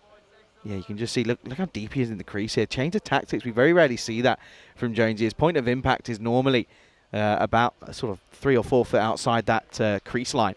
So a change in tactic here. I don't mind it. Keep the bowler. I think he's also playing, in fact, for that late swing, maybe. Look how deep. And he also knows that Rasul, you know, he's somebody who likes to just pitch it up. So if he can turn any of these Yorkers into overpitch deliveries, that would help him get Rasul away. Maybe it's just an adjustment after what he saw yesterday. I mean, as we mentioned, they had the exact same target they were chasing yesterday, an identical target. And they managed to get just 92 runs, and they lost just 1 wicket. So they were just contained. I mean, Jones was simply not able to go at the strike rate he was hoping to. A little bit of an inside edge over there onto the pads, and Rasul bowling superbly. Thing is with those ones, that's almost more frustrating than it is to sort of get pumped and all out for 60. when you're chasing. Do you know what I mean? Because you're kind of there and you're thinking, well, we've got good batters to come in at 4, 5, 6, 7, whatever, and you sat there 1 wicket down after 10 overs. It's disappointing, and it really will be. It would have left a sour taste in some of the Sophia Stars side. Really would have. He's trying to try the ramp shot. And yeah, he attempted this shot 3 or 4 times yesterday. Only managed to execute it once. Else to execute it here. Yeah, Jones again. This is just where signs of frustration start to kick in. A few dot balls being faced. It's now 4 in a row for Jonesy. And you just see where some of the rash shots come into play. But thing is with, again, players of the caliber of Mike Jones, all he needs is 5 balls. And he can very easily take you for 25 very, very quickly. Oh, there's an edge. There's an edge. Yes, there is. The umpire raises his finger. Jones departs. Huge wicket here for Rasul. And the dangerous Mike Jones, who has been a run machine this European cricket series, will have to depart for just 14 runs of 12 deliveries. Massive breakthrough for the Spartans. Yeah, it's probably one of the, I think it might be the lowest score he's got with the bat, apart from not actually being utilised when they didn't need him. This is a really good bit of bowling. He's been bowling the in-duckers pretty consistently as a result, but just holds this one, goes straight on with the arm, and it's a really good delivery. Good catch behind the stumps as well for Kushal Krishna Kumar, and it's going to be the big man back in the shed, 22 for 2. And things now looking a little bit troublesome for the Sophia Stars. But I like that by Jones. I mean, he knew he nicked it and he walked. Didn't wait for the umpire's decision. I think there's a few players here who, I mean, it's pretty obvious they've clobbered it. I mean, I think we saw one yesterday, very egregious. I mean, coming straight off the glove. And the batter refused to walk. And then eventually the umpire would say, well, what are you doing? I mean,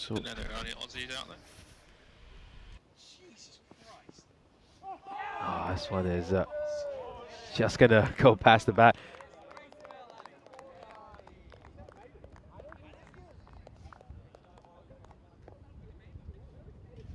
End of the power play, 22 for 2.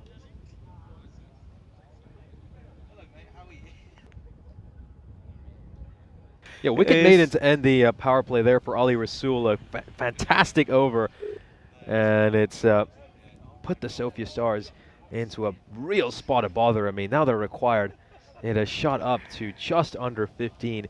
And they've also lost Mike Jones, who really has been their primary run getter throughout this ECS. So, yeah, it's worth keeping in mind.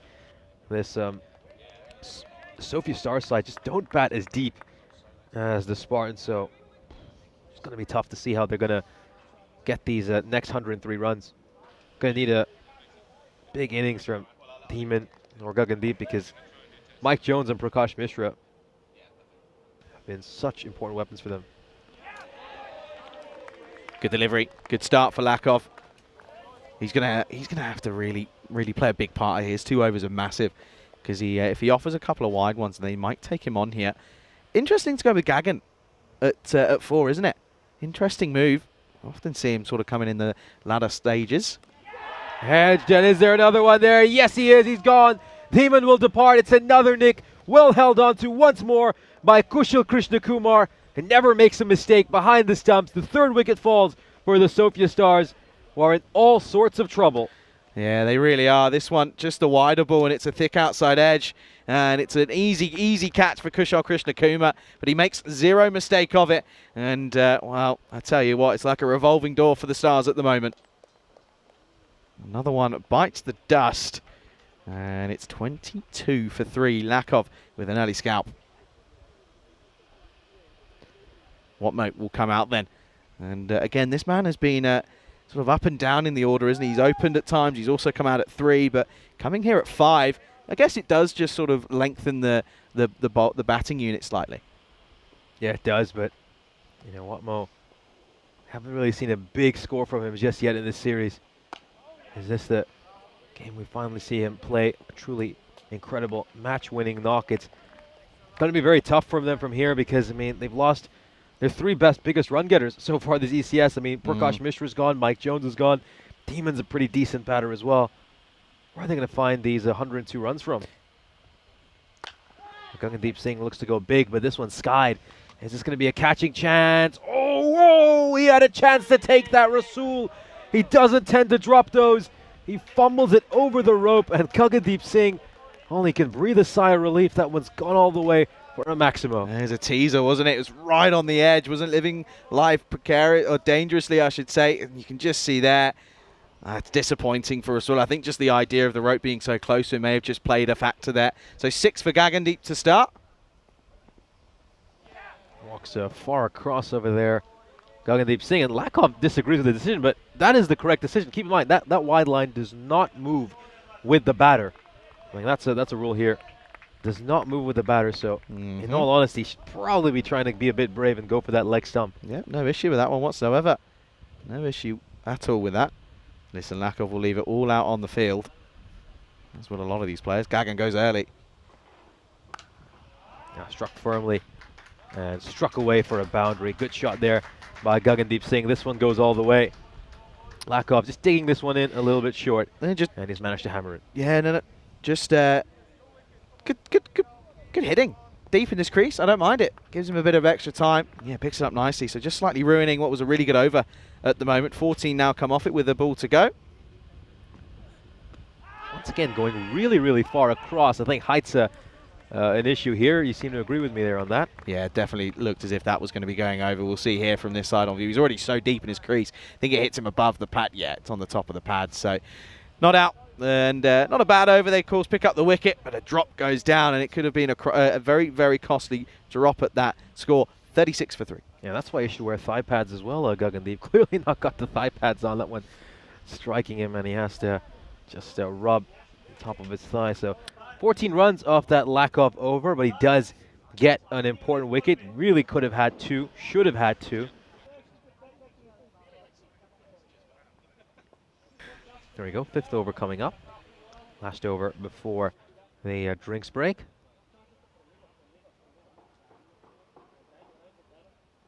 It's going to be Nair to bowl this over. Interesting.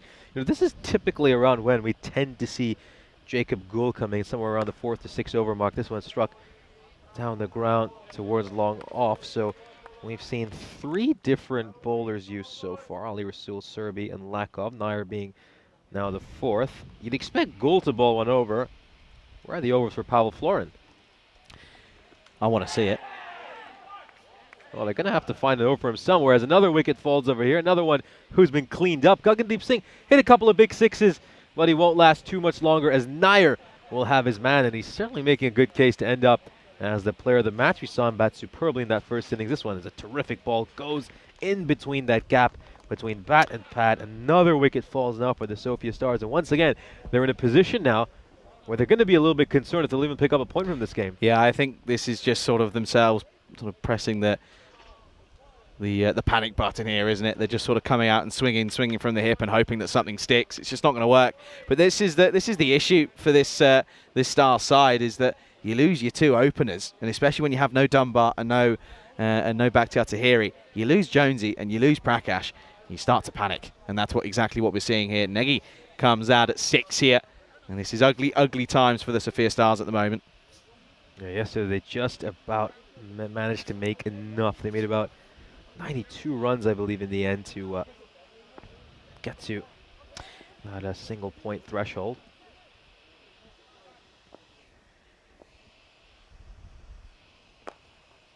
It's not struck very cleanly, but oh, could this be a run-out opportunity? This could be a little bit of suicidal running. Nagy might just have kamikazed himself over here. He goes for a wander after striking that one. Watmo, rightfully so, said that there isn't a single on. We'll have a look at this replay to confirm.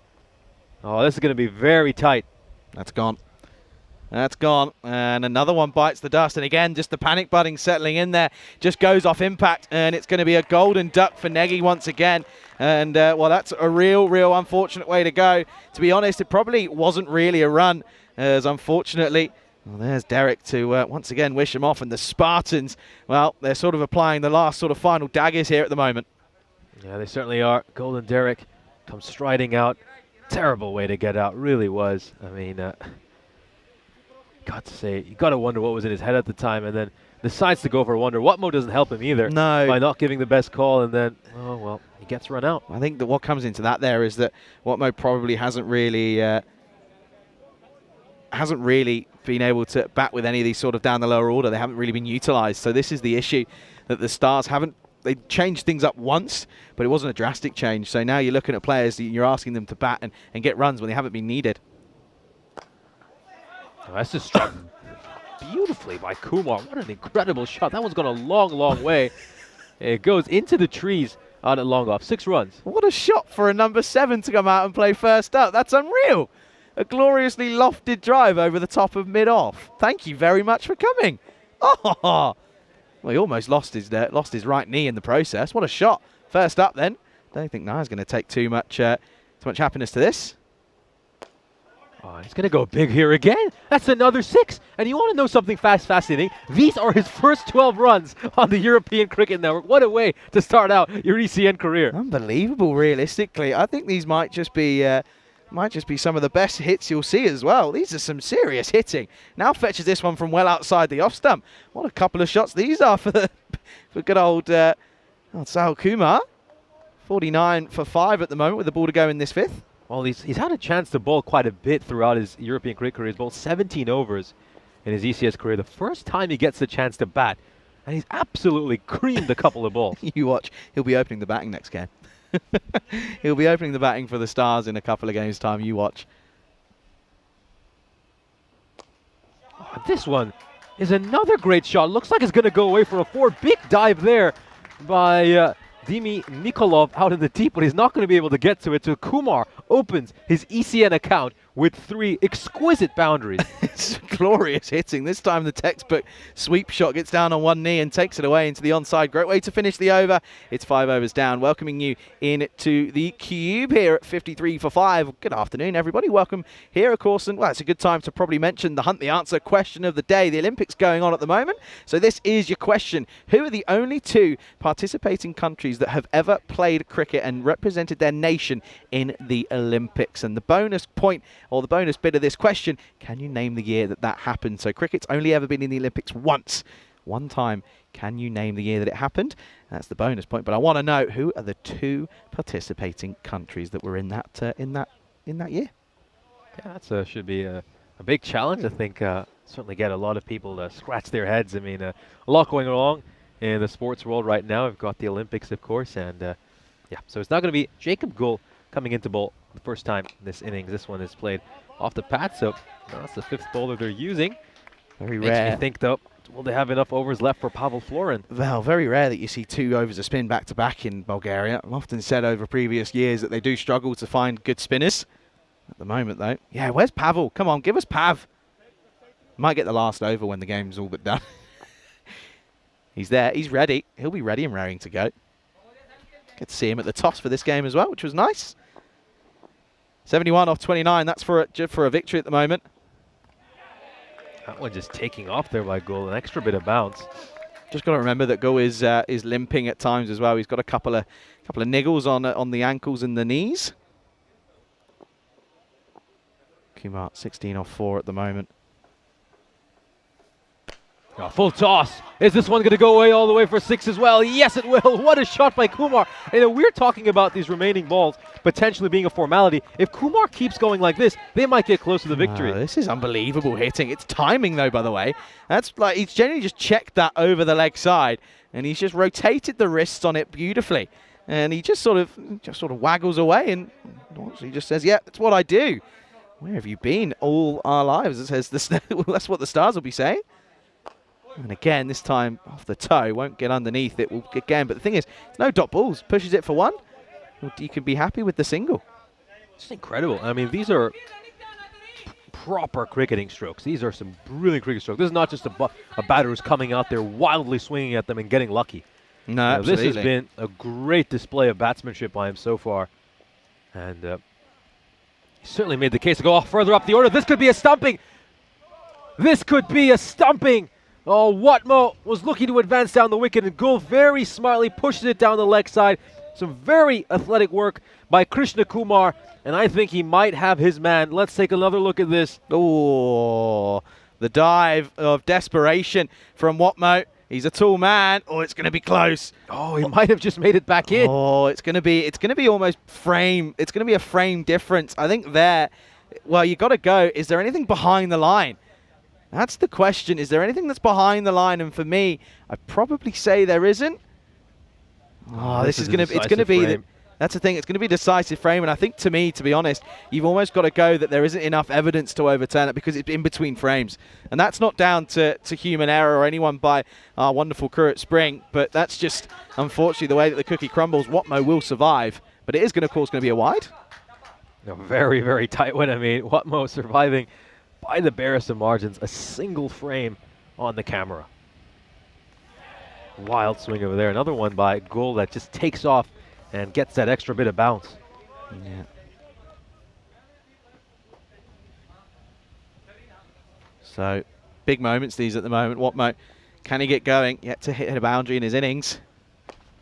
No, it's a full toss. It struck away towards mid-wicket, and it goes for a boundary. Not the best ball there by Gul. The old commentator's kiss to finish the over for Watmo, not for Gul though. 13 come off it, and at the end of the 6th over, the score 66 for 5. Yeah, Swaley struck away. Another very good over. They end up getting 13 runs off that. Thing is though, 13 isn't enough. That's the killer. 17 off the last is great. I mean, 30 off the last 2 is perfect, but 13 consistently isn't enough. Can see there, but look at that top order failing miserably. Absolutely, but I think the way Sahil Kumar's batting, it just gives them the extra bit of hope. And you pointed out the stat there, just 2 runs of extras. Yeah. Keep in mind, they gave up just 6 runs of extras when these two teams played each other yesterday. I think they have been absolutely spectacular in that department, the Spartans. They've been the most disciplined team I've seen so far this tournament, even more so than Academic Sofia, who are on top of the table right now. Well-oiled machine are the Spartans. Here's the skipper, Vinny. This one's going to catch a thick edge and go away for a 4. That's the only streaky boundary Kumar has hit so far. The other ones were just glorious shots. Yeah, absolutely. I think it was funny. I think Naya was sort of watching that go over his head thinking, please hit the wire, please hit the wire. Yeah, a bit of an outside edge, but 4 runs nevertheless. Yeah, good afternoon to Monikers, who says hello to us both. Says, nice week. Yeah, it's been a great week. I've loved spending time with Nish for the first time.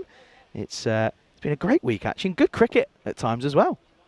No, it's been a pleasure to commentate alongside you, and of course, well, we also got to take part in a quiz night yesterday. I think we'll talk a little bit about that. This one's struck towards point. Well, let's just say Tyrone isn't here today. He's his day off, and I think he's still feeling a little bit sour about the old electric eels. Oh, dear. That genuinely is the most competitive quiz I've ever been in my life. Well, let's just say it was a crew quiz night, and there was a team of 2, and a team of 3. There was 2 teams in it. The other team was just there for morale. I was part of that morale team. I'm happy to admit it. Oh! Does that come off the back of the bat? I think it has. Well, what a moment there. I mean, that was going really wide down the leg side. They probably would have had a chance to get some runs off extras as well, but he decided to just chase it. Poor decision there by Watmo. He's cost his side some runs. At least he gets a single from it. At least he gets a single. End of the day, could have been worse. Oh, reaches out a wider one here, Kumar, but it won't matter because he somehow managed to get it over the rope for a 6. Great use of the bottom hand, just zooming into my teammate from the quiz yesterday, Simon, as that is a great shot. Yeah, team winners, by the way, Simon and Nish. That was, I think, if I had to put any money, not that I'm a betting man, but on that quiz, I would have put money on you two, realistically. I mean, look, your team ended up just 3 points behind in the end. I think you're being very humble. Oh, yeah, but we struggled with some of them. I think you're being very humble about that. There he is. There's Sai. Oh, dear. Mr. Positivity is Sai, by the way. That's his name. Yeah, there he is. Oh, and there's Manav as well. Oh, look at that. Look, they're enjoying themselves. Manav, of course, had the most astounding guess yesterday. Was answer in the quiz. Which one? He was ruled out. Oh, yeah. The composer. One of the composer questions. Incredible answer. Now this one is going to get struck away behind square leg, and he's been such a busy man, hasn't he, Dimo Nikolov? And he's going to come across and save that. I love this, by the way. Sahil Kumar's having some chat. It's probably Gagandeep giving him some stick on the sidelines, but if I'm Zahil, I'm just turning around saying, mate, look in the scorebook. How many runs did you get? How many runs did I get? Be quiet, please. Potentially the last ball of this over. It's gone for 13. Oh, what a sensational bit of keeping there by Kushal Krishna Kumar, who's probably up there as one of the best keepers in this country. Gets across, saves his side some runs. That was destined to go away for byes. And of course, that was just a quick look at that moment earlier where it came off the Alex. back of his bat. Alex is keeping us on our toes. Here you go. This is it. This is the take. Really good bit of work. Takes it, rises with the bounce. That's a good element of a keeper there. Good signs of it. End of the over. 79 for 5 after 7. This is the next game coming up, of course. Of course it is. Afyonkarahisar, they take on Academic Sofia in match 40. And that one's coming up in 32 minutes. Yeah, Charlie turning into Sean Connery and Afyonkarahisar Take that. are going to have to turn into a proper batting side. They've really struggled so far to make runs. I think that top order hasn't clicked for them. I think might even have to consider reversing the order based on what we saw in the last match. This one is played away off his pads by Kumar. He's very angry with himself. He's disgusted. He feels like he had a chance to get some more runs off that. I mean, you can see that shot he's rehearsing. If he was able to execute that stroke with fine leg up, he would have certainly had a boundary. 45 off 17. Oh, what Mo? Oh, what a sensational stop! That looked like it was destined to go for a 4, but he somehow pulled off an incredible diving save like a goalkeeper. How has he saved that one? It's Pavel Florin with another magical European cricket moment. Oh, well, I tell you what, he took a catch not too dissimilar to this around about 3 weeks ago in Romania, and I have to say, I thought that stuck. I thought that had just stuck to the palms, but what a stop. 4 runs saved. Oh, this one is actually going to go for a boundary, so he's bowling such a dangerous line here, Serbi, and he's finally going to get punished for it. Kumar moves on to 42. That is a 6. But when I saw that ball on that line, and I saw that shot, I just assumed it was going to the boundary rope. My eyes went straight there, and then for all I know, I saw Pavel Florin diving like Superman and somehow managing to save some runs. Unbelievable stop that from Pavel. I tell you what, cometh the man, cometh the moment. Excellent bit of work, but then next up, gets hit for 6, so not the best from Felix. Oh, Pavel Florin putting on the cape, flying to save that. Oh, but he's got to be careful with this line, though, Serbi. I mean, this is going to go away for a boundary as well. Yes, it will. I mean, this is the wrong line by Felix Serbi. He's gotten away with it a couple of times, but he won't on the 3rd and 4th ball. Back-to-back boundaries. Yeah, this is, again, disappointing line. You're right, this is where it can't be. And this is what I don't get by right-handers bowling around the wicket. If you're going to bowl that sort of area, you've got to get it right across them. You can't afford to go straight. And that is going to be a 1-bounce 4. Yeah, so 32 of 14 at one point. You know, we thought that this game might just be a formality, and he thought, well, maybe they'll just throw the ball to Florin at the end when it's wrapped up. This one is going to be a wide, but Kumar has given the Sofia Stars some hope with the most remarkable innings, 48 runs of 13 balls. Amazing, absolutely amazing display of batting. And we look like we're in for a grandstand finish. Yeah, it's coming down to it at the moment, isn't it? Oh, and this is going to be another great shot. It's going to race away for 4. He's not going to be able to make it. And Kumar brings up his half century, the first time he has batted on ECN. And he's going to bring up a 50. Raise your bat. What a knock. And he has given his side some hope to go on and win this massive, mammoth matchup. Yeah, really good half century. It's not one of the quickest, but it's certainly up there. It really is not far away, just 4 deliveries shy of the record. But look at that, 50 off 14, and he is keeping his side in with a chance here. Going to get another one just to finish the over. Oh, once again, it's the same line here by Serbi. He's playing with fire, and he's going to get burnt. Kumar hits it for a 4. The Stars bring up their team 100, and they need just 25 runs now of the last 2 overs. The Stars with a slight glimmer of hope. There's a slight shining light just gleaming down on them at the moment. Well, it's all highlighting Kumar at the moment, as that's going to be 8 down. 100 comes up, exactly 100 for 5. 2 overs to go, 25 needed. The thing is, for me, that's just 4 boundaries. That's 4 boundaries, and you're done. Game over. See you later. Look, how tight is this, by the way? Neck and neck at the moment. Question, tingle anybody? Yeah, I mean, that's what Helix said at the end of the first innings. He said, aren't we in golden ball range? At this stage, mind you, the Spartans were 105 for 3, so just 5 runs separating these teams right now. And Watmo doing the right thing here, just getting a single and getting Kumar back on strike. Good batting. Yeah, good batting indeed, you're right. good cricket awareness. That's just where you could have had someone come in and just sort of swing from the hip and not really offer too much. But yeah, Watmo just says, I'm not going to waste anything here. Now, here's the dilemma for the skipper. I mean, Lakov bowling this over was a no-brainer, but who does he go for the final over? Pavel. Could. I think it's probably going to be Delrick Vinu. I mean, Yeah. he loves to take responsibility and bowl the final over. He's got to dig this one in a little bit short. That's a win. Yeah, That's it a is. huge win. Absolutely. Just a single. Gets Watmo on strike, who's just above a runnable 10 at the moment. Yeah, you've got to be thinking, what's going through the mind of Delrick at the moment? Could ask him. He's only in front of us, but probably won't. If I had to guess, I think Vinu is probably going to bowl the final over. Big moments, these at the moment, in the context of this game as well. Not only this, but also the tournament. 24 off 11. 23 of 10. And this is going to beat the fielder. Very well struck there by Watmo. He's getting in on the boundary hitting action as well. This is a glorious stroke. It goes right through the fielder. It was struck so firmly. 4 runs. Yeah, this is a big game, and big games need big moments, and that is a big one. Gould, let anyone go through him. At the moment, though, they're on watching. Look at them. Prakash can't sit still. He's struggling to hold his nerve at the moment. 19 off 9.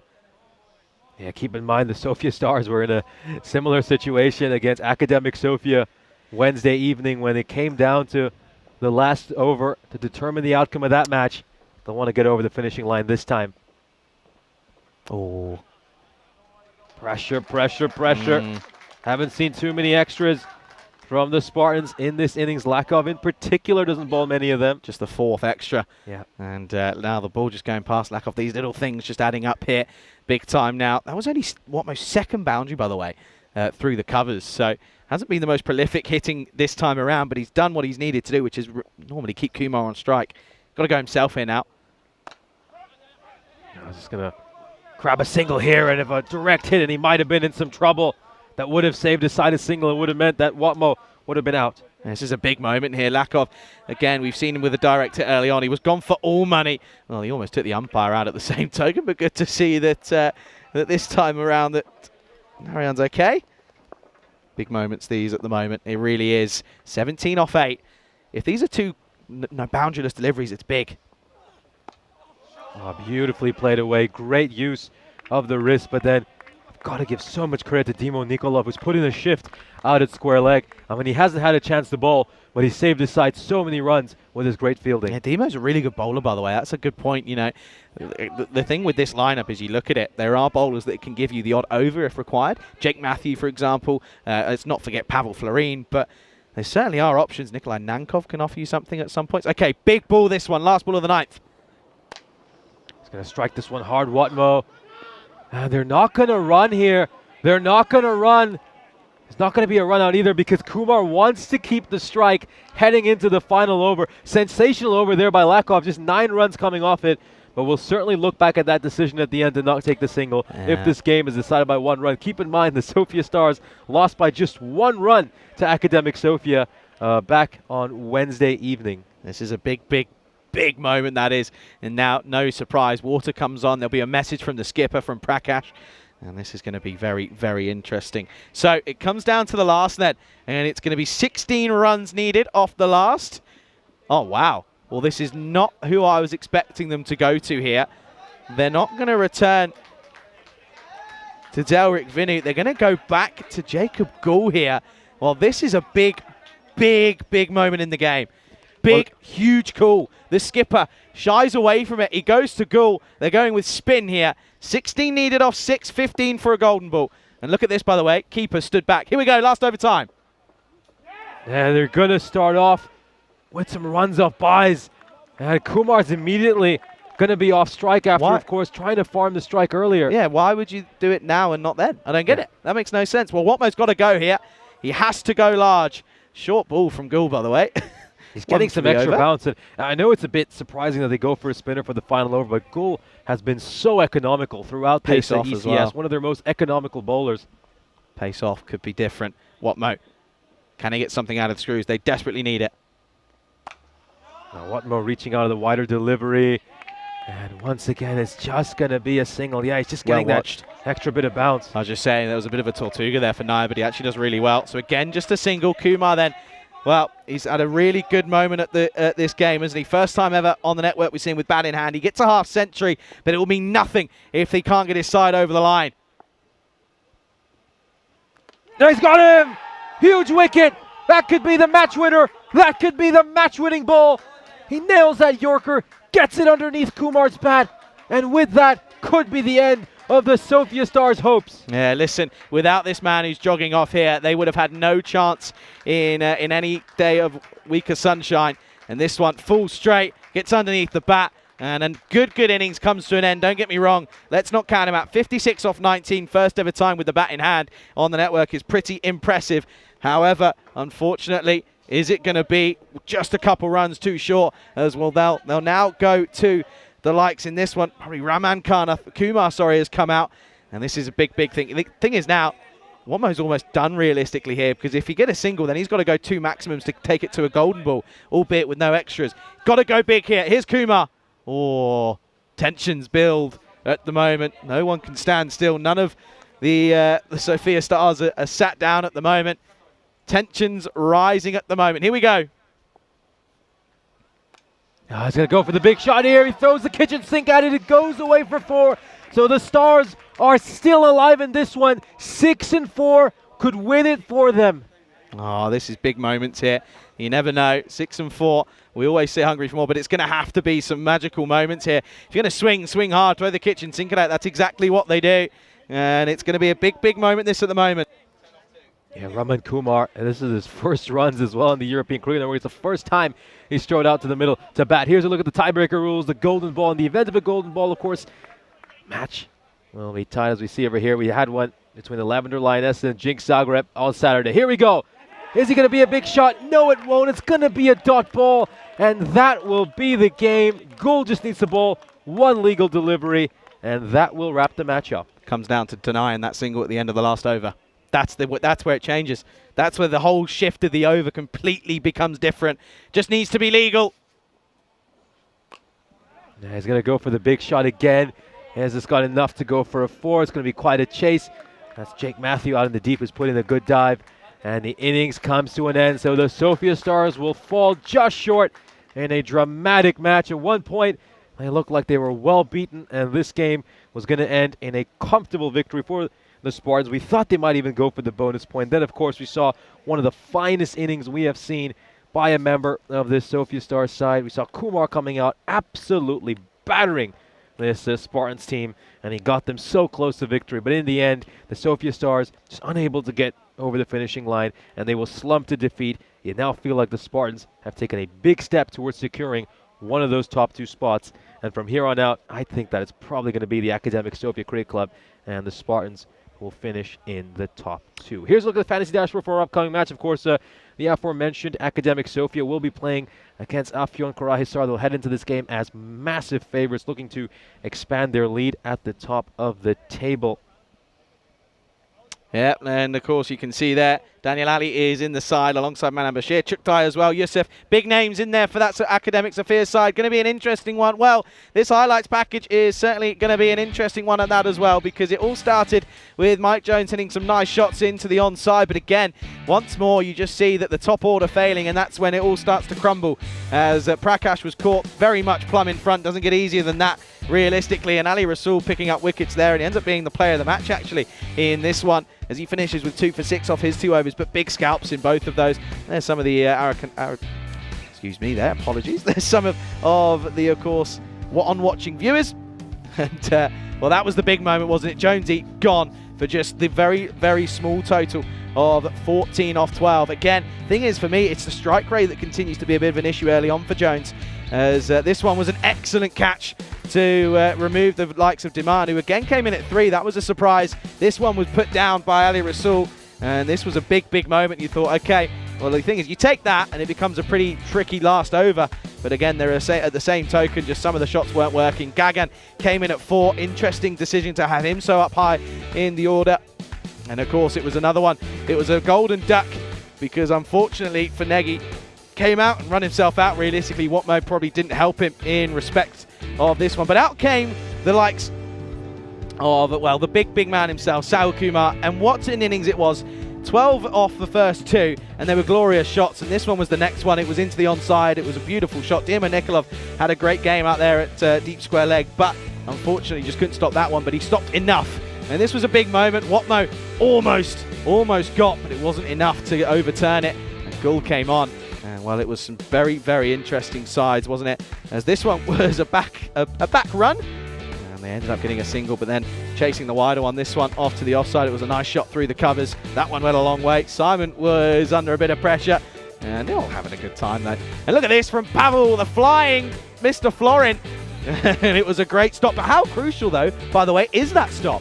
Because if that goes for 4, it's a whole different ball game. Certainly could have been a completely different game, and it's just, you look back at all the little moments in the match, the turning down the single, all the different things you mentioned, some of the full tosses they might have missed out on, and again, extras. I mean, how much of a difference did they make? Just 5 runs of extras, which how often do we see teams lose matches because of extras? The Spartans are so disciplined in that department, and ultimately that might have proved to be the difference between these two teams of the sports. Keep in mind, the Sofia Stars gave up 29 runs of extras in the first innings, and 24-run disparity between the two teams. True. In that department. It's a big case, you're right, because that's game-changing. Massively. You look at that, there you go, confirmed. 5 extras.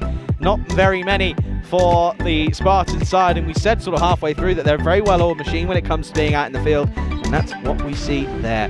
None for Mishra, golden for him, a golden for Nagy as well, so the skipper and the keeper not going very well. But again, no real contributions aside from Sahil Kumar at 56 off of 19 deliveries, but he was bowled by Jacob Gul, and that was a big moment in that one. And of course, there was some big opportunities for the game to ebb and flow either way. But look at that, the wicket maiden for Rasul probably earns in that player of the match performance. 2 for 6 for him. 1 wicket between the likes of Lakov there and Gul. And of course, Vinny was none for 13. But how big was that call, of course, to go with Gul rather than himself, Delric Vinny? Maybe just might be one of the best captaincy calls you might see here over the next couple of weeks. 116, it's not enough to get there, unfortunately. They fall short by just 8 runs. Another cracking game here, a last over thriller in the European Cricket Series here in Bulgaria. We'll be back in probably 10 minutes time as we'll see the beginning of match 40 coming up very soon. Pleasure to have your company here as you're watching the European Cricket Series here in Bulgaria with myself, Charlie Hunt, alongside Nish Abar, right here on the European Cricket Network.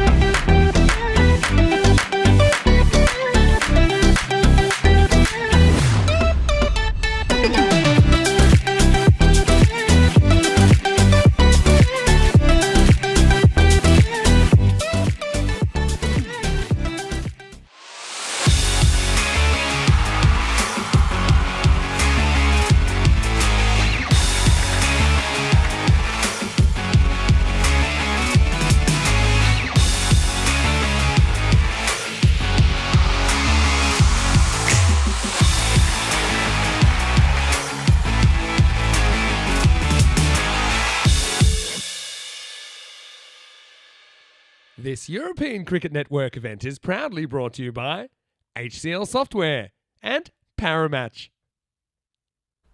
Good afternoon, everybody. Welcome back to the Vasilevsky Sports Academy Centre here in Sofia, Bulgaria. The sun is out. It's burned away those overcast conditions, as we did predict, looking at about 27, 28 degrees now, which is a beautiful afternoon for cricket. Match 4 then of today, of course, in this European Cricket Series here in Bulgaria. It is going to be the academic MU Sofia's side coming back into the action as they take on Afyon Karahisar in this one. Let's go out to the middle. The two captains are out there with stand-in tournament referee today, Mahela Dab. Academic to call. Heads. Heads has been called, and it is tails. We want batting. They're batting first. News from the toss then. Afyon Karahisar, after their troubles with the bat earlier, they're going to go ahead and have a bat first in this one.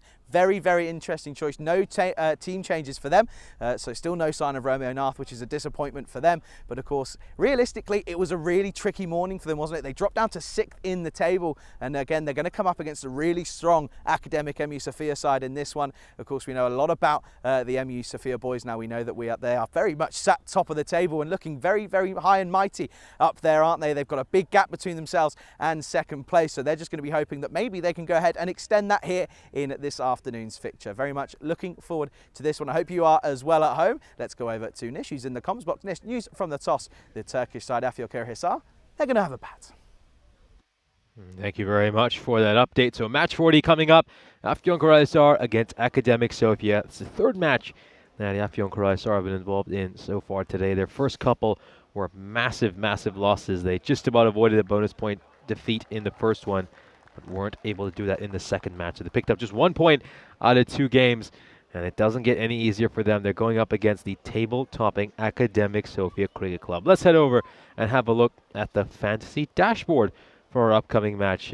As we can see, Afyon Karahisar, led by Murat Yilmaz, their skipper. Mesut Öztürk has been impressive throughout this series, in particular with his bowling, where he's been leading the way at the top of the wickets tally.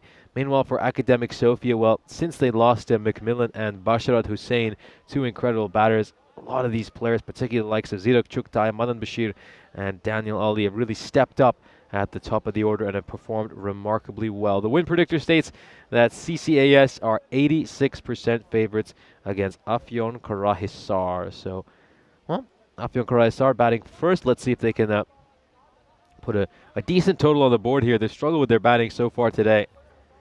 I want to get to something at least around that 110s or 120s to give their bowlers something to defend in the second innings.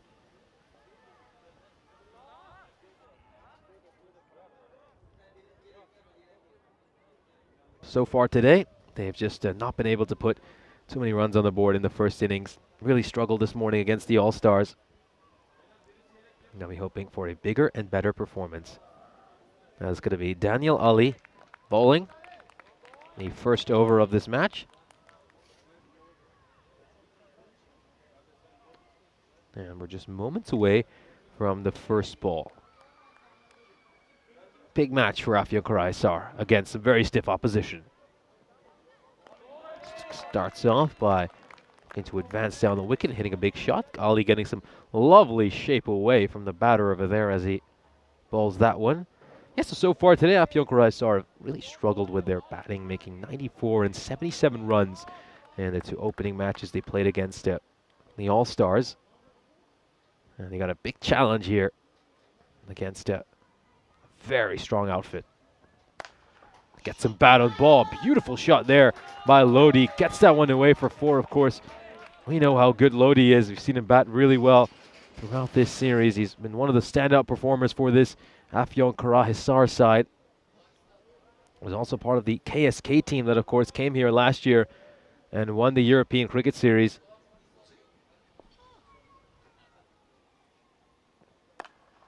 Just puts his bat out at that. Got no real foot movement, just kind of reaching out with his bat.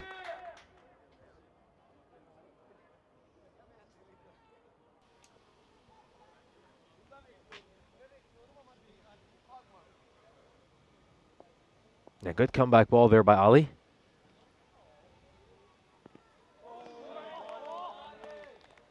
Nice bowling here. Ali, after getting hit for a 4, he's bowled superbly well. It's a terrific length. can just see Lodi backing away, trying to make some room to hit it over cover. And Ali's just done such a good job of following him. He's bowled it on a good length as well. And then, yeah, just have a look at that. He's just pushing at it with his hands away from his body. Asking to nick it. This one's a push towards point. It's going to be a single. Well fielded by George. Just the 1 run, and Ellis will get to face the final ball of the first over.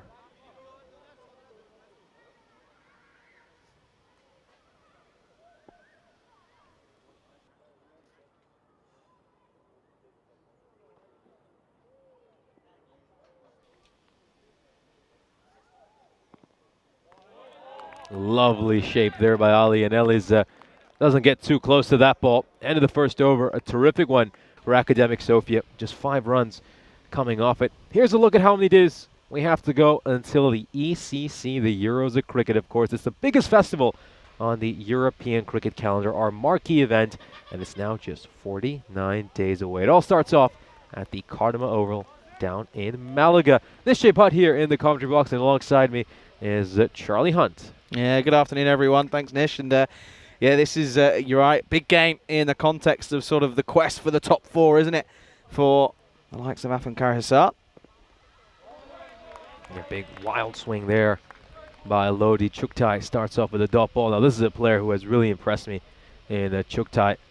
I think he obviously came into this tournament maybe a little bit under-fancied, but he has stepped up. He's become a very important player on their side. I think since they've lost Macmillan and Basharat Hussain, he's really stepped up with his batting as well, and has become an integral part of that Academic Sofia top order.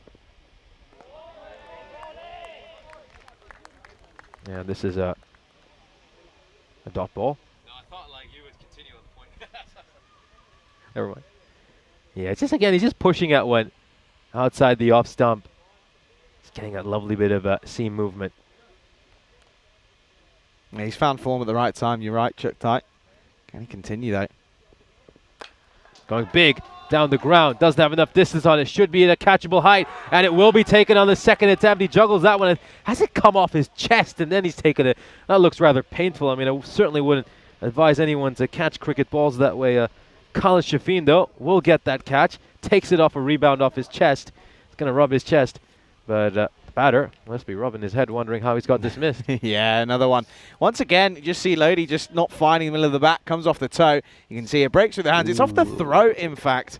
Lucky to see that he's okay. He gives the thumbs up, but yeah, luckily that he takes it on the second time of asking. So again, it's the big wicket that they knew that they need to get early, and he does. He only does 5 runs worth of damage, and the first wicket falls. It's 5 for 1, as Mesut Ozturk will come out at number 3.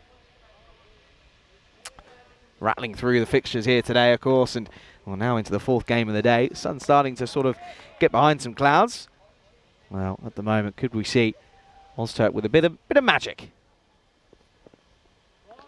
A lovely ball. I mean, these lengths by Ozturk are really, really good. Just bowling it back of a length in the channel. And all the batters have been doing so far is just fishing around that line, not really playing any shots with conviction. Yeah, no, no real foot movement there. It's a bit tentative from Ozturk early on in the innings. Just needs to give it a sighter or two. Now this comes off his pad over there. And they're going to scamper across for a single. Still going to be on 0, as I believe these are going to be leg buys. Yeah, probably going to be leg buys, I'd imagine. Don't think there's any bat on this one. Just see there, flicks off the pad. Good areas, though, from Chuktai. He's finding the mark, which is what you want to see. And this gets behind this one nicely, and this is just sensational bowling by Chuktai. Second over comes to an end. Afyon Karahisar are 6 for 1. Yeah, another one that unfortunately is probably going to be a very uphill battle already for Afghan Karahisar. Of course, that's 6 for 1. Ozturk none off 2. Same for Ellis. So bit of an uphill battle straight away, and they've got some good bowling to face with the likes of Yusuf. Oh, of course, Daniel Ali, Chuktai we've already seen as well. So probably getting a couple of overs of spin from Shafeen at that as well. Updated look at the standings then. You can see there, after that victory, the Spartans do take over that second spot. And the Sophia Stars sat in 3rd. Still in the top 4 though. Daniel only gives me a moment just to speak very quickly at the moment.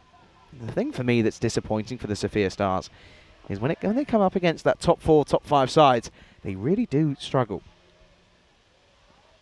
Yeah, they've kind of been flat track bullies, for lack of a better word. I mean, they managed to pick up some convincing victories against Pleven and the Blacksmiths, but outside of those two teams, they haven't beaten anyone. And whenever they've come up against them, they haven't just lost; they've been beaten handily.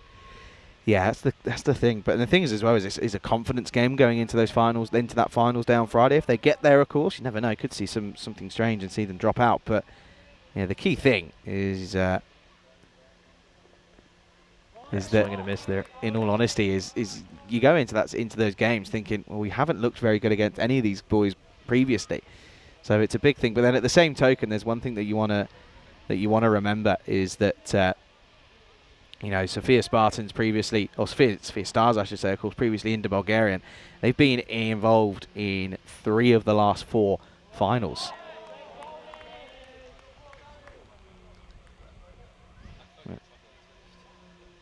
Another one that gets through, good delivery, back of a length, can't get anything near this. Backing away is Ellis, not going to work. Yeah, there we go. Ellis still yet to get off the mark. 0-4, and I think give him another 2 or 3 balls, and then I wouldn't be surprised they consider pulling him. I mean, these are valuable balls inside the power play that are getting wasted, and well, how long a leash is Murat Yilmaz going to give him? Yeah, well, Murat Yilmaz himself has had a pretty horrid time with the bat this morning, so as has the majority of this Afyon Karahisar side, so it is all about just trying to get something going here. Can they, almost what we saw earlier with Selkumar, can they get a bit of momentum behind them? No, inside edge, but it's not going to be any runs. Great work again behind the stumps by Manan Bashir. Yeah, watch this all the way, by the way. Inside edge onto a bit of pat. Oh, actually comes off the edge of the pitch. That's incredible.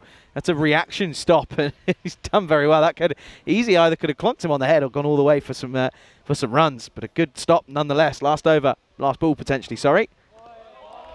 And backing away there.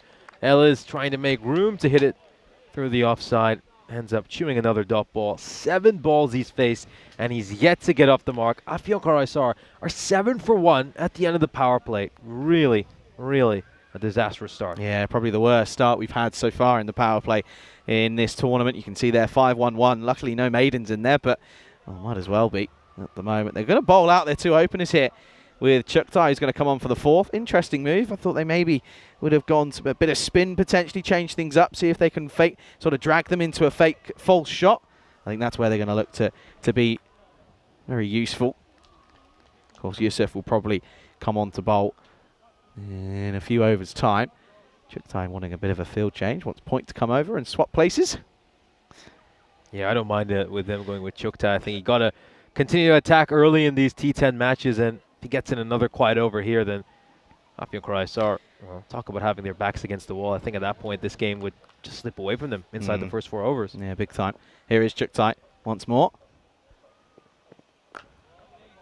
He gets behind this one and pushes it towards Point for a single. So just singles. That's all we've seen. And this entire innings is comprised of 3 singles and a 4 and a leg by. That's it. That's all we've seen in 3.1 overs. Everything else has been a dot ball. Yeah, it's not been great, really, has it?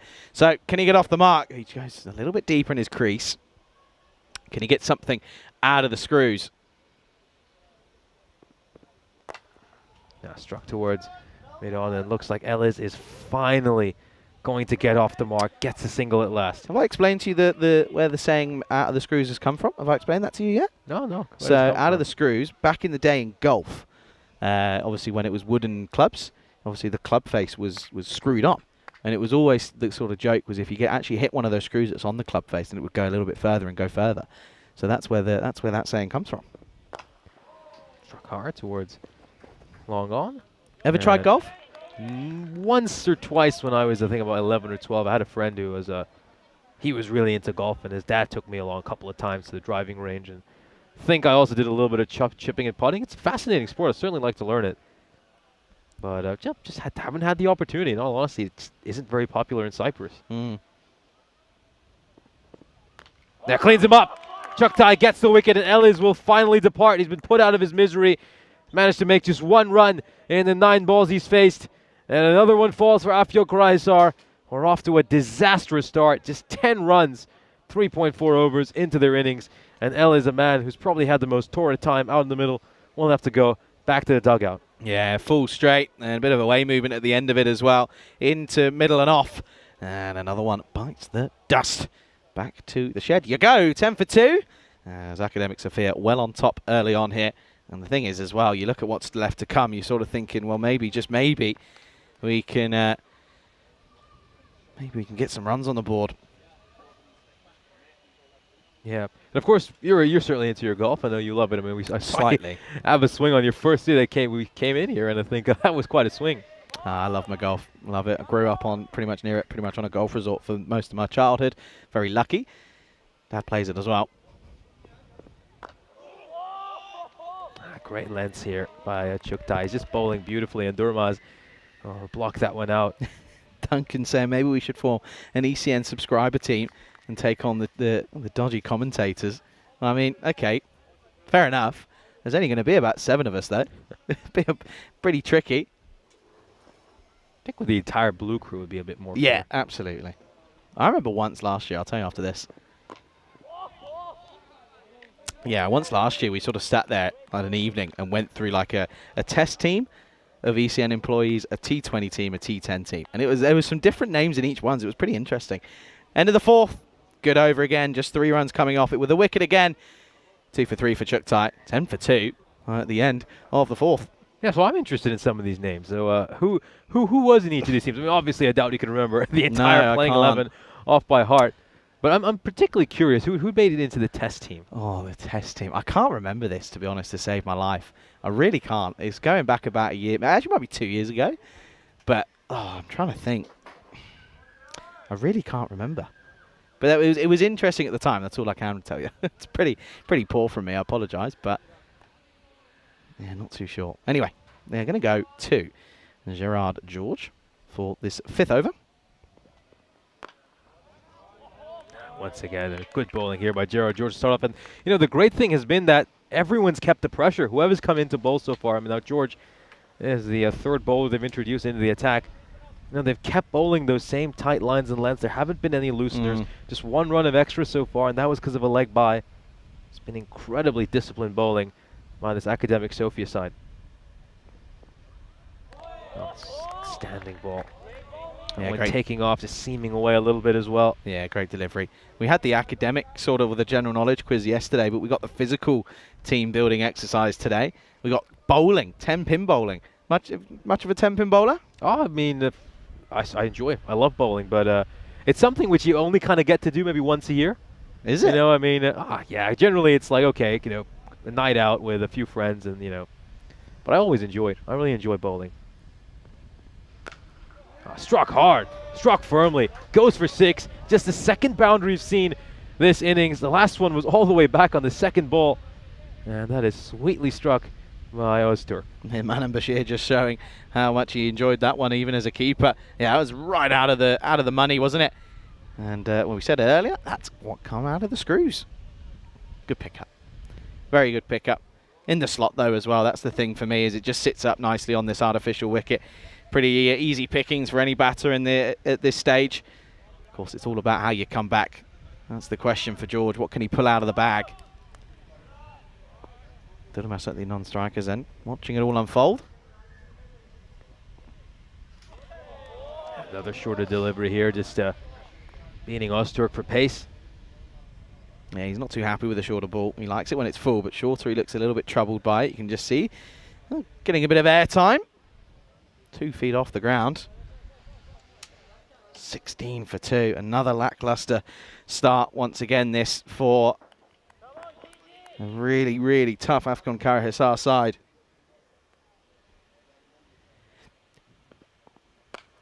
It goes Fuller and he's able to get some bat on this. And it's going to go away for a 4. So Ozturk will strike that towards the boundary. Hasn't quite middled it. The bat slightly turning in his hand. But he will get it away for a 4. So nice over so far. 10 runs off this over. The biggest over we've seen so far this innings. That's almost double the runs we saw for the second biggest over. True, very true. Dr. Solis saying some top cricketers are really pretty decent golfers. He says Glenn Maxwell plays off scratch, I think. Yeah, very true. ECN-wise, I know that Daniel Kaya, I think, plays off about 5, maybe 3. Lorne Burns himself is a coach, he's a pro.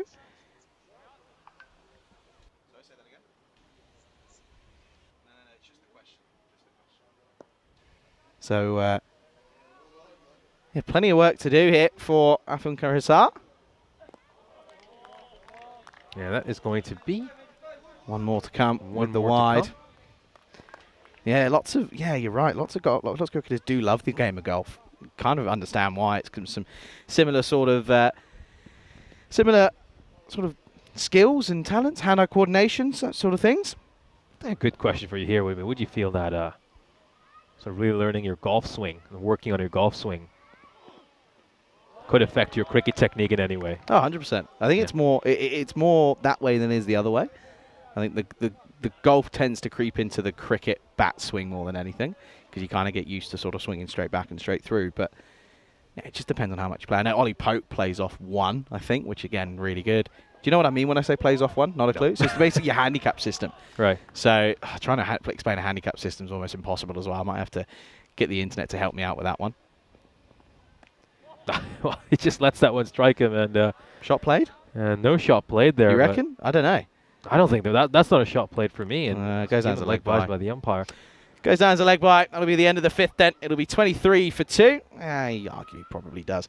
And we can welcome you in to the commentary cube here, of course. And yeah, in-game analysis brought to you by our partners at Parry Match. At the moment, this one, well, it's not hard to analyse. The side from Turkey struggling.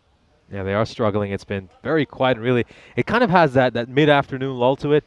Neither of these sides have been really able to get much energy in the field. Even Academic Sofia have been very quiet out in the field for their first match. Generally expect to hear a little bit more chatter. Meanwhile, Afyon Karahisar, they almost look like they're just going through the motions in this innings.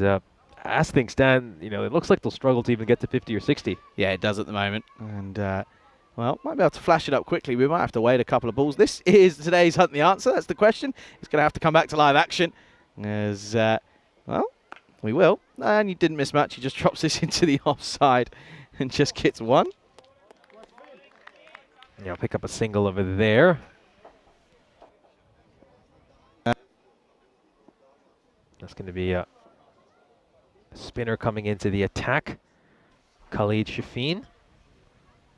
Another one that just takes off. I mean, we have seen some very odd bounce today. I mean, there's been a number of balls that have just taken off. Genuine quicker one, though. That might be a wide, gets away with it. Should have been one. Short wide. This is going to get punished. Or not. It's been taken there by Daniel Ali. Well held on to. Durmaz departs for a duck. Looked like for all the world that he was going to send that one over the rope. Didn't quite middle it in the end. Came off the bottom part of the bat. And another wicket falls for Afyon Karahisar. Frustrating times it is. Frustrating times indeed. And that's going to be Durmaz who has to go for... Well, there's Derek. I tell you what. Derek's been a busy old duck here this afternoon / this morning. He really has struggled. As some of these batters have really been keeping him busy. Yeah, looking to go over the top over here. Trying to hit this one over long off. Hasn't quite got a hold of it. And it carries to Daniel Ali, who takes a really good catch. Another wicket falls for Afyon Karahisar. We now find themselves 25 for 3. Here's a look at today's Hunt the Answer.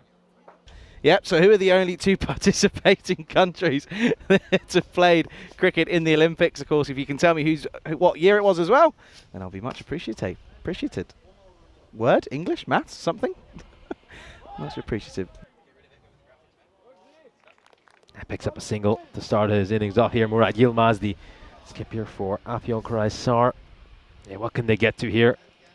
I mean, as things stand, you can see that the expected score is 59, which, I mean, if they get to that, then this match could be done in 3 or 4 overs in the second inning. So they've really got to get going now. They've got to get a move on. We know Öztürk is someone who's capable of hitting a few big shots. Oh, this one's going to pop up in the air. This could be a huge moment. Could they take this catch? Oh, it's going to be a bit of a juggle, but he's not going to be able to hold on to it in the end. Öztürk will breathe a sigh of relief, lives to fight another day. Wasn't sure if it was going to fall in between all 3 of them. It was just someone needed to put a call. It was a late call from the fielder, and unfortunately, it probably was his call, to be honest, because it's right at him. Shouldn't really have any issues with it, but he goes down. Struck hard towards mid-on. That's going to be a single. And Murat Yilmaz, that is, of course, comes in. So that'll be one to end the over. Again, struggling with the runs column. Just 4 come off it. It's 27 for 3 at the end of the 6th over. We'll have a look at the scorecard for Afyonkarahisar. Yeah, no real scores of note there. Mesut Öztürk going along at 15 of 13, but you know, that strike rate, I think in T10 cricket just isn't good enough. Needs to start to accelerate a little bit. And so much credit goes to Academic Sofia as well for their bowling. As you can see, just 4 runs given up of extras so far. That's just a testament to how disciplined they've been. They just haven't given many looseners to this Afyonkarahisar side. No, they haven't. It's been really, really tough times at the moment. Can they get something going? Here's George once again. Top edged. This is going to clear the fielder. It certainly will. Does it have enough to go to the rope? It does. And Yilmaz gets a streaky boundary. Yeah, listen, if you're going to swing at it, swing hard, swing low. Sweet Chariot. That's going to be 4. Proper, genuine top edge. He'll take those runs however they come. And George just a little bit unlucky to start his over. It's important that he just doesn't let that knock his confidence. Yeah, so you fancy yourself in the bowling later on tonight then? No, I mean it depends on what the players like. I mean, I assume we'll be playing individually and not in teams. I'd assume so. It's the best way, right? Sure. Yeah. Every man for themselves. Yeah. No, I remember when I went to bowling a couple of years ago. I actually decided to try to bowl the way professional bowlers bowl. You know, kick your leg back and try to spin it and stuff. And break your arm. It was gutter ball after gutter ball. That doesn't surprise me. Yeah, and then I just stuck to doing it my way, and somehow that worked. The Nintendo Wii approach is what I call it. Nintendo Wii approach. Yeah, in case anyone doesn't get that reference, of course, referring to Wii Sports Bowling from back in the day. This one's struck towards point. It's going to get underneath the fielder, and it's going to be saved really well out in the deep. Oh, he's done a terrific job to come across there. That's Nakwi Sheikh, who has covered a lot of ground in very quick time. Yeah, probably shouldn't have been needed. It just completely bamboozles the fielder at backward point, and yeah, he does a very good job of backing him up there. Has to be utilised, unfortunately. Yilmaz moves on to 8. 33 for 3. It's gone up in the air. Isn't going to carry. It's going to just fall inside the ring rather safely. 1 run for Yilmaz. Moves into 9 off 6. Again, George has bowled decent areas. Nice, certainly bowled a great economy rate here, George. Just kept things very tight. Struck firmly into the ground. And it's just going to be another single. I mean, this is just tight bowling here by Gerard George. Not giving anything loose away. And I know he's just seen 4 boundaries this entire innings. I think that's the annoying factor this academic side is that the bowlers are bowling well, keeping the pressure on, but then the fielders in the field just letting them down at times with some drop catches and some misfields. Struck firmly out towards backward point. It's just another single. So 9 runs coming off that over in the end. And it'll be 36 for 3 after the 7th over, going at 5s or just above 5s at the moment. Probably not enough. You know, you look at what this side have got batting wise. You've got Chuktai, you've got the likes of course Manan Bashir. Daniel Ali, of course, has had a couple of scores of 40 odd as well. This is what's coming up though, of course, over the next couple of weeks, couple of months. It's all building up to that big ECC at the bottom of your screens. Of course, as time goes by, it will start to creep up as we move on to Italy a week today. And, of course, the Valletta Cup T20 IWs and some big tri-series out in the Netherlands. Vinny and Corey will be taking you through that one as it'll be the Netherlands taking on Canada and the US of A. And then Austria, thank you very much, and Croatia as we then go on to the ECC. Afternoon to Jacob, joins us back on his last day of school holidays, by the way. So school starts out that early in Estonia. They go back right at the beginning of August. Apparently. Must be maybe due to the harsh winters. Yeah, maybe. That makes sense. Here's Yusuf. See, I got a question here for Jacob. So how long are your Christmas holidays? I'm assuming they're a little longer than ours. So in Cyprus, they're about 2 weeks in December. Yeah, Spain's pretty fairly similar in the UK as well. Yeah, UK and Spain pretty much the same, sort of about 3 weeks, probably. Yeah, so just wondering if you have a longer winter break, yeah. It wouldn't surprise me with some of the harshest winters out there. I mean, when we were there in Estonia a few months ago, 2 weeks before we were there, the whole ground was under snow. Oh, this one's gone up in the air. It's a lofted drive. And does it have enough to go over the rope? It most certainly does. 6 more runs for Ozturk. Yeah, just checks this one, doesn't he? He gets a little bit early on it, but holds himself back slightly, does Ozturk. And he's playing a nice little hand at the moment when no one else around him really is. Moves into the 20s with that one off just 15. 22 off 15, that is. And getting the score slightly motoring, well, teetering along. Pure timing as well. The check swing there by Ozturk.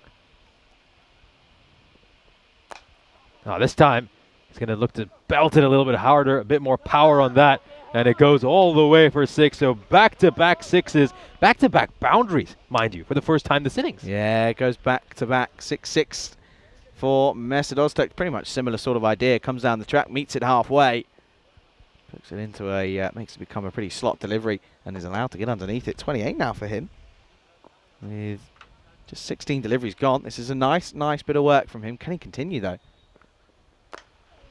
Yeah, struck towards mid-wicket. Just a single here. Nice comeback by Yusuf. Yeah. And Yusuf tends to bowl the 8th and 10th over for his side. I mean, those 2 overs are generally locked in for him. You know, sometimes he can be a bit expensive at the end, and you'd imagine that often be the case bowling these pressure overs. But, you know, he's also been able to deliver victories for his side at times, most famously. And he bowled that dramatic final over against the Sofia Stars to win it for his team. This is struck firmly, and this looks like it's going to go the distance as well. There's not too much Shafin can do about that other than watch it sail over his head. Magical over already, 20 runs off it, and we still have a ball to come. Yeah, not the best of bowling this, just sort of continuously bowling delivery, bowling at the moment. It's hit me stuff, and happy to oblige at the moment of these 2. Nice pick-up as well, that one, by the likes of Murat Yilmaz, who has got it in him. He's had a couple of tricky times in the last couple of games, couple of fixtures. No mistake in this one, though. Yeah, 32 of 14. Great partnership between Ozturk and Yilmaz. He's going to make some room here to hit this one towards long off. Daniel Ali will field that. The over comes to an end. 21 runs off at the biggest over of this innings by quite a margin. They got a couple more overs to go here, so they find themselves right now on 57 of 3. Couple of big overs here, and could they get to the 80s and 90s? It's a big question. That is the big question. They got into the 90s in the first game this morning, but of course didn't look to do so in the second, and they weren't able to defend that. And of course they're up against arguably probably a stronger side in Academic Sofia, so it's going to be tricky. It is going to be a big ask, but with 2 overs to go, you never know. It's not over till the old fat lady sings, but in my humble opinion, I'd argue that that they might just be sort of loosening the old vocal cords. Here's the fat lady. Never know, though. Stranger things have happened. Carlos Shafin bowling this over. Goes a little bit short. This has popped up in the air. Should be a comfortable catch. Oh, he spilt it. He spilt one off his own bowling. And for all the world, it looked like Shafin was going to grab a pretty straightforward catch. And I think this has been one of the issues they've had in this innings. You mentioned it yourself, of course. There's been some good bowling, but they've just not been on it in the field. That's never his catch, by the way. Should never have been his catch. Yusuf should have demanded that he leaves it and lets it go to him. Got him. He gets his man. Ozturk will depart. So he puts down Yilmaz, but he does get rid of the dangerous Ozturk. That one going right through the gate, cleans him up. Yeah, we'll turn around and say that the drop was all part of the plan, Will Shafin. And Ozturk, the one that they were looking for, does go. 29 off of 18 for him. A big wicket to get at pretty much at the perfect time, because it sort of might just stem the flow of runs now. That's going to be 58 for 4. Taking another look at this. In between that gap between bat and pad, hits the top of off stump. Perfect bowling. Yeah, just take a look at that. That's exactly where he ought to bowl it. 2 for 5 now for him. Good figures in the grand context of this game. Phyllis comes out. Phyllis has also had his troubles this morning. Can he right some wrongs? This one is struck out towards long on. It's going to be a single there. Murat Filiz gets off the mark with his very first ball. There you go. Yilmaz back on strike now. I think he'll want to try to hog as much of the strike as he can for these next 9 balls. And just plays down the wrong line over there. It's a dot ball. Yeah, Shafin with his off spin. It's working at the moment.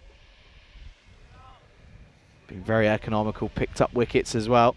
Can't really ask for too much more from your left arm offie. He's got another one in the tank. Oh, this one's going to be a tight call. It's been given wide by the umpire. Let's take another look at this. Does it graze any of the line along the way? No, it doesn't. So that's a good call. Really good umpiring again. Listen, credit to these boys. We've said it enough, but they've been so good. Satish and Narayan alongside Ivan, just the 3 of them alongside Mahel today, but Tyron Peters throughout the tournament. This is going to be played away 4-4, so Yilmaz will get a boundary, much needed boundary for Afyonkarahisar. Just don't want to bowl too straight, that's what he does. And you can see there, he just has to rotate on this one. Gets the old swivel out. That will go for 4 more. Now they've got 1 ball to come in this over. Does Yilmaz look to take the single here to keep strike in the next over? I think if it's there to hit, if it's a full toss, you've got to belt it towards the boundary rope. Otherwise, you settle for 1 run. I don't think you can be too conservative at this point. You haven't got enough runs on the board to be able to be thinking about turning runs down, if I'm being quite frank. Of course, we saw that end up being the demise of the Sophia Stars, and I don't think you want to sort of think of that in the same respect here, but got to think about it realistically. If it's there to be hit, taken on, you don't know how many balls you get away in the next. No, and in the end, it's the worst of both worlds. He doesn't offer a shot to a ball that's inside the tram line. It's going to be a dot ball to end the over, and he won't keep the strike. Perfect delivery. Wide, Yorker. Look at that. Bang on the popping crease. Over to go, 64 for 4. Can they get into maybe 75 region? It's probably going to be Husef to bowl this last one, as it normally tends to be. Daniel Ali, good figures for him. None for 6. 2 for 3 for Zirak Chuktai as well. Gerard George, not too bad for none for 21. Of course, in the context of everyone else, doesn't look that great, but still a good couple of overs. Here we go then, last overtime. A nice ball here to start off for Husef Yusuf, but this is good running between the wickets. Yeah, it's funny though. I mean, Yilmaz should have been a little bit more eager to get to the strikers, and I think Phyllis was the more keen of the two. And it's a good outcome in the end. They get the 1 run, and the skipper is back on strike. Got to go. Big or go home now for Yilmaz. No, it's going to be a wide down the leg side. Yusuf trying to go for the shorter ball. Risky strategy though. I mean, there's nobody out at fine leg, so if he gets any bat on this, this is going to go away to the boundary. Yeah, not too sure what the thinking was with that delivery. It didn't work whatsoever, and you're right, there is no one out there, so it's a bit of a sort of a freebie. Maybe they'll double bluff potentially. Doesn't work though.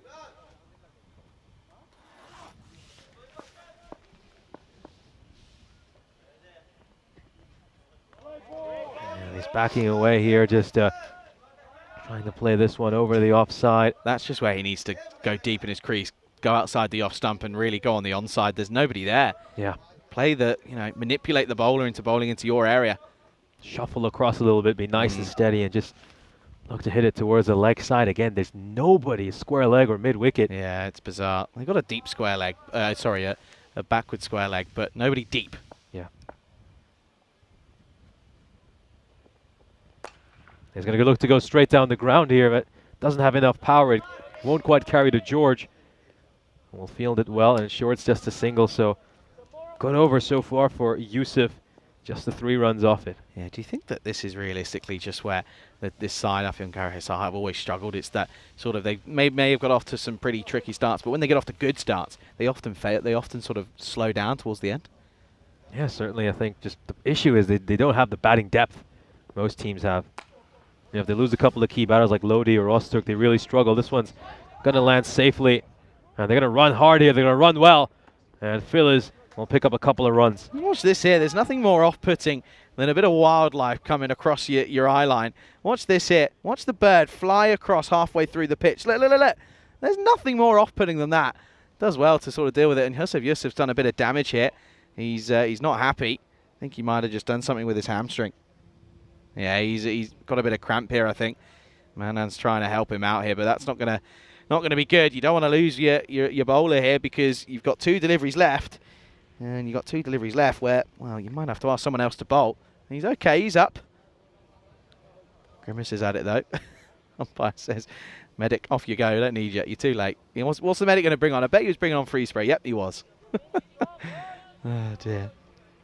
No, it's just incredible how, I mean, all these years of the advancement of medical science, and all it takes to fix all your ailments is just a little bit of magic spray. Easier said than done. No, full toss, and he's going to get away with this one, Yusuf. I think it should be below waist height, but we'll have a look at it to confirm. Comes down, doesn't he? Quite far outside his crease as well, if I'm correct, Phyllis, but this angle will confirm. That one should be a legal delivery. So last ball of the innings coming up. And this is going to be huge. Let's see if they can get one away towards the boundary rope. They managed to get this up to 70 now, I believe. So here we go. Final ball of the innings. There's the struck hard and straight into the commentary position, and that is how you field it. And of course, no problem there. Got in front of the monitor as well, protected our equipment, and well, that one goes all the way. Yeah, Maximo. very good, very good. Good finish as well. Yeah, it goes for 6. That's the more important aspect to this. 76 for 4 is what they'll finish off, and that's going to be a nice little finish. But yet again, I'm probably thinking this is not going to be enough on the board. I think this should be a relatively comfortable chase. Early wickets could, of course, be the difference in this one. But yet again, it's a little bit lackluster for this Afyonkarahisar side. But nevertheless, you never know. They've got a couple of good bowlers. Of course, Ozturk took 3 for none a couple of games ago yesterday. Can he maybe replicate something like that here? We'll have a look at the highlights, of course. And, well, there was, of course, some interesting moments as Chuktai bowled superbly well to open up. Yeah, they really set the tone those first few overs with an incredible spell of bowling. I think Daniel Ali and Zidok Chuktai bowled those first 4 overs, and those first 4 overs brought just 10 runs, and he managed to pick up 2 wickets. Daniel Ali was a little bit unlucky. I thought he deserved a wicket for his bowling. He wasn't able to get one, but he had figures of 0 for 5 in his 2 overs, which just shows you how well he bowled. His partner, Chuktai, with figures of 2 for 4. They managed to get a pretty decent 5th over. You're just watching that right now, where Gerard George went for 13 runs. And after that, though, they just tried to reconstruct the innings a little bit. You saw Mesut Ozturk and Murat Yilmaz have the biggest partnership of this innings. Their partnership was worth just about 34 runs, and it helped Afyonkarahisar get to a somewhat respectable score, although you still feel this is well below par, and fancy Academic Sofia to go on and pick up some bonus points. Of course, key for Afyonkarahisar will be if they can get some early wickets in that second innings. One issue, though, for them was the amount of catches they put down. Academic Sofia were rather sloppy with their fielding. Plenty of chances went down. I was watching some of the running between the wickets. I've got to say, full credit to Merzkan Filiz. He ran hard between the wickets, and he managed to create a few extra runs for his side just due to his great running. We'll now, of course, have a look at the scorecard. And as you can see, Afyonkarahisar end up with 76 runs in their first innings. Murat Yilmaz top scoring 30 of 17. And Mesut Ozturk 29 of 18. Those were the 2 top scorers. Outside of them, no real scores of note. Now time to turn our attention to the bowling card for Academic Sofia. Incredible bowling figures for most of their bowlers. You look at Zidok Chuktai, 2 for 3 in the 2 overs he bowled. Also had a wicket maiden, and that was a very, very special performance by him. Daniel Ali, 0 for 6. Khalid Shafin, 2 for 11. Great work by the entire unit, and in particular, look at that extras column, just 6 runs off extras. Afyonkarahisar have set a target of 77 for Academic Sofia, and Academic Sofia will certainly be fancying their chances to go on and pick up the bonus points. Join us for the chase in 5 minutes.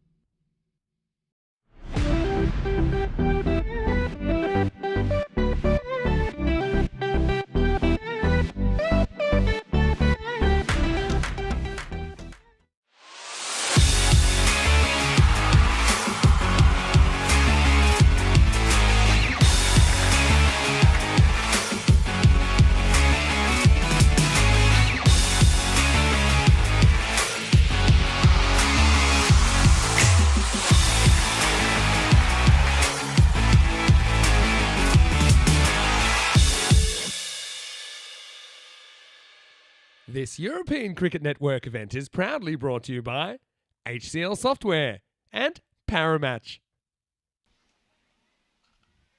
Now, welcome back for the second innings. And we've, of course, just saw Afyon Karahisar post a target of 700, beg your pardon, 77, not 700. My goodness, if they had got to that, that would have been quite special. They do get to 76 and, of course, set a target of 77 for Academic Sophie. So Academic Sophie need to go exactly 11 and over if they want to achieve the bonus point, which will certainly be their target. We know that Academic Sophie is going to every game trying to get that bonus point. Their captain, Huzaifa Yusuf, is a very aggressive skipper. He always wants to go for maximum points. And if they are restricted to 53 or less, which is quite unlikely, then Afyon Karahisar will pick up the bonus points.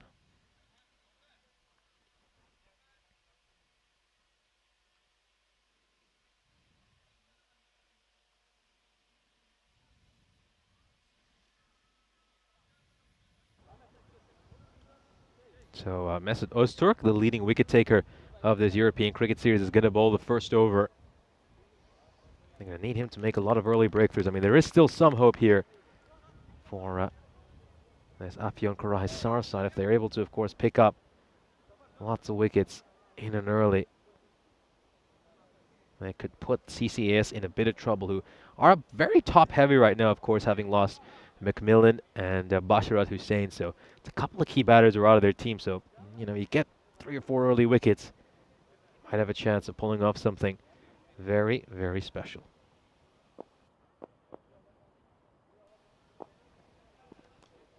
Oh, an outside edge, and he draws the edge on the very first ball. And it's going to fall just short of the keeper. Oh, he's down on his haunches there, Öztürk. He knows that was a huge moment. Let's take a look at this. Draws the outside edge, and oh, just goes past the keeper's glove. What a chance to start things off.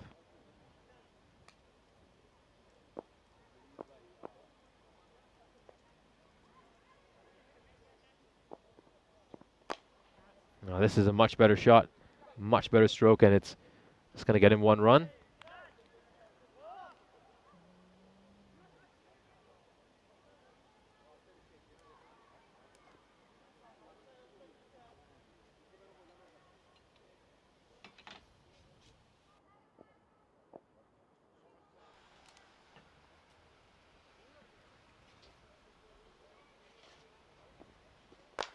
Oh, big, very big. And this looks like it's going to go over the rope for a 6. No, it's just taken a bounce, according to the umpire.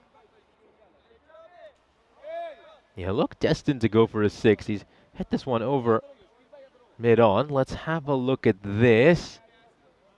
Well, where does this land? Oh, it's just off camera there, but it looks like it's a 4. It does look like it's a 4. Hard to tell from that as well, just because there's a fielder right in front of it. But it seems like everyone is convinced that it is indeed a 4, and I think that previous angle to me indicated that it did land in front of the rope. This one's a wide down the leg side, not the best ball there by Öztürk.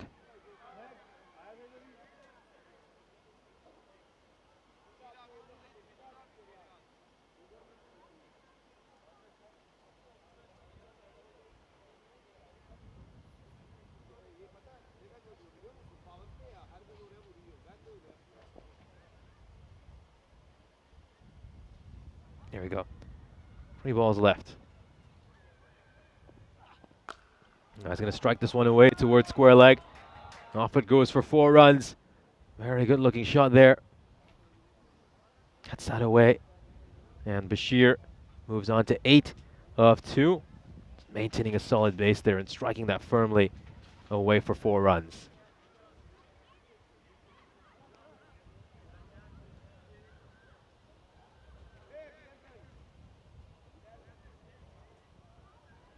So 14 for no loss here. CC Academic Sophie, of course, Chuktai getting lucky on that first ball where he managed to draw the outside edge. And it went just beyond the keeper's reach, but since then they've been able to strike a couple of nice looking boundaries. Bashir in particular, of course, who was the top run getter in last year's European Cricket Series. He was amazing in 2023, and I think since Basharat Hussain and McMillan have departed from this team, He stepped up so well. And this one is going to be a 4 as well. So 3 consecutive boundaries here for Bashir. This entire Afyonkarahisir side just looks so deflated. And we're only 5 balls in. They don't have too many runs to play with. It's not the best delivery there by Mesut Öztürk. It's short, it's wide, it gets punished, crunched over extra cover for a 4.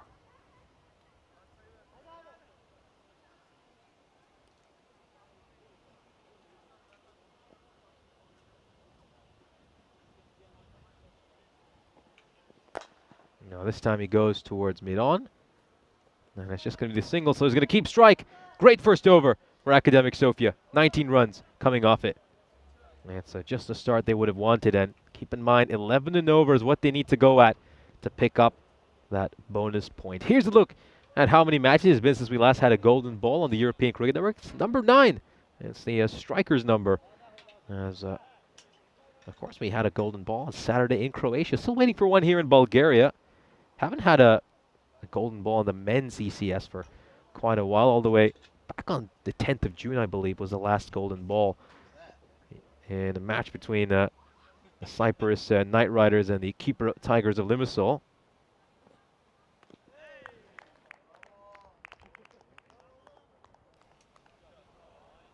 Starts off with a dot ball over here. It's a young man, Kursa Dalian, who has, of course, taken the internet by storm with the incredible catch he took a few days ago. One where he just flicked the ball up and then they managed to grab it one-handed. That one's a bit too short. I think it's going to be given a wide. Yes, it is. And he loses his bouncer as well. So, yeah, not the best ball there by Dalian. Just digs this one in way too short. Sails well over the batter's head, and they will come across for buys.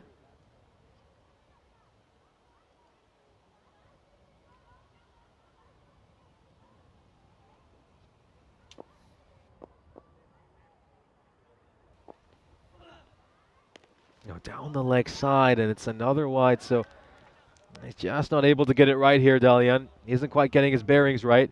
It's consecutive wides. And I think the fact that he's having to go up against a left-hander and a right-hander, this left-hand, right-hand combination, it's just throwing him off a little bit. This time he pushes one too far down the leg side.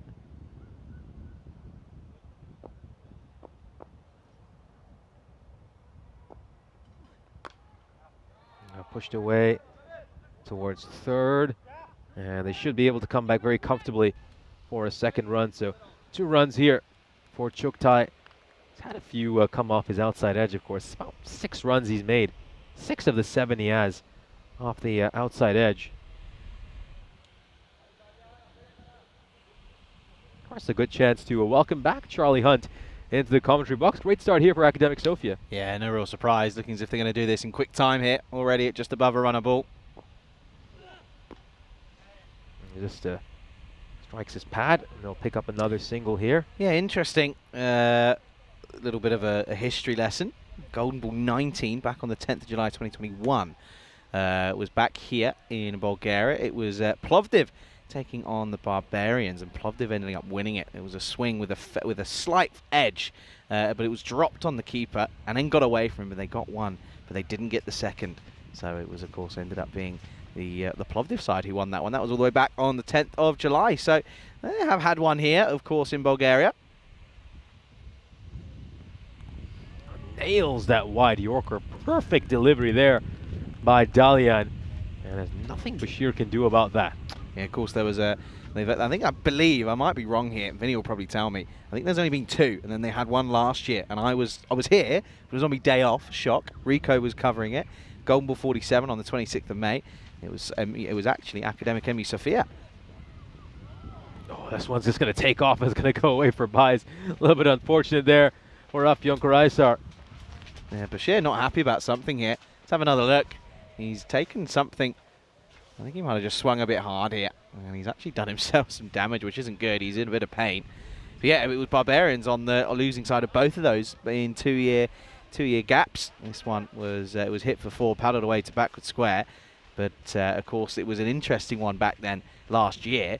It was, of course, after they should have won it in the last over, but the ball actually hit the power line. It was Chuktai who hit the power line. And the ball was, of course, called dead for that reason. Oh, what a Bulgarian cricket moment. Classic, right? Truly unique to this part of the world.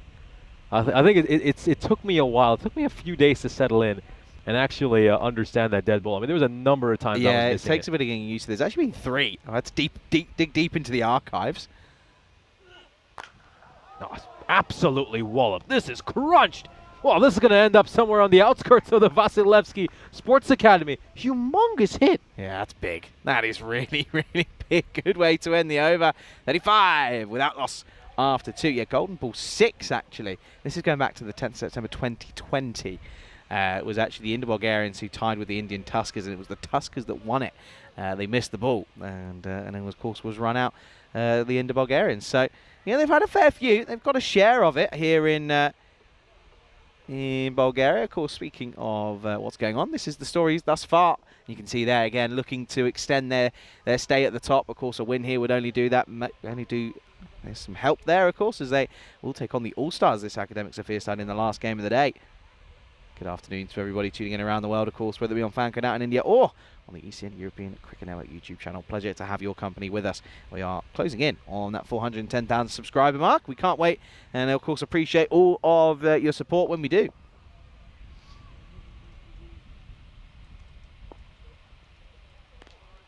Wide down the leg side. Whereby the umpire, I think, and a new bowler coming in. I think this might be Mohamed Sinar coming into bowl here. The final over of the power play. The 18-year-old cricketer, just turned 18 earlier this year. And he's certainly relishing the opportunity to play on one of the bigger stages in European cricket. Oh, nicely stroked away. Very, very good shot by Chuktai. I mean, he just judges the length so quickly, gets across, and plays it towards square leg. Beautiful stroke. Yeah, really nice shot. Really, really nice shot that time around. Gloriously played, delicately played. Yeah, closes the face of the bat, helps it away behind square. And right now you can see that, well, Academic Sofia just need another 37 runs to win, and obviously they're going for the bonus point here, so they've got about another 4.5 overs to get it. Yeah, that's what they'll be looking for, won't they?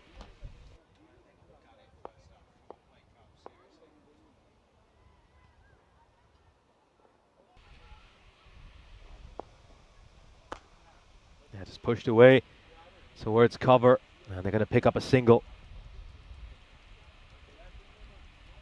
Yeah, it's just been a dominant display here by Academic Sofia, obviously getting the job done in that first innings with a great bowling performance, and these two have been largely untroubled for this innings. I mean, Chuktai just had that one chance he gave off the first ball of his innings, a half chance in all honesty. But since then, they've been very, very comfortable. 36 off 28. That's the current area at the moment. That's where it needs to be. That's where they are. So it's all about whether or not they can chase this down. Of course, in that period of 27 balls, you probably back them too, with the way the bash is going at the moment. Goes big. This one's Tower. huge. Oh, right. Crashes onto the camera tower. Wake-up call there for Dennis. Yeah, it is Dennis up there. Dennis, let us know you're okay, mate. That was Dennis. I'm pretty sure it was Dennis the other day that had one come up his way as well. Dennis is a magnet to the Grizzly. Yeah, Dennis has had quite a few coming towards him. Maybe, I think Valentine's been a little bit luckier with him. He hasn't had that many go to his direction when he's been up there in the camera tower. Munad Bashir absolutely walloping at that. And he'll certainly feel that if you're up in the camera tower. Yeah, that'll be left shaking. Quaking in his boots, probably. Hope he's okay. We haven't had any confirmation. I think that camera's still moving, so I'm sure he's fine. Good 6 though, but good hit again from Bashir. This is what we saw of him last year. He just looks so good down the ground and in the V. So tempting for him to take it on. Now goes big again. Doesn't have enough distance on it. Yes, it does. It's another 6. Abdullah Lodi was right in front of us. You could see his reaction to that shot. It was Mesut Öztürk who was trying to chase this one out in the deep. Obviously nothing he can do about that one. It goes well over his head. 6 more runs. 18 off this over so far, and we still have a ball to come. Could this one go magical? It's now under a run of ball for the bonus point. Yeah, it should be comfortable from here on in.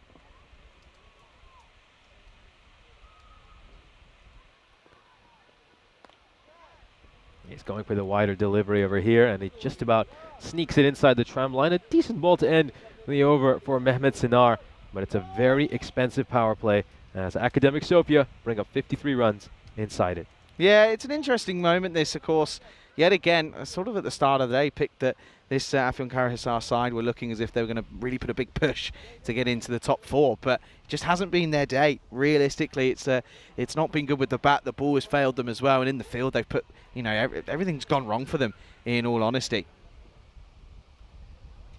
53 yeah, then. It certainly has. It's been a rough day for them, hasn't it? I think it's been a reality check for this Afyonkarahisar side. I think look at the way they played yesterday. You would have thought that, you know, this is a really, really dominant team, of course, picking up a couple of big wins against the Blacksmiths, but they've had to face a stiff challenge today. They've gone up against some of the better teams, and unfortunately for them, they've come up well short. I mean, they've not even been within the same weight class. No, it really does feel as if it's been a huge mismatch, doesn't it? Run a ball, 24 needed, off for a bonus point. Ooh, starts off with a legal delivery here. Might be worth looking at this one again. Yeah, Chuktai wasn't too pleased with this one. He let it go. See? He catches the line. He's fine. Yeah. Very good call. Oh, Chuktai is going to get dismissed here. Trying to be a bit too cute and run that down towards third. It just catches a bit of his bat along the way, I believe. And I think his inside edged it onto his stumps. Unfortunate way for him to get out. And another wicket here for the skipper of Afyonkarahisar. Yeah, another disappointing way to go for Chuktai. He often does go in these sort of fashions. It's always see him chop on quite a lot. Disappointing way to go, but a good opening stand worth 53. It's 53 for 1. Interesting here that Huzev Yusuf comes out at 3, so no Daniel Ali at the moment. Of course, could obviously look at him. Had Jamil as well, potentially as another option, but I think here he's probably just thinking this could be a chance for him to maybe go out and get a bit of time out in the middle more than anything.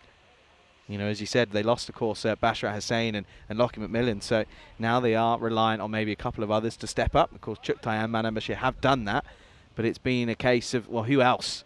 Maybe this is a chance for Yusuf just to get a bit of time out in the middle.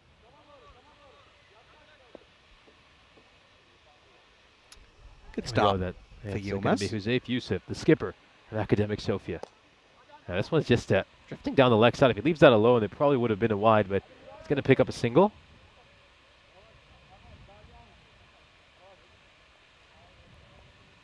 Take another look at this. Just has to sprint a little bit at the end to get to the non-striker's end. Oh, it's going to go big here. This one has a lot of height on it. Doesn't have the distance. It's hanging up in the air for an age. It's going to be a tough chance. And it's going to be put down in the deep end. Manan Bashir lives to fight another day. I mean, that one hung up for an age in the air. He's done damage.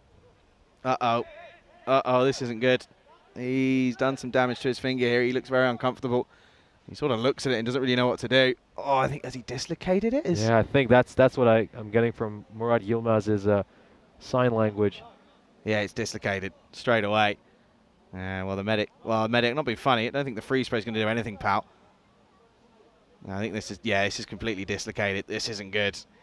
And this is going to be ugly. Just pops out. Oh, no. Yeah, he's completely dislocated it. Yeah, well, no real surprise there. He sort of looks at it and medic goes, yeah, maybe the cold stuff isn't going to work. Well, no shock, to be honest. Oh, dear, oh, dear. Well, that's not nice to see. And, of course, we hope that's youngster, Ahmed Kozgun, who's going to come off. That's never nice to see.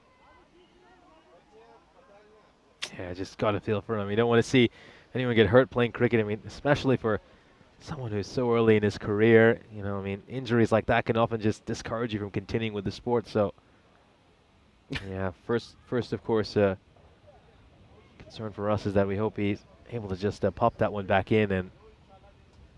Yeah, I feel like too serious. You don't know him. I feel like it might have actually just gone in straight away, just because the way he was kind of holding it. But yeah, we'll of course find out. Anyway.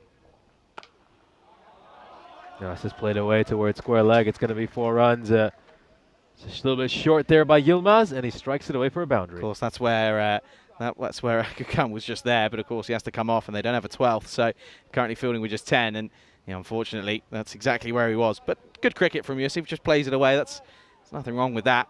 Plays the shot, and all he can do is play what's in front of him. 18 just needed now off of the 19 for the bonus point. Oh, well, it's been a bat on that one, which is going to save Yusuf. And Nope, it's he's been given bowled. out. It is out. It's bowled. been cleaned up. He's been bowled. Oh, dear. Oh, Nish, it's been a long week for you, pal. It's been a long week. Look at this. It gets to the bottom edge and sneaks through. I'll let you off, Nish. I'll let you off. Yeah, it's cleaned him up. This comes off the bottom edge of his bat. And he's going to get bowled over there. Nish, we've all been there, don't worry. End of the over. Good over from Murat Yilmaz. 6 runs, 2 wickets. And at the end of the 4th, Academic Sofia 59 for 2 after 4.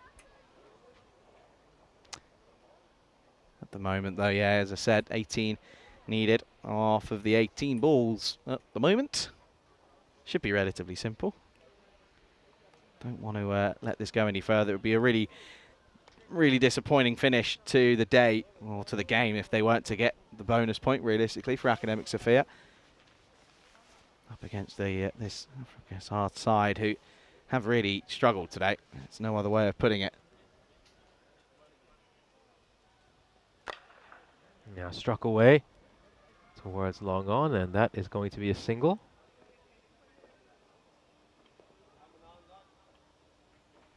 Yeah, good bit of fielding. Just off the toe edge, wasn't it really? Didn't come out of the middle for Manan Bashir. Brings Daniel Ali on strike, or okay, Daniel Raja. Danny Boy, well, he has got a score of the 40s already in this tournament. Can he do so again and get themselves over the line? Just 17 would be needed to get to this target of 77.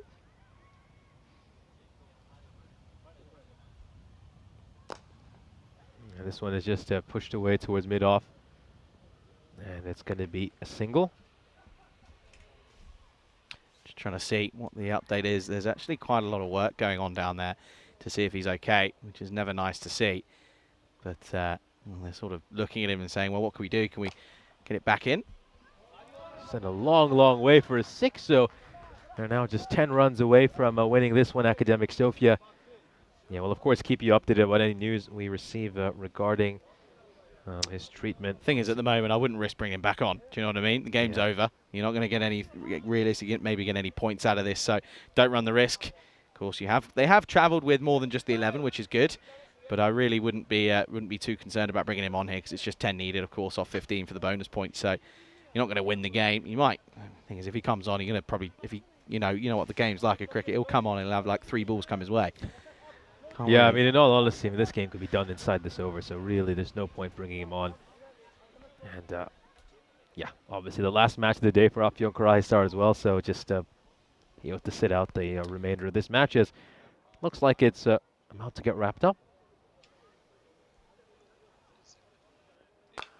Goes big, goes long. See you later. That is another 6 for Bashir. And he has sent that one well over the rope. So 4 runs needed. 1 shot will do the trick for Academic Sofia. He's certainly going to try to hit that 6. If he's on 45, he'll want to bring up his half century. Yeah, something comes off the bat there. I'm not too sure what it is. It just looks a little bit at it. It did sound a little bit interesting. But yeah, good shot. 6 more. Manan Bashir moves on to 45. 6 here would bring up his half century and also get his team over the line. Ellis, of course, who's come on. He bowls well at times, but that one just set up nicely. Here we go then. Goes big, goes long, and gets his half century. Bashir brings up another 50. Well batted, leads his side to victory. And Academic Sofia will take this one very comfortably with 5.1 overs to spare. A dominant victory for them.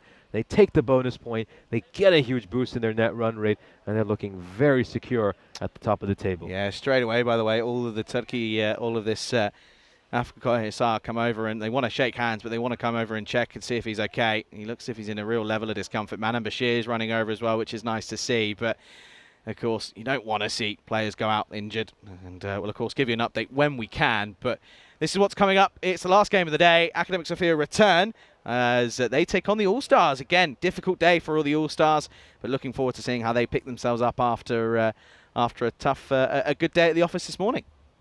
Yeah, we'll now look at the fantasy dashboard here. So Academic Sofia will looking to go to 11-1 for this ECS And for the All-Stars, well, this is going to be a real stiff test for them. I think they managed to do well against Afyonkarahisar, but let's see if they can really challenge those table toppers. We'll have a look now at the highlights of this innings. A dominant performance for Academic Sofia. Not too many highlights in it for Afyonkarahisar. They did manage to pick up a couple of wickets off the bowling of Murat Yilmaz, but in general, you're mostly just going to see Manan Bashir absolutely belting this bowling attack all over the place. He batted with a strike rate of 300, made those 51 runs of just 17 deliveries, from 6 sixes, 3 fours. It was a great display of power hitting, and he pummeled this Afyonkarahisar attack all over the park. Well, not only did he pummel the attack, he pummeled Dennis up in the tower as well. That one was out of the middle of the bat, and then again, not too much long after. This one was, again, beautifully played, and everything he touches turns to gold at times. Manan Bashir just has that knack of doing the right thing. Yusuf came out, played a nice shot into the onside, but the very next ball, well, he fooled Nish.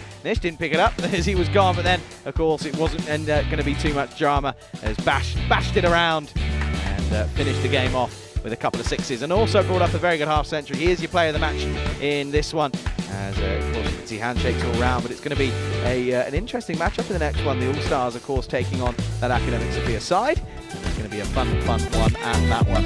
As you can see, we'll have a look at the scorecards there. Bash finishing on 51 off 17, a great innings for him. Triptide 13 off of 8 for him. As for Yusuf, 5 for 3, of course, bowled by Yilmaz, the only bowler picking up wickets. And again, another disappointing display for Afyonkarahisar. A little bit about them today, Nish. Just hasn't been their day with both bat, ball, and in the field.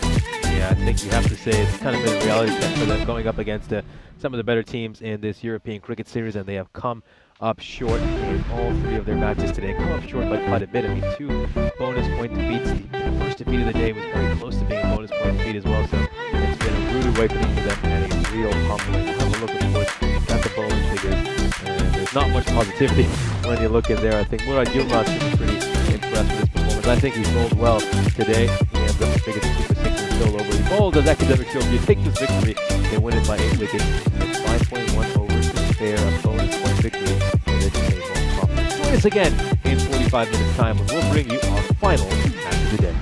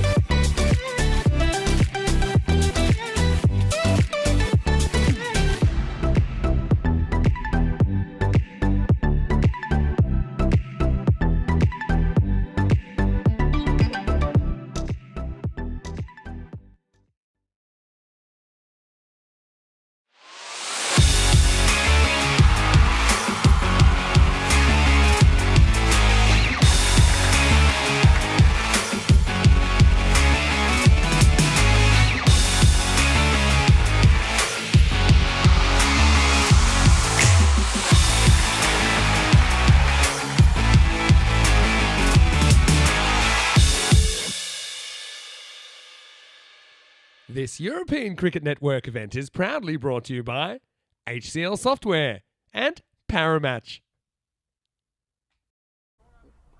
Good afternoon, everybody, and for the final time here, welcome to the Vasilevsky Sports Academy here, of course, for match number 5 of today. It is, of course, going to be the interesting matchup of the All-Stars who take on Academic Sofia in this one for the last time. And a huge thank you to Mahel for standing in for Tyrone today. Let's go over to him. He's got the 2 captains for the coin toss.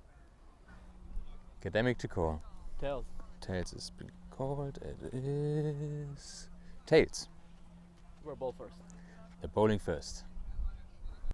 News from the toss then. Academic Sofia winning the toss, doing what they always choose to do. They're going to bowl first here. I think they know realistically that 2 or 3 wickets in the power play are crucial for them. They're going to look to maybe restrict this All-Stars side, because we do know that they have got the tendency to struggle against the sort of higher ranked sides in this tournament. Academic Sofia, of course, sat very much at the top of the table, looking to cement their position even further with a big victory in this one. Last game of the day means we like to get a bit funky on the network, of course. And well, of course, it's Nish's last game here in Bulgaria. I want to say huge thanks to you, Nish, for sticking around and helping us out over the last week. It's been a real pleasure to be alongside you for the first time, and hopefully many more to come, as I know we will be meeting up together later on in the year. Let's, of course, say huge thanks to Nish in the comments. And if you want some random questions, get them in. He'll answer them to the best of his ability, of course. Looking forward to this one then, Nish. Over to you for the final time here in Bulgaria as the news from the toss. Academic Sofia, they're going to have a bowl.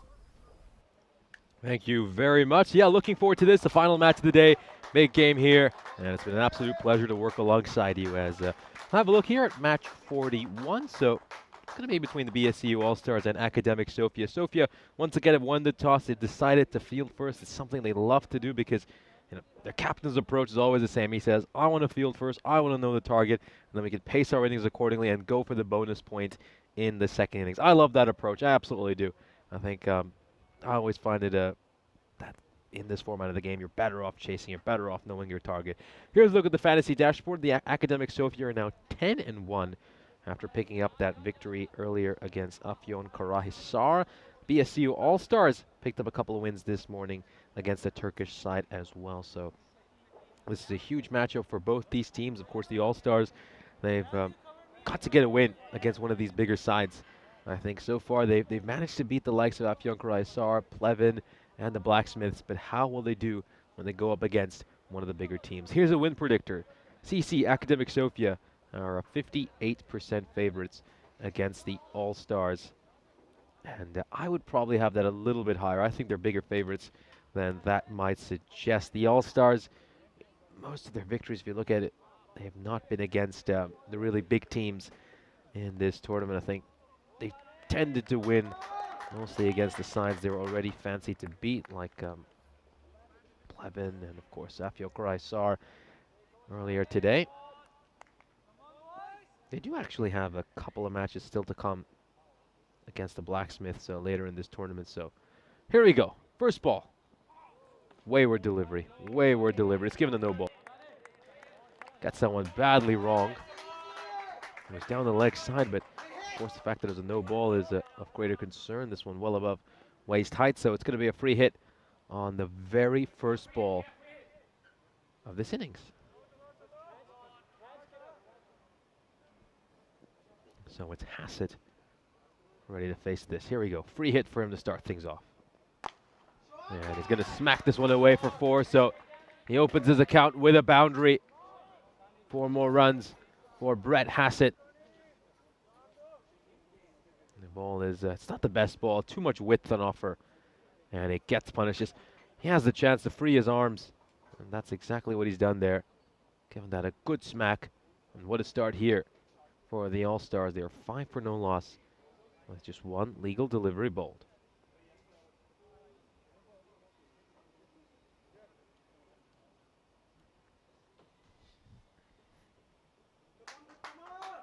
Now then, he's got to get this one right. He's bowled a full toss down the leg side. He's then followed it up with a short and wide delivery. So let's see if he can get it right on this third ball. Can he get a nice full and straight delivery over here? Got a deep backward point and a deep third in place. So just wonder if he's going to go for a wide Yorker. Now he goes for a Yorker at the stumps. It's actually a full toss in the end. He misses the Yorker by quite a bit. And this isn't even that low a full toss. I think Brett Hassett will be quite disappointed that he's hit this one straight at the bowler. And really, that one should have gone to the boundary rope.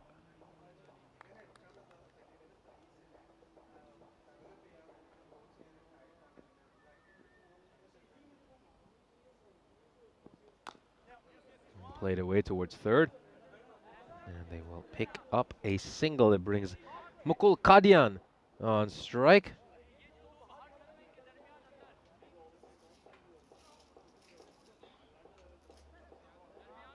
And of course, Mukul Kadian, an integral part of this All-Stars team. He's someone who they rely on very heavily to do the bulk of their run scoring. He top scored with a 77 earlier this tournament against Pleven.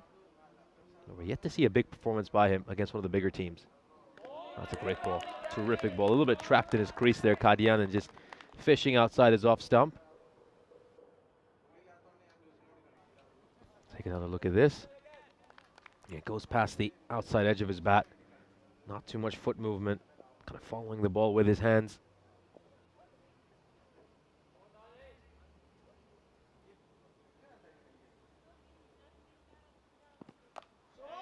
This is played away, and it's gone all the way.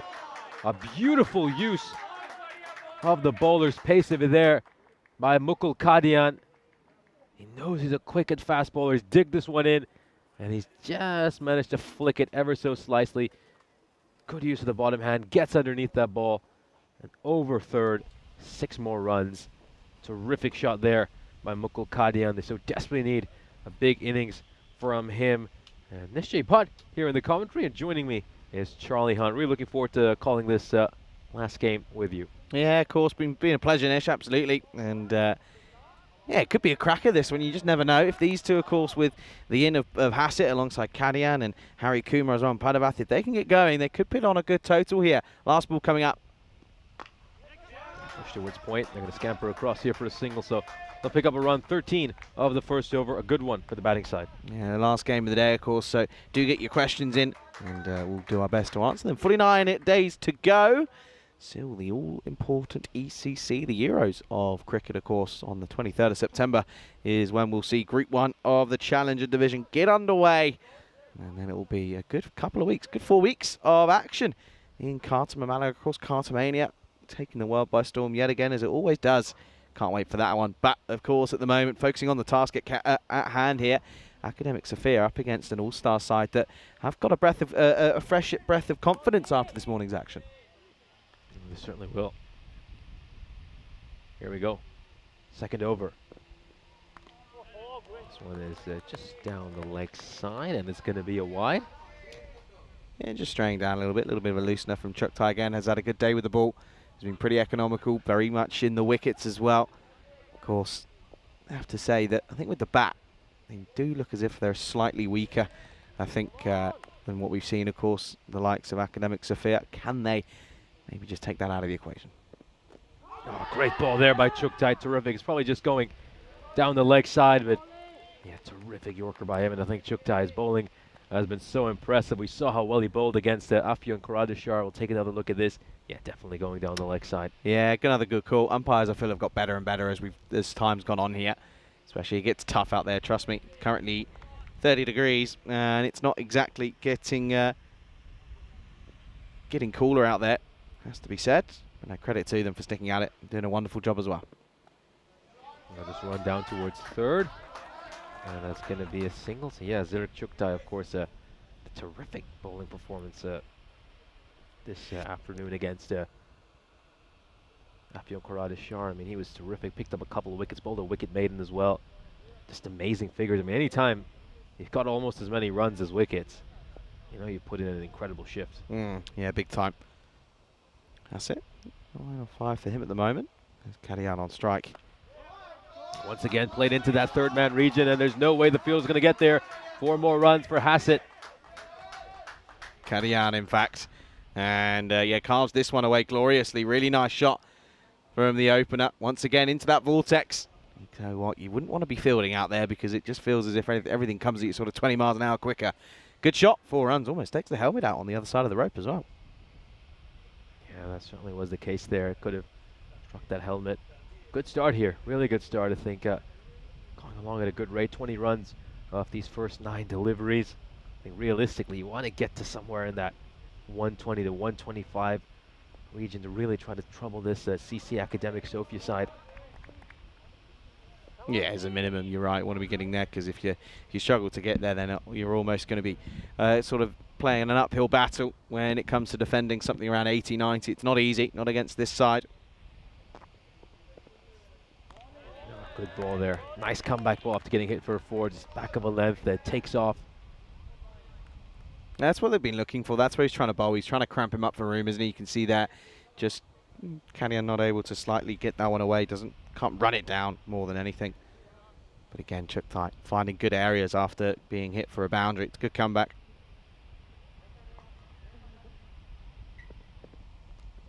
Oh, just catches the inside edge of his bat.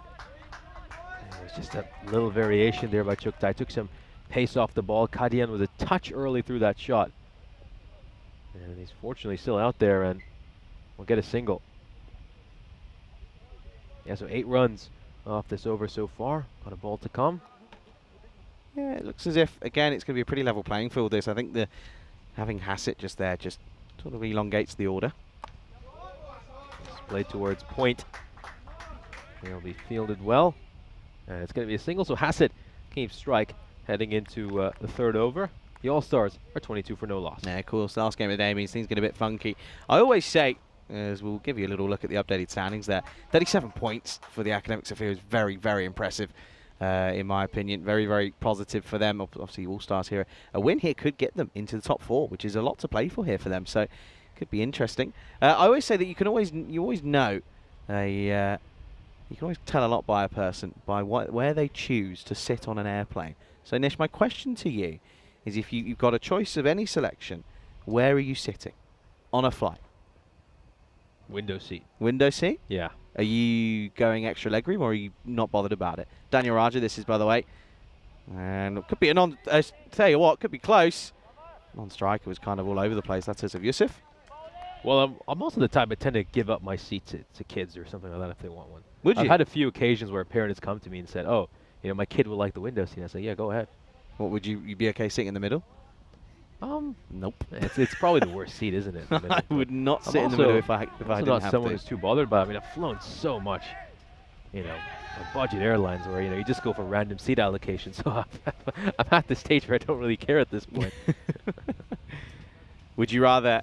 Rico and I have had this discussion. I always say that if it's over 3 hours and less than 20 euros, I'll pay for an extra legroom.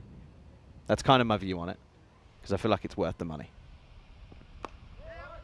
Tucked away off his pads. Thing though is, I mean, with these airlines now, I mean, the ticket itself is 20, but by the time you add all the bags, you're talking about an extra 100 euros right there.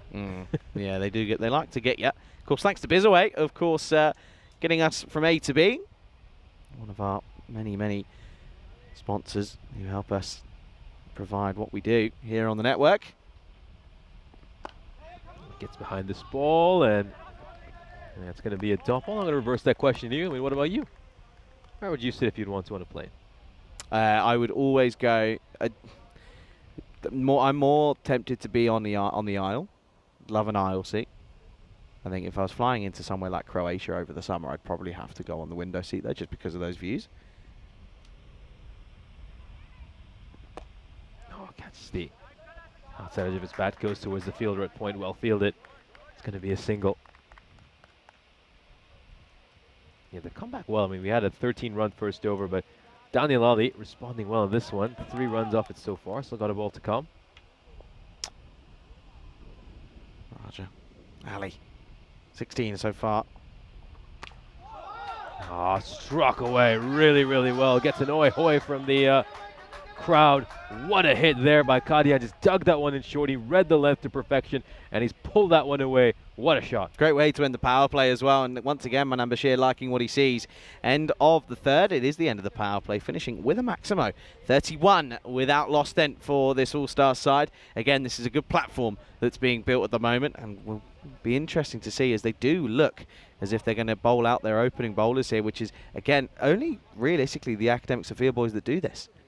Yeah, it's interesting tactically. Which is a strategy I agree with, I think. As we Well, I mean, mentioned it's in working T10 for them. They're cricket. top of the table. Yeah, I mean, in T10 cricket, especially in ECS T10 cricket, these sides are very top heavy. If you pick up 2-3 wickets early, right at the top of the order, you normally run right through the team, and you could restrict them to something very paltry. There's often no reason to save your best bowlers for the end. But interesting thing is 6 off that last ball. I remember, Vinny, of course, shared this stat with us that I believe the third over produces the most wickets on Does it? ECN, or it's certainly up there as one of the overs that produces the most. That's something. One of only the theory Vinny would was know. that, of course, players looking to attack more because they're trying to catch up at the end of the power play. Like, this is our last opportunity to take advantage of the fielding restrictions. And I just wonder if we could maybe expand that stat to a ball-by-ball breakdown. I mean, how many wickets do we see and 6s off the last ball of the power play? I feel like I've seen tons off the last ball of the power play where they just feel like they have to go for it. This is our last chance to hit a big 6, and players find a way to get one over the rope, or they get dismissed. Yeah, it always tends to be one way or the other, doesn't it? And in all reality, Chuck tight. Yeah, nicely, another one back of the length. I think that's the kind of length where Chuktai wants to hit it. It's kind of a very T20 length, isn't it? It's a hard length by Chuktai. And it's one that's been very effective. Corridor of uncertainty as well. Get that one in the old bingo card. Chuck tight once again. Has he got away here to maybe break this partnership? They would be very, very happy if they did.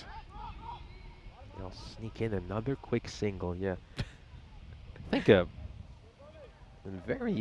managed to make a lot of runs through this sort of cover here so far. 6 runs inside the ring through cover, but most productive region for them so far has been out at third man. They made 16 runs between point and that third man region. So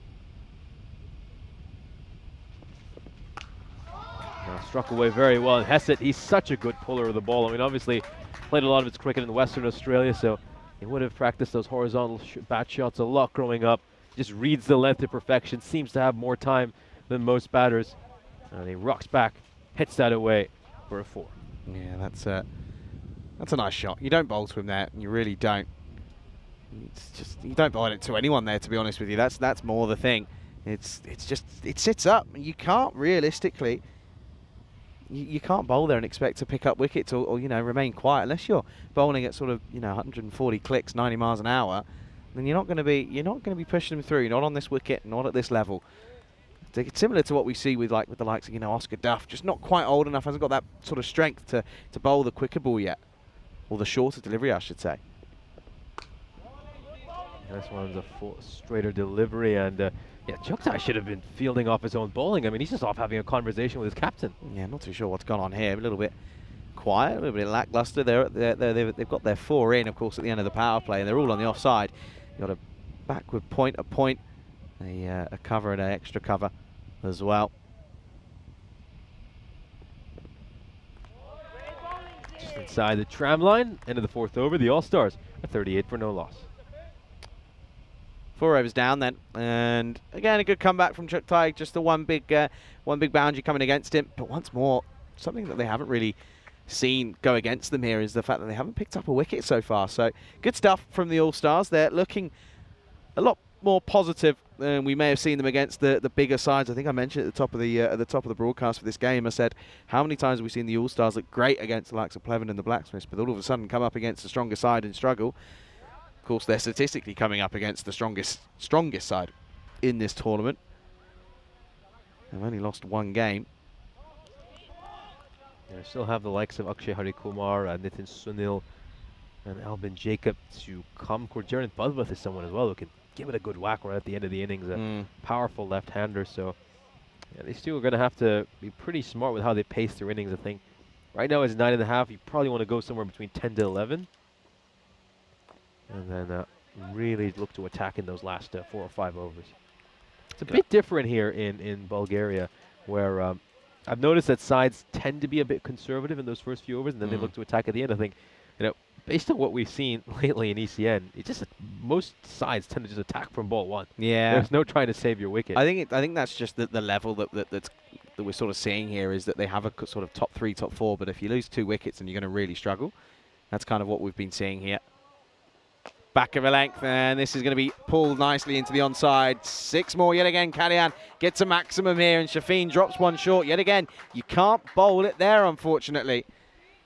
He's going to get punished. He's always going to get punished when he bowls there to this man. He's so good, Brett Hassett. Over square leg, just rocks back. He knows it's a bit short, smacks it away. Kadian. That's twice. It's your last game, Nish. We'll let you off. It's okay. We've all been there. Oh dear. To be fair, I think Hassett won't mind you saying it's coming off him, but I think Kadian might have an issue. Oh, well, we'll get a single. Yeah, random question comes in from Kroom. Afternoon, Kev. He says, bit specific, but favourite Graham Thorpe innings. Of course, yeah, sad news today coming out of the UK, hearing the passing of Graham Thorpe. I have to say, it was probably a little bit before my time, but I do know that his best innings, probably known worldwide, was the double century back in 02, I think it was, against New Zealand at Christchurch. What a shot this is, though. Talk about this. This is going to be a couple of bounces, 4 more. This is Hassett that gets it away. Yeah, well played away. Just pitching around the leg stump. A risky line here.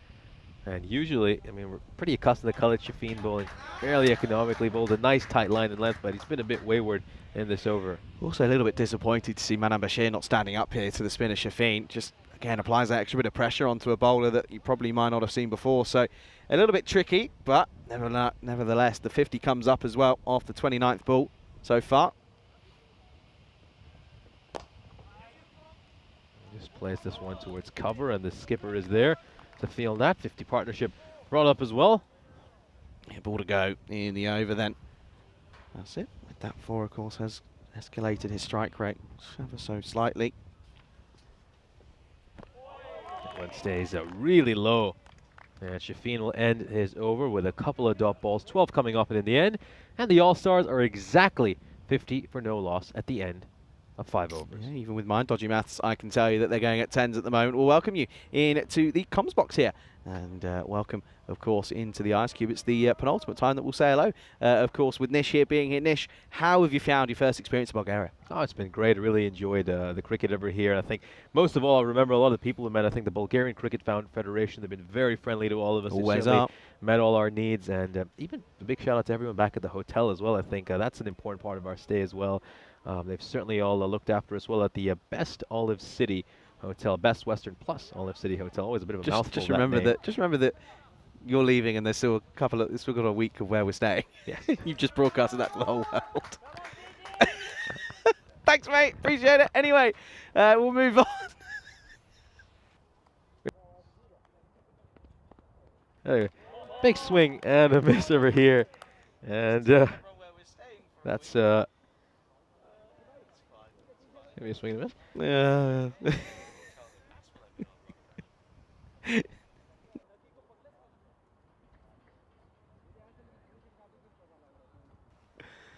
Swing and a miss. Kadian, 28 off of 8, off of 15 for him at the moment. Good striking. It's all about picking it up though and continuing after a really solid base has been built. Short one, hooked away, goes for 6. That is a massive, massive hit. Well struck there by Kadian this time. George just taking it a little bit short, and he's done quite well over here. Take another look at this shot. Yeah, hooked away. Massive hit, and it's gone all the way for a 6. Just taking another look at this shot. Yeah, really, really nicely struck. Kadian once more moves on to 30s now. That one stays rather low, and it goes past the fielder at point. He's just been undone by the odd bounce there. I think it's taken a slight Tortuga bounce. We'll have another look at this. I don't know if it does. I think he just sort of gets stuck in 2 minds here. It kind of has no real change in direction or altitude. Again, just disappointing in the field. Just looks a little bit like a jaded academic side here. They look slightly behind the, or haven't really got much oomph in them at the moment. Look like they're a bit of a sort of stalling car at the moment.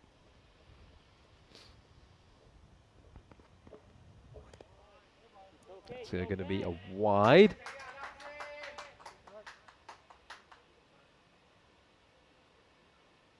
Take another look at this. Yeah, just getting some lovely shape away over there. But it just gets the line wrong. I mean, if he gets this nice and straight, it'll be very tough for Kadian to play. Yeah, It's all about getting it straight there. That's been the issue. A couple of wides have flown through at the moment. 60 up, no. Now, once again, I mean, it's short, too wide. George just struggling a little bit here to find his bearings.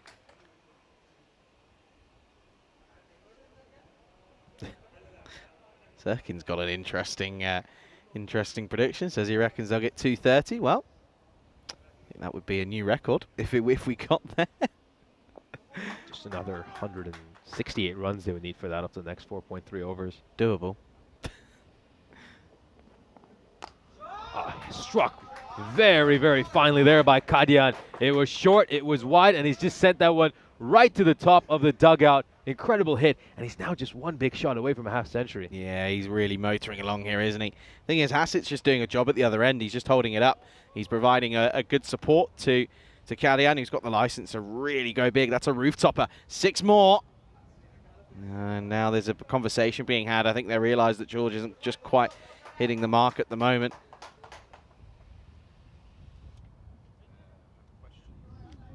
Yeah, a lot of pressure here on George. He's been very wayward this over. Struck for 3 boundaries, a couple of wides.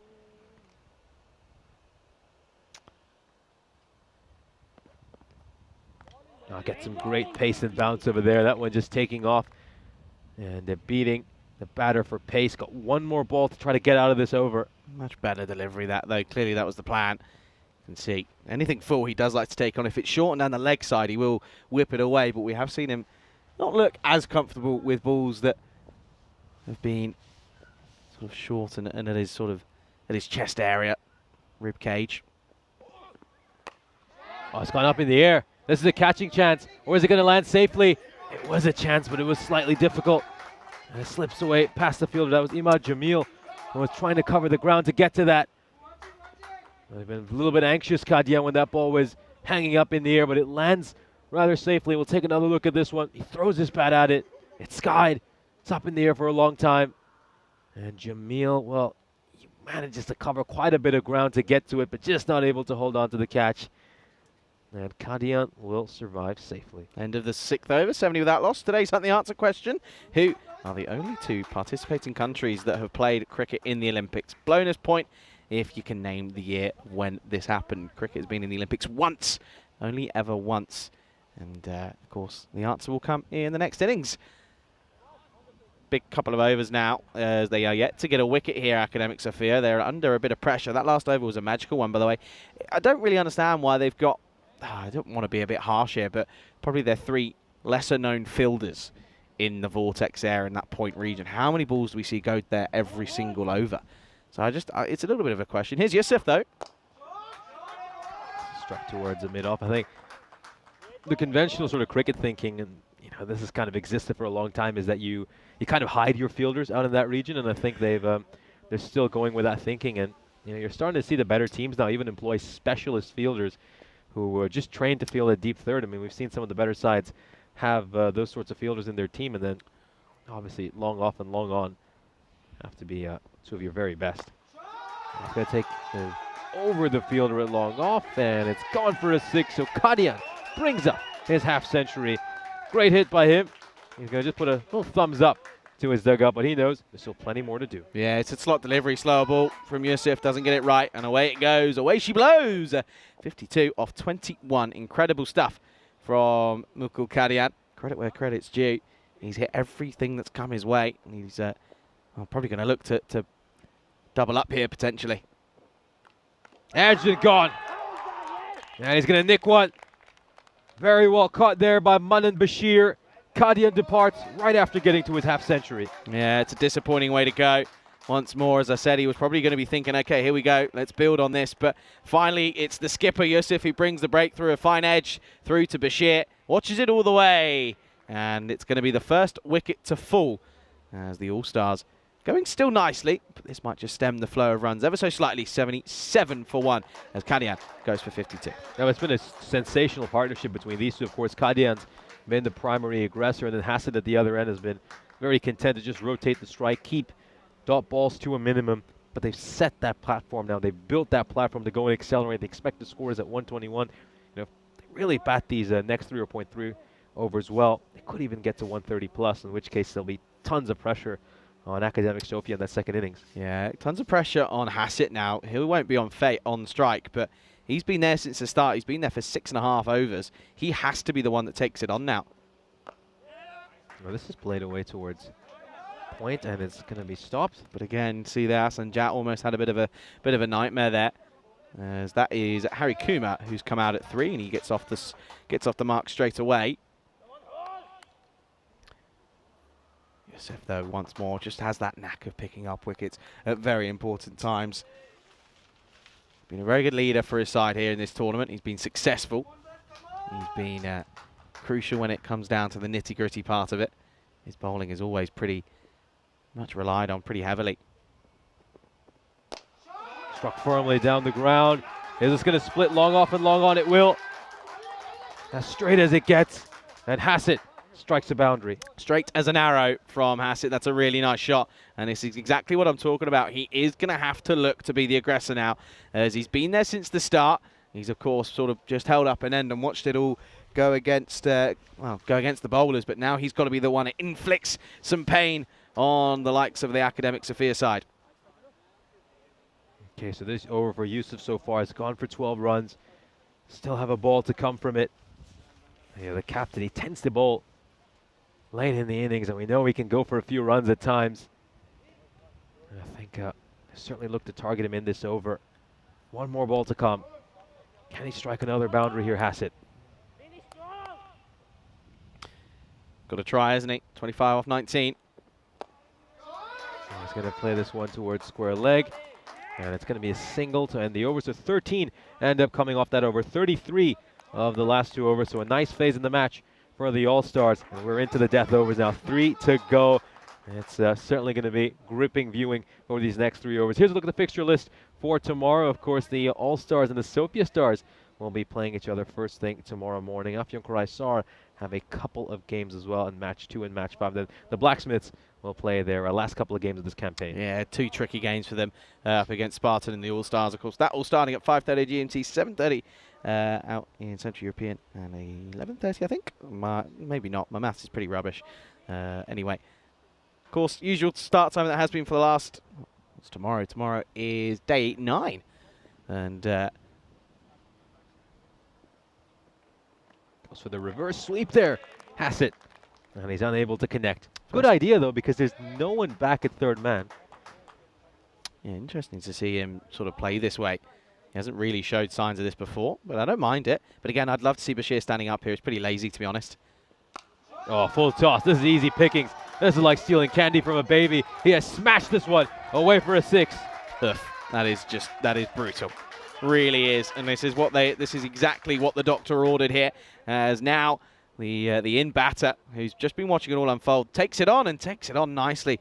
This one, I might have to just slow that down. I just want to double check, but I think it's okay as he comes down the track a little bit. But that is gloriously hit. 6 runs, 6 of the best. Yeah, this has not been what we typically see from Khalid Shafin. He's usually very tight with his lines and lengths. He's not the kind of spinner who tends to bowl with a lot of turn the ball a lot, but you know, he's usually always bowling in and around that top of that off stump, but hasn't done that in this innings. It was a little bit expensive in the first over. It's a good idea there by Hassett. Can't be an LBW. I mean, look how far he was down the wicket. Very optimistic appeal there by the keeper. No, he's also whacked it into his pad. But aside from that, yeah, you're right. He's so far down the pitch, it's nowhere near it. That was a very, very risky ball there by Shafin. I mean, he's gotten away with one. Any bat on that, there is absolutely no one over there. I was just going to say, last time around we saw Harry Kumar dominate in that fine leg area. He loves to scoop, loves to paddle. He does it, looks to do it almost instantly, but yeah, they've got nobody there, which is really interesting. And unfortunately, Shafin just hasn't shown to me that he has the ability to not drop one down the leg side. He's not going to be able to give you 6 outside the off. Oh, outside edge. It just goes past the keeper. A good fielding by the fielder at short third. Make sure it's just a single. Yeah, I'm not too sure if I think this is where he's looking to play it. It might just have been a little bit finer than he probably anticipated, but he does open the face for it, to be quite honest. It does look like it's quite a bit finer than he initially wanted. I mean, that one was a bit too close to come for. This one's going to go away for a 4. And Hari Kumar will strike a boundary. Desperately need it. It's a good chase there by the fielder at long off, but he's unable to cut it out. Yeah, we'll just show you once more here. It was a full toss, and he's not going to miss out on anything through the covers. He loves playing that there, pretty much on like that. So he's got like a line through the pit, through the field, from fine leg all the way through to like very wide, long off. It's kind of literally his scoring zones is behind there and in front. That is going to be another wide, and pressure on Shafin here. Yeah. You know, he's gotten away with a few poor deliveries during the couple of overs he's bowled so far today, but doesn't get away with that one. Last ball of the over. Can he get out of it? 16 off it already. Potentially. Just trying to dab that one, Hari Kumar, but hasn't quite come off the middle of the bat. 17 runs off that over. Another highly productive one for the All-Stars. They bring up their 100 with a couple of overs to go. So certainly now be eyeing that 130. Got the wickets in the bank, and they're looking to attack. So end of the 8th over, 101 for 8. Yeah, a little bit about some interesting conversations about Hasnet's whereabouts at the moment. Plays his cricket out in the Isle of Wight.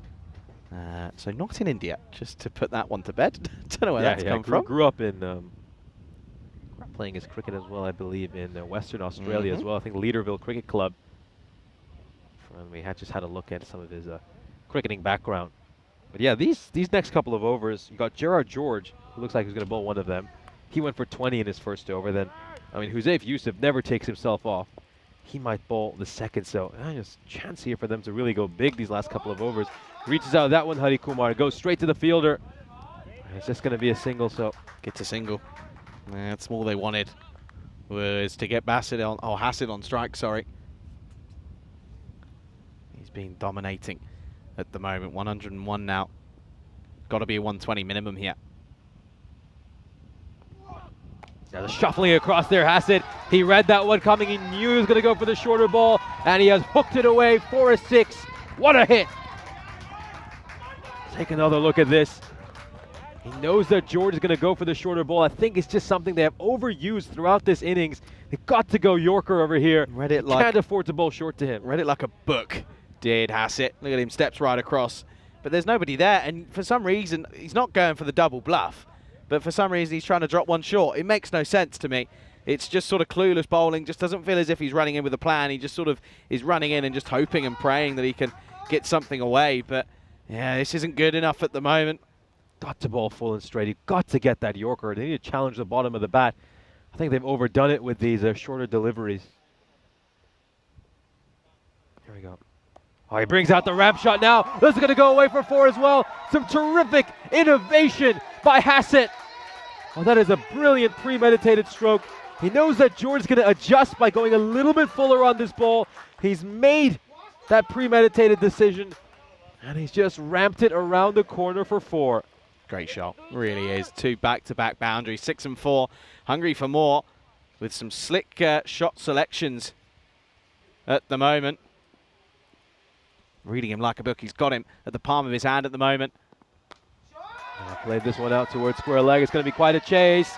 And it's going to go away for 4 again, going a touch too straight. And they continue to target that area. Yeah, I'm not getting this. Yusuf's now going to have a chat with him, but if I'm being honest with you, Yusuf, you've got to plug that gap. As much as I sit here and say you can't set a field to a bad ball, he's done it 4 times now. You've got to try and fix this up here because it's not working.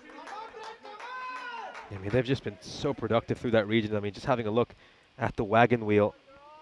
I mean, just through that fine leg area, or that area behind square leg, they managed to make over 35 runs, almost 35 runs. Now goes big again, this time over long on. It was in the slot, he freed his arms, and what a way to bring up your half century. A classy stroke by a very classy batter who has been such a great addition to this All-Star side. Yeah, it's a maiden half century on the network, striking at just below 200. It's some really nice hits, to be quite honest. And well, this was the sort of ramp shot to start off with, and then of course he went powerfully over the top on the onside and went for 6 as well. This over, by the way, 1-6-4-4-6. And oh dear, George in all heaps of trouble. 120 up already. It's 1-2-1 with a ball to go in this ninth. That's it. So, such a good in for this All-Star side this week. Oh, goes for the full toss again. Hasn't quite got the Yorker right, and it's 6 more runs. Another enormous over for the All-Stars. 27 runs coming off it, and they're now probably eyeing something north of 140. Oh, this is, again, really, really good hitting. Superb. This was the first one. This was the second one. Almost identical. This one just square of the wicket. It is such good hitting. Excellent work from Hassett. And this is exactly what I said. He's got to be the one that goes out there and goes big, and he's doing it at the moment. Oh, George. Well, I'll tell you what, if you're curious, George, maybe turn away. 47 come off of his 2 overs. 1-2-7 for 1. 1 over remaining. This is going to be a tricky, tricky chase no matter what they end up on now. But really tough outing for Jared George. I mean, he just couldn't get his length right at any point. I mean, at first he was bowling far too short, giving a player who is so good, pulling the ball, plenty of short balls, with nobody out at deep backward square or fine leg, which is very, very baffling. And then when he tried to go fuller, he ended up bowling tons of full tosses. A difficult outing for George. And now, well, you know, we were talking about 130 plus about 10 minutes ago. I think they're looking at 140 plus. Just going down the leg side. And Hari Kumar won't mind that one bit. He's going to go to the non-strikers end and watch the Brett Hassett show. Yeah, it is Brett at the moment. This one going down leg for sure. Good call by our umps. Our Grizzly boys, Grizzly men out there. They're not boys, are they? Grizzly men. Put one, of course, leg by to start. Hassett 60 off of 29, and he just looks at the moment that everything he touches turns to gold. He's looking for a champagne moment, a champagne finish to Monday for this All-Star side. Looking to make it 3 from 3. Can he go big again? Oh, and he's crunched this. One bounce over the rope, goes for 6. And Yusuf just sees him shuffling across, and he's giving it to him right where he wants it. Cuts that one away for 6 runs. Just looks, has that feel that anything he touches turns to gold, and that's what we're seeing here at the moment. And it is 6 runs. There's confirmation of it. Flat, hard, 6 more. And already it feels as if the old misery compiler from Hassett could be coming here. 134 now. Could be looking at a 150 potentially. Yeah, we certainly could. And I think, you know, that's where, you know, Yusuf, once he sees the batter shuffle across, that's where he's got to be brave. That's where he's going to make that instant decision to go for that leg stump Yorker and try to clean him up. There'd been no way the Hassett would have been able to catch up on that. But have a feeling, by the way, if I'm Yusuf, Chuktai's not opening the batting for me here. Daniel Raja's opening the batting for me with Manan Bashir. Just a little tactical change. What's the reply? Oh, this time he's going to go big again. He looks to make some room. This could be a catching chance, and it's really well held onto. So he will get his man in the end. Huzaifa Yusuf. Hassett, he's been shuffling across quite a bit. This time he just backs away to make that room to hit it through the offside. He pops it up, and it's very comfortably taken. A good catch, but a terrific innings by Brett Hassett. That was a real joy to watch. Yeah, a bit of an ice cream cone about that one at point, but still takes the catch nonetheless. Yeah, great innings, 66 off 31. First ever century on the network. He was trying to open up that cover region, but unfortunately it was just a bit of a slower ball, I think, from Yusuf. So clever from him. And good to see as well. There's a nice moment there, Bashir, but also Yusuf gave him a bit of a fist pump and said, "Mate, well batted." And away you go. 66 off 31 for him. 134 for 2. Thing is now that probably could change things up here. Can they get to 140? We were talking about 150. Now the 140 is in question. Padavath has got a history of coming in and just going long and hard and straight, pretty much straight away. So can he do it here? And well, the thing is, I'm worried that they might go into his... If I'm me here, if I'm bowling to Padavath, I'm going short and I'm going wide on the offside. Yes. I'm not hitting and offering anything in his hitting zone. Anything with those long levers of him, he's going to go for that deep mid-wicket area. Here we go then, big couple of balls now. Oh, this one's a bit short and wide, but not short and wide enough. Once again, going straight into the camera tower. I feel that might have actually gone on the very top platform where we actually have the camera. Yeah, that's big. That is huge. And Padavath, I told you, has the ability to go from the start, and that's exactly what he does. And it was short, but I think that's in that sort of middle zone. And that's Dennis up there. Dennis, again, he's a magnet for these Grizzlies. I hope he's got good insurance, because he was under proper fire there. Dennis, you're going to have to give us a thumbs up. Let us know you're okay, because that's another one that goes his way. Yeah, Dennis has been a magnet for cricket balls up there. Whenever he's up in the tower, we tend to see tons of Maximos go in that direction. And there it is, the thumbs up from Dennis, assuring us he's all right. He's probably going to be thinking, why do I put myself through this? Well, 140 is up. Padavath goes long first up. And now Yusuf, he has to have a think about this. He often bowls the last over. He often is pretty economical, but not at the moment. Here we go, 2 balls to come. Just inside edges that went onto his pads. And I think Hari Kumar has made that back safely. No indication there from the ump. No, they'll be fine. He's not too bothered about this one. It's pretty comfortable in the air. Manan Bashir just a little bit slow to it.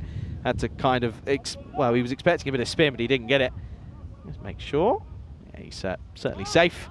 So they get through for a single. Hari Kumar on strike for the last. Hari Kumar, we know he's a big hitter as well. Not sure on this field movement. They've brought deep extra cover to now just extra cover, as deep point will go back. And they've got fine leg up. So that paddle scoop is on for Hari Kumar, and it's also on for getting something through the covers. Here we go then, last ball time, 1 for 1 on the board. Outside edge, it's going to go straight to the fielder's position at deep third. He's going to put down the catch, which is going to maybe cost his side a couple of runs, just 1 in the end, because he's been run out. We'll have a look at this again, though, just to see if he's cleanly managed to grasp the ball here, just to make sure it's quite low. And yeah, that is just fine. He's run him out. That's kind of his unique style, Manan Bashir. He tends to just throw the ball onto the stumps. Yeah, I just wanted to make sure. It wasn't sure if he had it under control or not. So they'll come back then, and they'll get a single to finish then. So it'll be 142 for 3 is what they finish on. Excellent work from this All-Stars side. And, of course, it all started with that 70-odd run partnership between Kadian and Hassett. And what an asset Hassett is. He certainly is a great asset. Thank you. I'll have a look at, of course, some of the highlights of this innings. A great opening partnership between Hassett and Mukul Kadian. 77 runs for that opening partnership. You keep in mind, Brett Hassett initially was more than content to just rotate the strike and allow Mukul Kadian to be the aggressor. But then as the innings progressed, he took on that role. And boy, did he do it superbly. Made 66 runs of 31 balls, 11 boundaries during that innings, hit some enormous sixes, and really the onslaught started from this 8th over, bowled by Khalid Shakir, went for 17 runs, and then he took George to the cleaners in that penultimate over, 27 off it. Here's a look at some of the great shots he played in that. He brought out the old reverse paddles. Incredible bit of cricket. Yeah, this was that 9th over, wasn't it, that went ballistic, went for 27, almost a supersonic over. Yusuf came on and he was hit for 6 first up, but it was a good comeback in the end. He ended up having the last laugh, as eventually it was a slower ball that he was trying to chip over the top of extra cover, couldn't get it right, and it was a pretty good catch by Point. For the ice cream cone, hey, as long as you take it well. That ball goes down in the book. Manan Bashir gave it a bit of love as he came off as well. But then out came the likes of Padavath, and once more continuing in Jerin style. He hits balls all the way, and this one was up and away, and well, so good. We'll see it twice. Dennis under a bit of fire. He tells us he's all okay, but they finish on 142 for 3, and it's not going to be an easy chase. And Academic Sophia in that innings did not have it their own way, as there were certainly moments where they were very much under the pump by this All-Star side. Top scorer is Hassett, 66 on 31. 2 half-century makers, Kadian, 52 on 22 for him as well. 8 off 6 for Hari Kumar. Padavath, 7 off just the 2. And of course, not wasting many deliveries. And that was the crucial thing for many of these players. If they got in, they didn't waste deliveries, they got out, and it was a simple equation. Of course, Husev Yusuf picking up the both openers, again just proving to be why he's such a valuable asset to his side, leading from the front. There you go, confirmation. 2 for 27. Chuktai again, economic as ever, none for 16. Daniel Ali as well, none for 22. But it was those 4 overs from George and Shafeen, from probably the weaker bowlers, you'd say, that the game may have been taken away from them. Yeah, absolutely. I mean, those were 2 very expensive at the end by Shafeen and George. Those overs 8 and 9 end up costing them 44 runs. And they are one of the key reasons why the BSC also get up to 142 runs. Absolutely massive total here. And you have to say, Academic Sophia are under tons of pressure heading into the second inning. Join us in 5 minutes' time when we'll bring you this chase for our final match this Monday.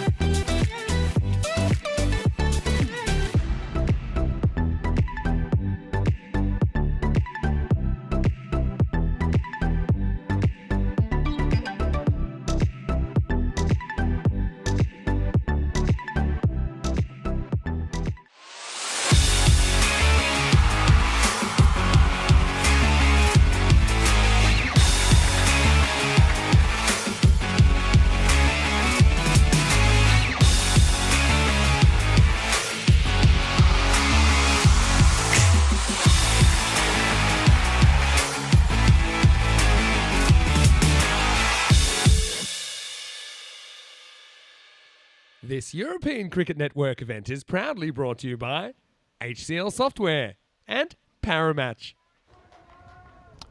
Good afternoon, good evening. Welcome, Dobry den, to the Vasilevsky Academy ground here in Sofia, Bulgaria, for the final time here today on what is a wonderful Monday. Of course, the first Monday of August. And welcome your faces back to, of course, another big game here. It's going to be an interesting chase. As, of course, in this one, it's ended up being a pretty good first innings for the All-Stars. They set 1-4-3.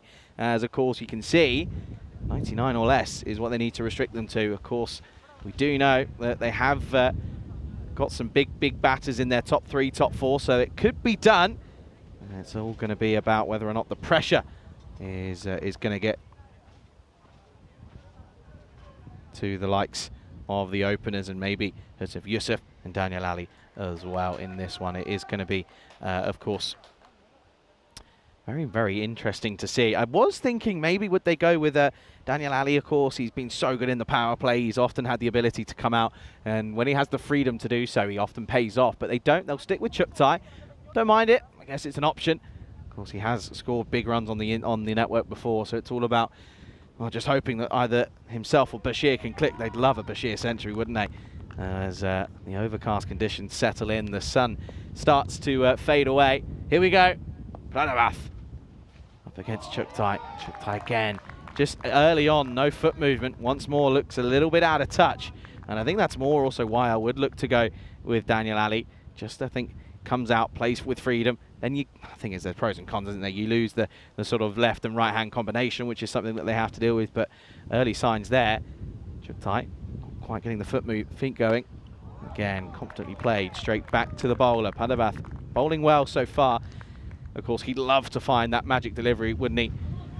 He's often been able to find the ball that sort of starts on off and really swings back, in this case, away from the left-hander into the off stump. So that's exactly what he looks for there. The outswinger, of course, to Chuktai as he gets this one away.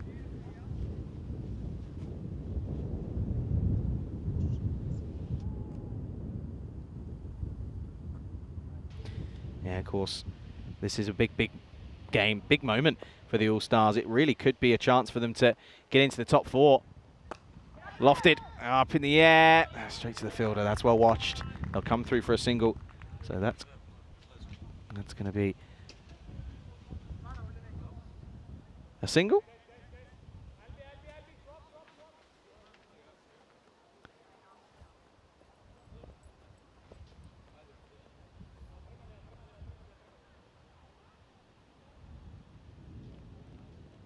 Padavath once more. Bashir takes it on, misses out, but he won't mind it. It's a wide ball, so he won't be too concerned that he misses this one.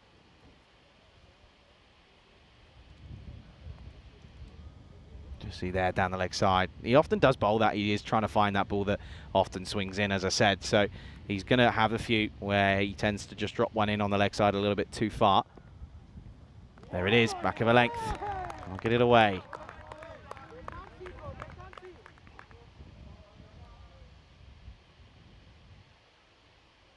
Good delivery again. He's trying to set them up, isn't he, with the 1-2 of, in theory, just sort of sending them back. And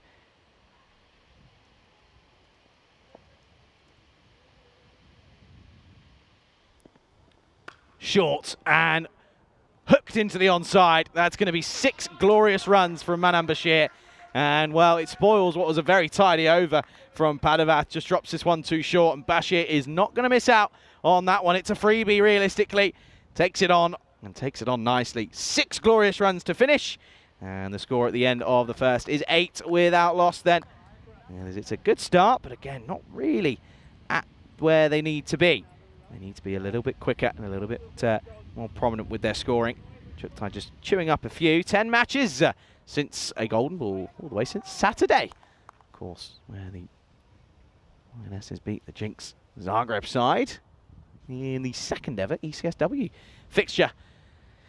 Well, he did it with the bat. Can he do it with the ball? Here's Mukul Kadian for the second over.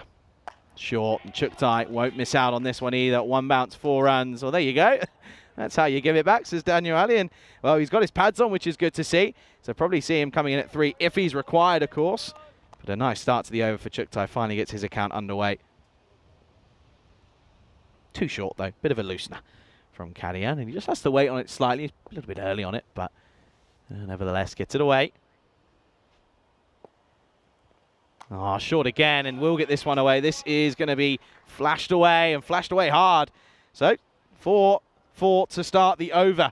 Back-to-back boundaries. Cuatro más. Too short. Can't be bowling there. Can't bowl short on this wicket at all. You can very rarely bowl short in T10 cricket with the 50-metre boundary square of the wicket. Often find the case that bowling short doesn't really work unless you're going to be pushing it through at night, as I said, sort of high 80s, 90 mile an hour. You're not going to really get much away and get much luck with it, much fortune.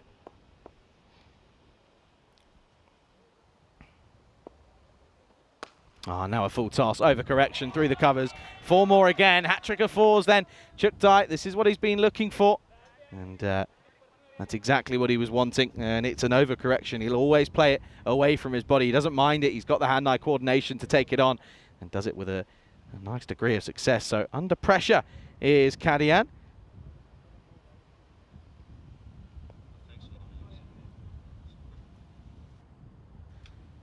Chuktai.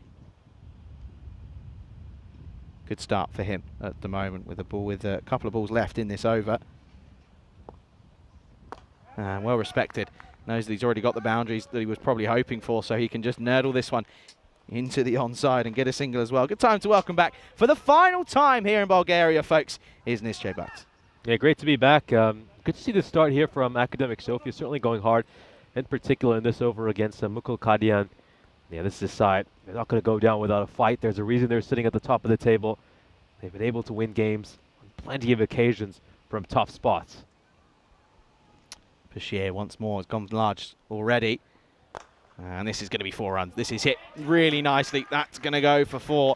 As Bashir, it's in the slot. He won't miss out on anything in that region. No, he certainly won't. This is just misses the length there, Mukul. It's slightly over pitched, as you mentioned. And he's hit this one straight down the ground along the carpet. Beautiful shot there by Manan. And you could just see, got that strong bottom hand, doesn't he? Just races away for 4. Yeah, I reckon that could be a ball lost to the area behind us here. Of course, they're going to be pretty reliant on 2 overs from Brett. Yeah, so they've now just moved right off into the ring. I think, I wonder what this brief delay is about. Yeah, just think we're going to get a new ball, that one going into the bushes.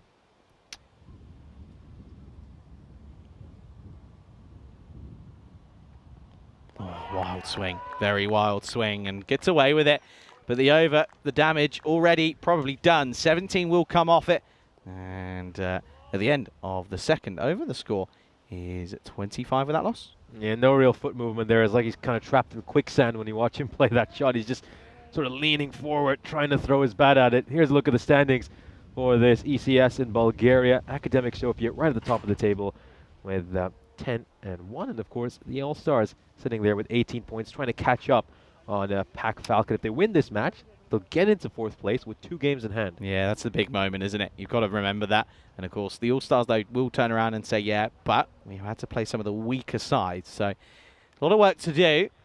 But, while speaking of the devil, and he shall appear, here is Hassett. He is going to come on for this 3rd over. Chuktai, 14 off 8 for him. Bashir, 10 off 4. Big couple of overs now. Last over the power play. Oh, superbly bowled. What a start that is. That's a great start for Hassett. Yeah, Hassett's very impressed with his bowling. I think in that first match he played that he only got 2 runs, but he made a great impression with the ball in hand. Nails the length of it there. Looking for that Yorker. Looking to try and scattle those castles. Oh, and there it is, but it's superbly dug out. The toe breaker from Hassett, but Chuktai's done very well to keep this out. Oh, great one. Just gets his bat down in time over here. Otherwise, he might have been in a little bit of trouble. Yeah, that's probably 2 full. It's a bit of a full toss, but he's angling in, and he's got the extra pace that really means that Chuktai gets rushed. Again, this time short arm jab. Oh, no. The old nutmegs come out. It's going to go for 4. That's missed. A little bit unlucky for Haas. It wasn't a terrible delivery, but he gets undone by it, does the fielder at square leg. That's a little bit unfortunate for Ukil. It's going to be 4 más. Yeah, so often fielding is a difference between these teams, especially here in Bulgaria, where we do see a lot of errors made in the field. I think Academic Sofia uncharacteristically dropped a number of catches in that first innings. And now we see the first big error from the All-Stars. I think it's mostly, a lot of it comes down to extras and the fielding, isn't it? That's kind of where we see teams are either going to be a class above or not. Well, this one just popped out, and again, it's going to eventually be well fielded by the man at point. They'll just get 1. And one of the reasons the Spartans are right up there in the standings is because they keep extras to a minimum, and they're one of the better fielding teams as well. I mean, if you look at them on paper, they're not one of the biggest hitting teams, but they just do the fundamentals better than most of the teams in this country. Yeah, that's what they have to do. Is just do the basics right. Cricket's a simple game. When you try and overcomplicate, it's where you find issues. Down the leg side and doesn't quite correct himself for the right-hander, so that's going to be a wide delivery. Yeah, Hassa going at about a run a ball this over. He's had an economy rate of 8 in the 2 other matches he played today. Yeah, on debut, of course. First time seeing him here on the network. He's had a good day thus far. Oh dear. Now it's the overcorrection. Now pushed wide onto the offside. And can't be bowling there, I'm afraid. Not quite hitting the mark.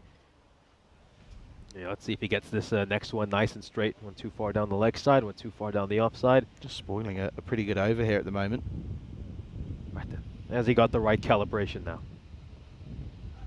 There we go. That's where he should be bowling. It's a nice little bit of shape away from Bashir as well. The power play comes to an end. Academic Sofia going below that required at the moment. Good delivery. Bit of nip away as well with delivery to go, it would seem. There seems to be a couple of issues scoring-wise, but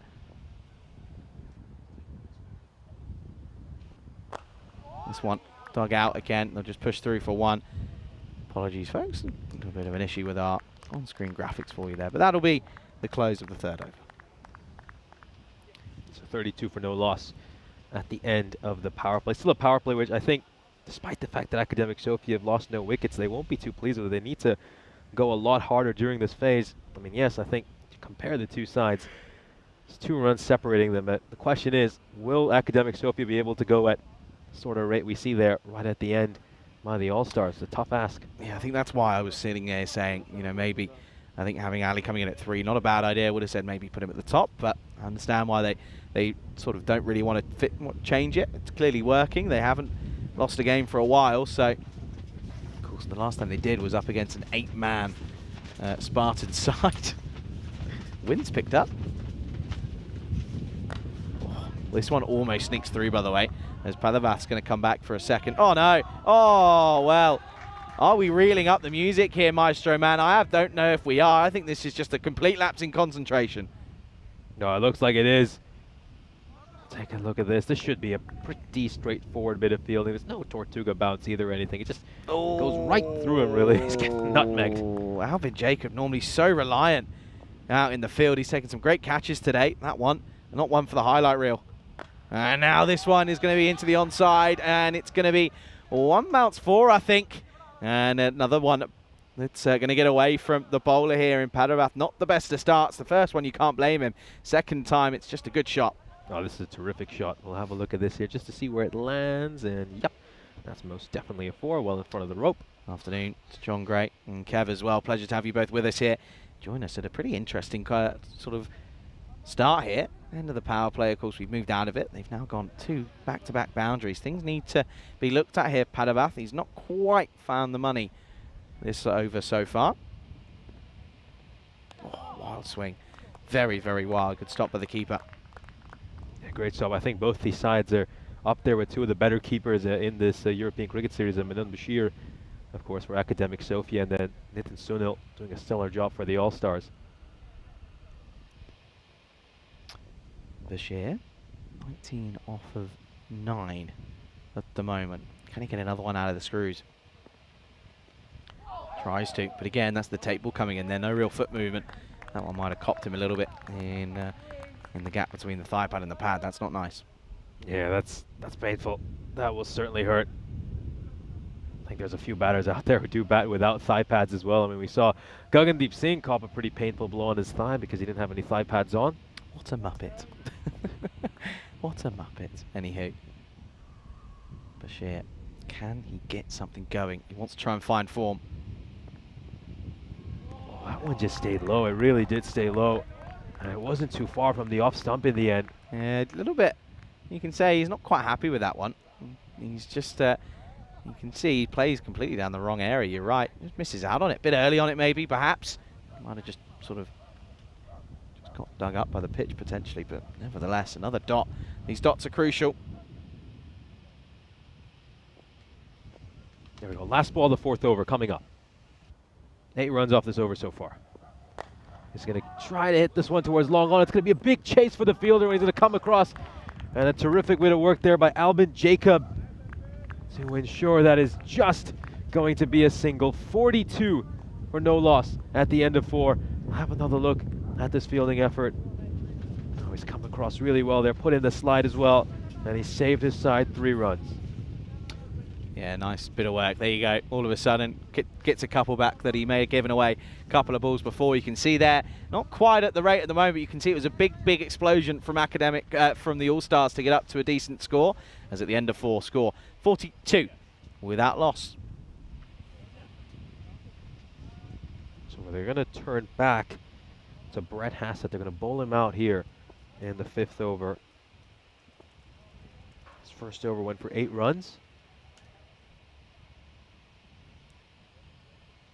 Here we go.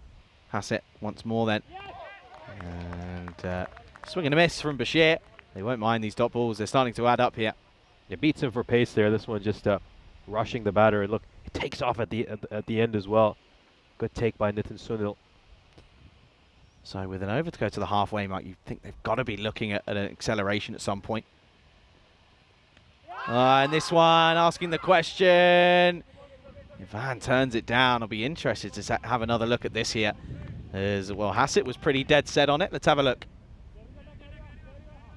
Take another look at this here. Ooh, well, I think heights might be a question mark there. When you take a look at this side on, and you can see that it's probably going over the stumps. Yeah, just enough doubt there for me. Good delivery though, but again, Bashir missing out on it. Of course, at least he gets off the strike. He'll get through for a leg by Chuktai. This is a big battle, this, between himself and Hassett. And this one gets through, and this just shows the pace. It's got through everything, and it's going to be, what's this going to be? 4 byes it is. So a little bit misfortunate for Hassett. Not a bad ball, but nothing that Sunil could really do about this one either. It just angles in and gets a little bit lost with all of it's going on in front of him. So another one that falls away into the vortex. They're going to need some of these extras. Academic Sofia. Mistake there by the All-Stars. A great bowling though by Hassett. I mean, he's getting these lengths absolutely spot on. He's bowling with real pace and ferocity. And again, just drops this offside once more. Singles aren't enough though at the moment. You can see the rate now almost at the point of no return of 18s. It's creeping up slowly. It is, and you look at these last couple of overs. We've seen just 15 runs off them. Haven't really been able to get a big over since that second one by Mukul Kadian, which went for 17. 48 on the board. It's a good opening partnership, but it's just a matter of the question is the striking. And this one is up in the air. Oh, and gets put down. Oh, dear. Oh, hang on a second. I think I might have heard a click here. I think this is some real damage. This isn't nice. And this gets put down, and it's going to be another injury. Speaking of which, we will give you an update on what happened a little bit earlier. I think I heard a click here. Oh, no. I think he says he's all right. But it didn't look comfortable. Let's see here. It just collapsed underneath him. Yeah, just kind of collapses on it. And it's not nice. Oh, there it is. Yeah, instantly not happy. Well, the old freeze spray, nothing that it won't fix. Not to be the sort of bearer of bad news, but it's the catch that goes down. Yeah, struggling to put weight on that right foot right now. I think just the way that he landed when he tried to do a bit of fielding, you could tell was very, very awkward. I mean, he had just an unnatural amount of weight around that ankle. Ooh, well, try and stretch it out. Probably not the best of ideas. He's just trying to soldier on here. Trying to. This is a big game for the All-Stars. This is the thing, of course, that's the skipper in actually Harakuma, so he knows what what's on the line here. They end up coming through for one with the ball to go. Big ball this, really is. This is played into the offside. Oh dear, he's fallen over this. It's going to be 4. Well, that's really unlucky for Hassett. Kind of ruins the over again. Finishes with a boundary, and at the halfway stage, the score is going to be 453 at the end of the over. Welcome you into the com box for probably the penultimate time, as we used to join myself, Charlie Hunt, and Nishay Butt here on the European Cricket Network. Talks. We had the question of the day, which was the Hunt the answer. It was the question of, I think we can flash it up here. There you go. Who are the only 2 participating countries that have played cricket in the Olympics? The answer, of course, France and Great Britain, all the way back in the 1900s. Yeah, that is. I certainly had one of them right. I thought it was Great Britain and Australia. That was my guess. But yeah, it turns out to be France and Great Britain. Yeah, it was, of course, back. It was supposed to be in the original Olympics, but then wasn't. Of course, the new age Olympics, but they actually couldn't get a team, couldn't get enough entrants into the Olympics, so they sort of scrapped it, and they came back. I'll give you a little bit more information on it after we start the 6th over, as the skipper's now going to come on one ankle, I should say. And this one is 6 runs over the top of us. And that's going to be a glorious start as Bashir goes large. A huge 6 there by Bashir. Hari Kumar dropping that one short, and he gets punished. This is the over they have to look to target and try to make this a magical over. We know that Hari Kumar does get him go a bit expensive at times. This over probably needs to produce somewhere between 18 and 20 runs. You can imagine that that's what Bashir's thinking, coming up against a spin. But yeah, cricket was held at the 1900 Summer Olympics in Paris 4 years later, but only 2 countries have competed. That was, of course, GB and France. The French team was actually mostly represented by English expatriates, and it was expatriates. It was officially considered a mixed team. Goes again, 6 more, and Bashir once again liking the look of Hari Kumar as he comes on, and he takes him downtown. So back-to-back 6s here, 12 off the first 2. And I'll finish off my story. It was actually, the English team was represented by Devon and Somerset Wanderers Cricket Club, so it wasn't actually nationally selected. The players were mostly club cricketers, the only British side that had first-class experience with 8 such games through Somerset's Montague Toller and Alfred Bowerman. They played in a 2-day match over 2 innings with 12 aside. This will just be 1. Good comeback from Hari Kumar. Yeah, so they played with 12 aside, so the match didn't attract the first-class status, and GB won the match by 158 runs to win the gold medal. No cricket since then. Yeah, I'm really excited for the return of cricket to the Olympics. Of course, we'll see that the next time around. Not just because I like the sport, but I think it's also so great for associate nations. I mean, getting Olympic status for so many of these countries could really open a new path for revenue and the growth of the game. Takes it on, and we'll just be dragged into the onside for 1. Well, I have to say, I have a feeling that there's been a bit of an infiltration of the Brett Hassett fan club in the chat. Now, Brett's in front of me here. I'm going to ask him a quick question. Brett, do you know a William Shackles? He does. There you go. I thought so. Well, they're rinsing you in the chat. This one goes into the onside. It's going to be 6 more. Bashir moves into the 40s. Yeah, it drops this one a little bit too short. And it's pummeled away, and this over's brought 20 runs off. And I said they need to get at least 18 or 20 runs off this over. Got an extra ball here now. Can they get that one away to a boundary as well? I think Brett's just kind of realising now he's going to be opening up his phone to a heck of a lot of messages in not too long a time. But yeah, this at the moment is of course looking interesting, and this is the over they needed. 20 off it so far. Bashir onto 40 again in the runs. Fuller missed out on it, and he's furious with himself, and probably rightfully so. This one should have been probably taken on, really. So that's now 69 runs needed of the remaining 4 overs. They get the amount of runs they need from there. And one thing with that we do have to keep in mind here is that they have used most of their best bowlers already. So that means that Academic Sofia have a chance to go ahead and really target some of the remaining bowlers. You'll like this. At this stage, of course, we're here 74 without loss after 6. Do you know where the All-Stars were after 6? About similar stage. 70 without loss. Yeah. So 4 runs ahead technically at the moment. Yeah, because the Academics, big part of the All-Stars really looked to attack in those last few overs where they got those humongous overs off the bowling. of George and also Shafeen. Yeah. Yeah, and I think that's the thing, is they had that bit almost supersonic over, didn't they, in the night, the 27 over. So, of course, maybe not looking to leave it down to an over like that, but maybe just sort of keep picking away at it. Kev saying, good to see Ace try playing for Gloucester yesterday. Yeah, it was. I did pick that out. Did see that. Good to see him sort of progressing. I know he's been involved in the Gloucester 2s for a while over the course of this season. Has been in and out of that first team. So good to see him getting a go. Jacob, well, had an up and down time of it with the ball. What can he do here?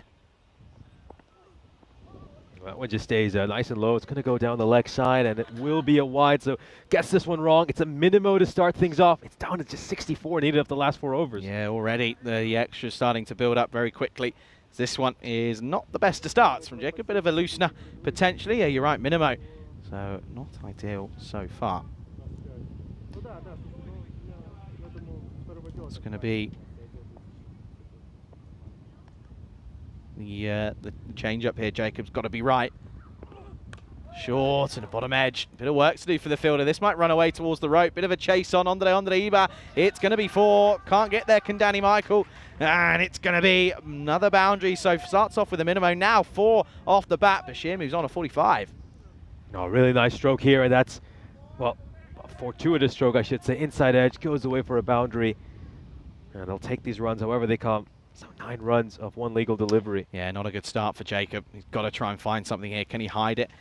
Realistically, can he hide it outside the off maybe? Up in the air. Has he got enough? Does he clear the fielder? Oh, I don't know. I don't know. Well, let's just settle down a minute here. Let's check this. This is either going to be 50 or it's going to be out. Let's have a look. Let's have a look here then. So where is he at the moment? Okay, in play. So everything's fine here. Now, does he release it in time, or where does his foot go? Oh, this could be one of the most sensational fielding efforts we have ever seen.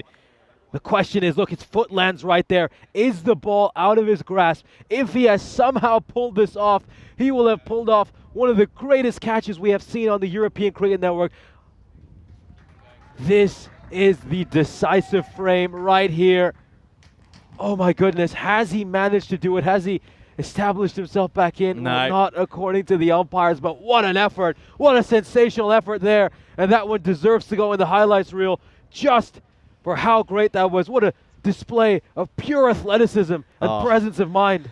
Well, what could have been? Those are the sort of game-changing moments. So it's 6 and it is 50 for Bashir. Another one for him. 51 off of 22 then. And that really is a big moment. I mean, credit to him. He almost made it, almost pulled it off. And, well, Jacob in a heaps of trouble now. 15 off just 2 deliveries. Oh, and it's going to be more. It's going to be more. Well, it's a good stop from Sunil. Behind the stumps, gets a boot on this. But this has been an almost disastrous over so far. 17 runs off it, and we've only had 2 legal balls. I mean, this is an over that could potentially go supersonic for them and just change the whole complexion of this match. Jacob feeling the weight of the world on his shoulders here. This would be a highest chase, I think, in this tournament so far of 143. It's 52 needed off 22. That in itself isn't easy, but it's whether or not these guys can work out a weight. Bit of nerves here. Chuktai, 25 off 16. They've got to keep him on strike here. They have to. Can't let Bashir get back on. And just clipped off the hip, and this is going to be a couple of bounces, 4 more. Glorious from Chuktai, really is. It's a stunning shot. He looks like he had all the time in the world. Yeah, Chuktai is so good off his pads. I mean, he's got a beautiful flick shot. Clips that away towards mid-wicket. It's 4 runs. And my goodness, 21 runs off this over already. It's gone magical. We still have 3 more balls to go. Yeah, this is big moments in this game. Now, well, favourites here are the Academic Sophia side. That's a wide. That has to be a wide. Oh! Well, has Chuktai just misjudged this, or was this indeed a wide? We'll have a look on this replay. Oh, well, sorry. I gotta say, I think that was just going over the tram line. Put my and hands it's been up. misjudged there by Chuktai. And me. And me completely. That's a great call from Ivan. I'll tell you first up when I've got it wrong. I was super wrong with that. That's a great call. Dot ball then. That's crucial. Can Jacob get some confidence from it? Yorks himself. That's good bowling. I mean, let's be honest here. Realistically, there is a chance that if he holds his line and stays where he is, that could have been a slot ball that he could have taken on. Yeah, absolutely. And I mean, if Jacob is able to get out of this over, giving up just 23, 24 runs, it's going to be a mini victory considering at one point 100%. giving up 17, 18 runs of the first 2 legal deliveries. Well, surely here, Bashir's got to be looking to go here. Last ball of the over, potentially that is. And what's this going to be? This is going to be a wide. Oh, this is a tight one. This is a really tight one. We're going to have to take a close look at this. One thing I want to say, just look at where Jacob finishes up here. He's in his eye line. Oh, I'm not sure if Ivan can see that. It's tough. We'll see that here. I think he catches a slight bit of the line. This is the first one was a great call. That one, it's so tough. Fine margins. Listen, we get the benefit of a replay. This is the thing. We'll come back to live action. Big ball yet again. Slapped over the top. Does it get over? Yes, it does. 4 more. Bashir gets another boundary to finish the over. And it's again, well, we said they needed a 27 run over. Boy, did they get it. Bang on 27. Big over this 7th.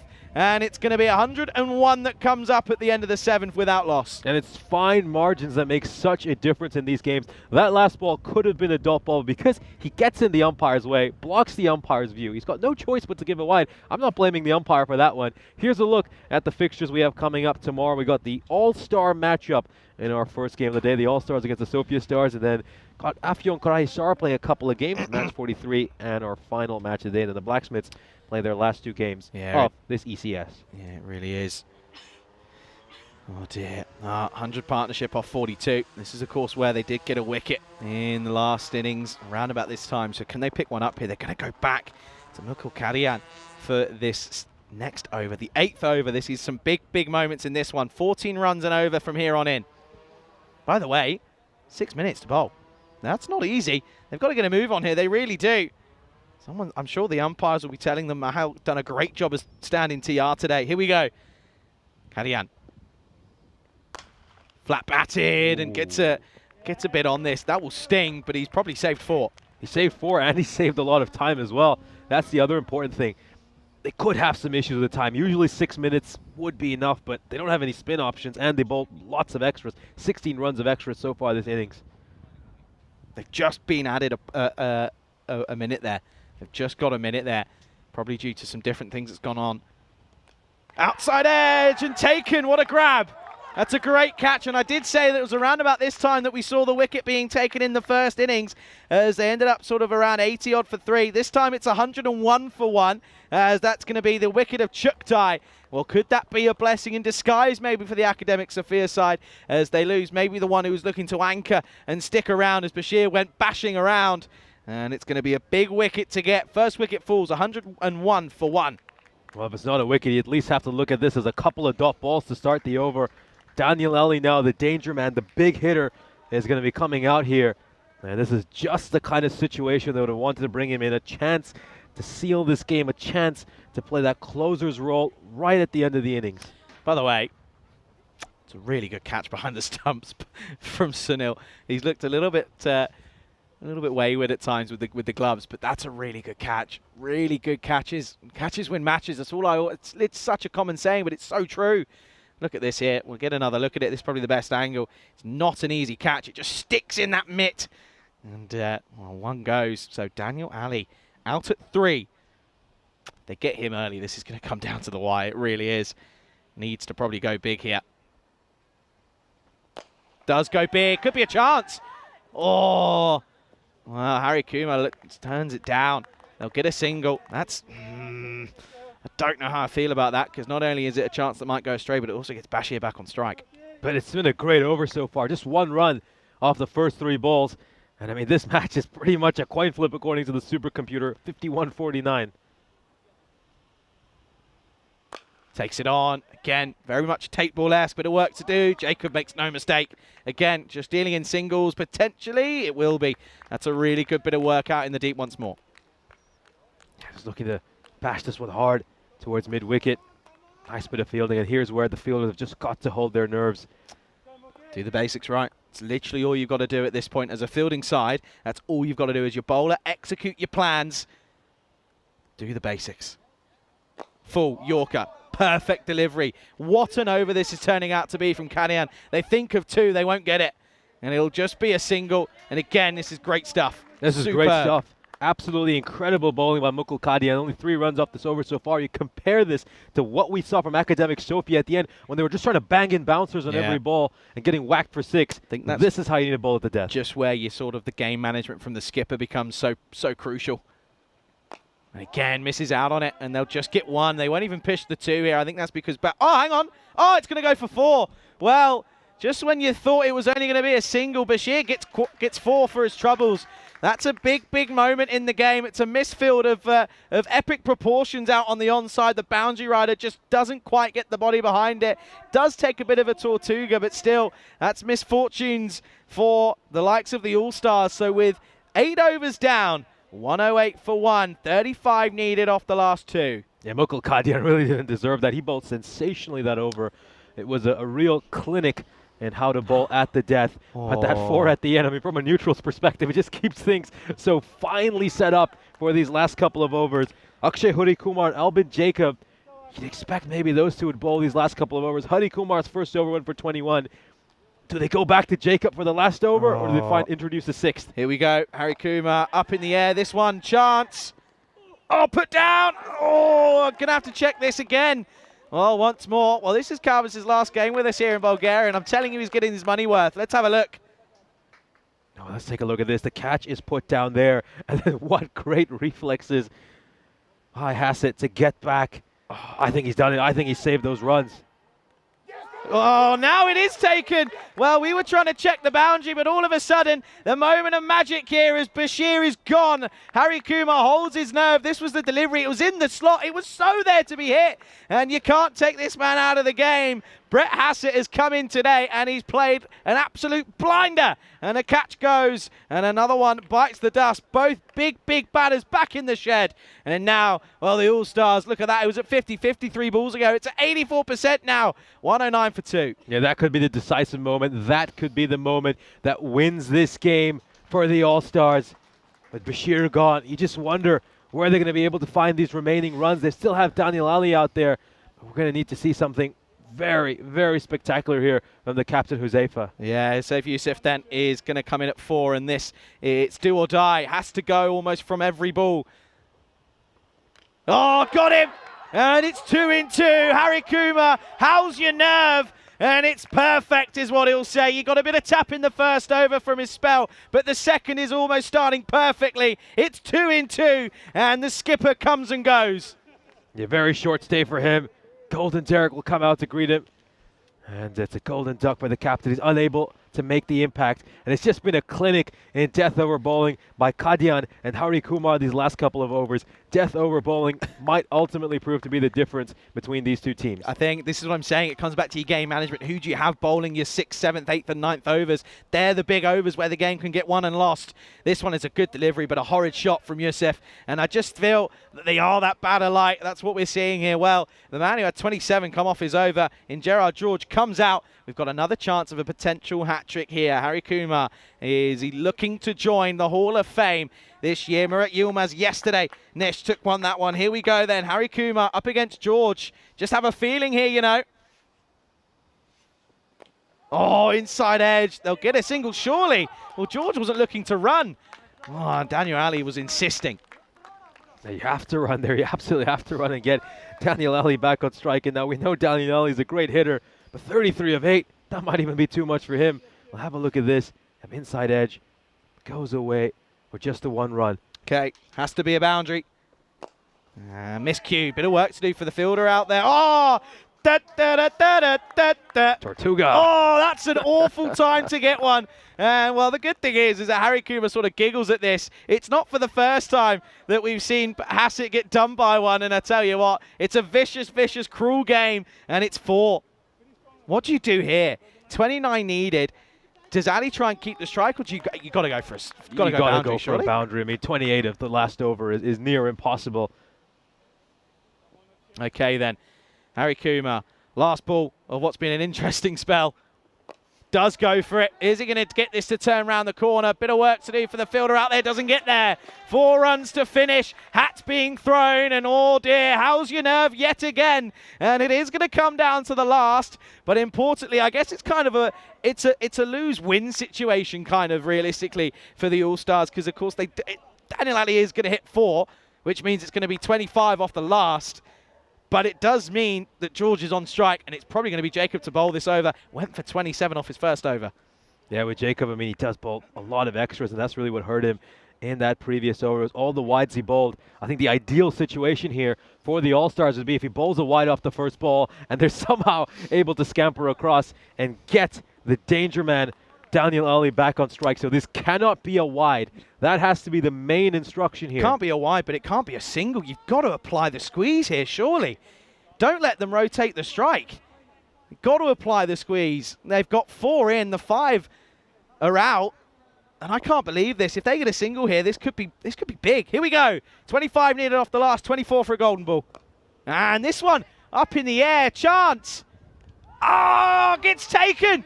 And it's a dot ball, more importantly. That's a great catch out in the deep, but George will go.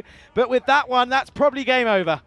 Yeah, that might be the game right there. I mean, George, his eyes would have lit up as soon as he saw this full toss. He would have thought that he might have had a chance to hit a boundary himself. He thought he could be a hero. Instead, he's top-edged it, and the catch has been taken. We've seen so many catches put down in this series, in particular in this match as well. That was such a crucial catch to hold on to. Oh, dear, and it is sort of agonizing moments for this Academic Sophia side. Are they about to fall to just their second defeat in the tournament this year? 118 for 4, and out comes a new batter. This is Shafeen, and the thing is now he's got to go. Got to go. He can't even. Thing is, Daniel Ali's going to be sat at the other end, 11 off 5, with nothing to do here, unless of course it ends up being a no ball and they get a single. Of course, that's a win, or a wide especially. Thing is now the left hand, of course, is problems. Jacob. No extras. That has to be the most important instruction here. Oh, you've jinxed him. You've absolutely jinxed him. It's a wide down the onside. I guess importantly, it's taken cleanly behind the stumps by Sunil, so he holds his nerve. It doesn't flow through for a minimo or an extra run. Yeah, the last over he bowled, the 7th over of this innings. I mean, he gave a minimo and he gave another wide, which also allowed the other batter at the other end to come on strike. So he's got to get this right now. Does get it right, swing and a miss, and Ali doesn't really set off. I think he had to there. He just had to go for it. If you get out, you get out. It is what it is. But I think that's going to probably be it then. Unless anything crazy happens, which it's folks, it's the European Cricket Network. Of course, it could happen. Yeah, now it's got to hit 4 consecutive 6s here. Shafeen, and Ali at the non-strikers end is just could be talking about one of the no best. Chance to win this. Could be talking about one of the best redemption arcs here for both Jacob and Harry Kumar. Oh, full toss. He'll get 1, but it doesn't matter. It really doesn't matter unless something crazy happens here. It's almost done. And I'm going to mention it. Harry Kumar, big over off his first, big over off his second, but he picked up. Went for 21 off his first, ended up only going for 10 off his second. Picked up 2 wickets, and then of course the likes of Jacob went for 27 in his first over. Now has gone for, what's that, just 2 off of this one here. So big moments. Well, just needs to be legal. Just needs to be legal. And it is legal, and it's going to be an outside edge, and it's going to be a wicket. It's a consolation wicket, but it's a brilliant, brilliant comeback from Jacob once again. And a great take again behind the stumps. The 2 combine once more, and that is game over. That certainly is game over. That's a little cherry on top for the All-Stars. Will look like they're going to hand Academic Sophia just their 2nd loss of this series. I mean, take a look at these death overs. These last 3 overs have produced just 19 runs, and 5 wickets have fallen in them. It has been a massive collapse right at the end by Academic Sophia, but also a clinic in death overs bowling by the All-Star. You just turn your attention to how the last 3 overs went in the first innings. We saw well over 50 runs in the last 3 overs. Yeah, that proves to be the difference. It does. It certainly does. So, Bhuyan in at 7. I'm going to hit this away, and it doesn't really matter. This one is, oh dear, well, another misfield. It's going to be 4, but luckily so. It's not going to be too detrimental as he runs past this one. And hits this away. I just want to...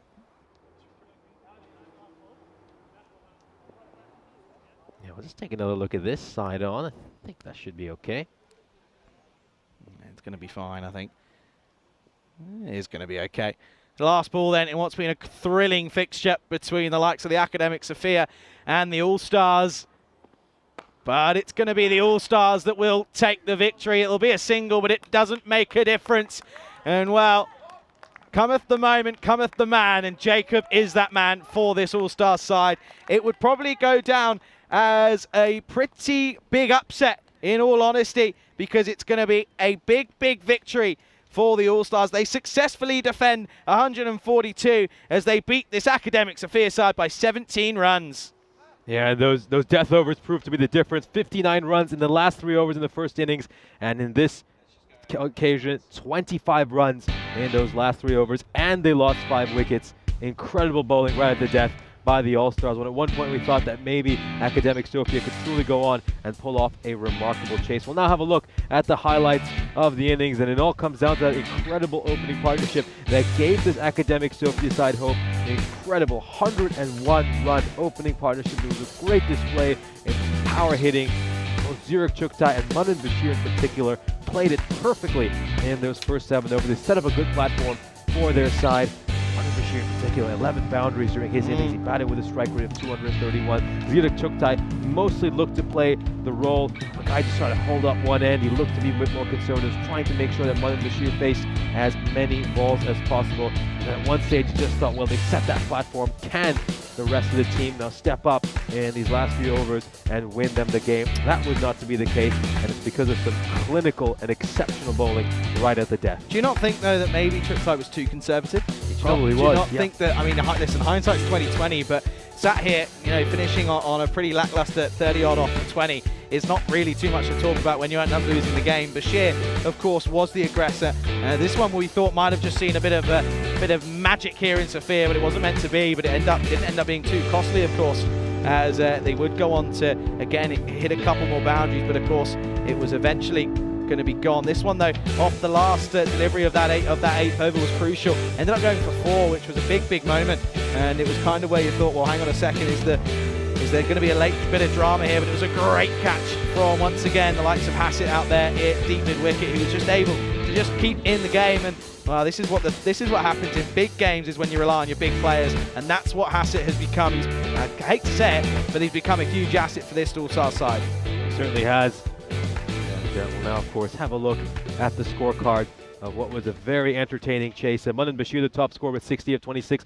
Zurich Chuktai looked to play the role of the anchor. He made 30 of 21, and maybe we'll just look back at whether he paced his innings the correct way. Daniel Ellie was supposed to come on at the end and try to win his side the game. He hit a couple of boundaries, but in the end, the asking rate was just too much for him. Yeah. And got to give tons of credit to the All-Stars for bowling superbly at the death. I mean, you had one side who were looking to bang in bouncers in those last 3 overs in Academic Sophia. And then the All-Stars, they showed how you should bowl at the death, which is to nail those Yorkers and really challenge the bottom of the bat. Yeah, 2 wickets for Harry Kumar and Jacob. Great comebacks for them as well. But it is going to be a 17-run victory then here. And well, Nish, we'll probably welcome everybody into the Q Pit. What a way to end your week here in Bulgaria. Yeah, very entertaining match to round things off. Really enjoyed this. And I think it just sums up what a great tournament we've had so far here in Bulgaria. There's been plenty of action at times. Yes, things can get a little bit sloppy, but that just adds to the entertainment. Absolutely, of course. As Nish, I want to say it's been an absolute pleasure. First time commentating with each other. I've enjoyed every moment of it, and I'm pretty sure it's only going to be a few weeks until we catch up again. Yeah, absolutely. We'll get a chance to commentate the whole Croatia series together, so I'm really looking forward to that. It was a good chance that we got to commentate a little bit before we actually head to Croatia, where we'll be covering the whole event. Yeah, looking forward to it. Let's a little bit talk about what's coming up tomorrow. I'll be riding solo. All Stars take on the Sophia Stars in match 42. And then we've got an array of amazing fixtures. The Blacksmiths come back for their final involvement, probably in the tournament. And of course, Pac Falcon CC Viren will be taking part as well in 2 games for Afghan Kara Hisar. 5:30 GMT, 7:30 Central European Time, 11 o'clock out in India. It's day 9 of 12 of this European cricket series. And well, that's all we've got time for, folks. Again, a huge thanks for Nish for being here and covering not only myself, but Rico. Of course, Rico will be back not tomorrow, but the day after. But of course, Nish, it's been a great couple of weeks. But again, what a day it has been today. And of course, it does mean that that top 4 isn't exactly, it's not solid. We know that there is some movement in there. Yeah, there certainly is some moment in that top 4. I think it's going to be very interesting heading down in this series. I mean, we've now seen Academic Sophia are quite vulnerable. They've had a couple of defeats handed to them in the last 3 days. And we've had the Spartans rising up the table as well. And even you have these all-stars now are really threatening Pac Falcon Cricket Club of here, and so I am going to be looking at this series as closely as I can from back home. Yeah, absolutely. I want to say a huge thanks to everyone here at the ground again. Once more, it's been a huge day of cricket here, and of course the dust settles again on another action-packed day here on the European Cricket Network. But of course, huge thanks to the Blue Crew, to all the organisers, to the LOC, to the umpires, to the players, and of course, importantly, to Spring Media, of course, our partners. And a huge shout out to Calvis. Calvis leaving us today, and of course, looking forward to seeing him again. But a huge thanks to everybody involved over the last couple of days. That's all we've got time for here, folks. I think I'm glitching out slightly here, but this is always good fun. A bit of the old glitch and the old matrix here going on at the moment. But listen, it's been a pleasure to be alongside Nish, and again, from both of us here, thank you all so much in the chat for keeping us company, and looking forward to going again tomorrow as we'll go back to live action. Anything you want to say before you leave? I just want to say a big thank you to everyone here at the Bulgarian Cricket Federation. Thank you for being such great hosts. And it's been a pleasure to come to this country for the first time ever. Had a great time in this beautiful Balkan nation. A big thank you to our Blue Crew as well. We had so much fun together, of course. A big quiz night yesterday as well. And it's just been great to work with everyone. And good to see a few old faces again. Yeah, absolutely. Well, folks, I wonder if we can get that highlight package rolling, because I know that we've got a big couple of clips to show you. Do make sure you stick around. Follow us at European Cricket on all our social media. Go ahead, check the website, of course, as well. And we'll see you all again very soon. Have a good evening, everybody. We'll see you soon.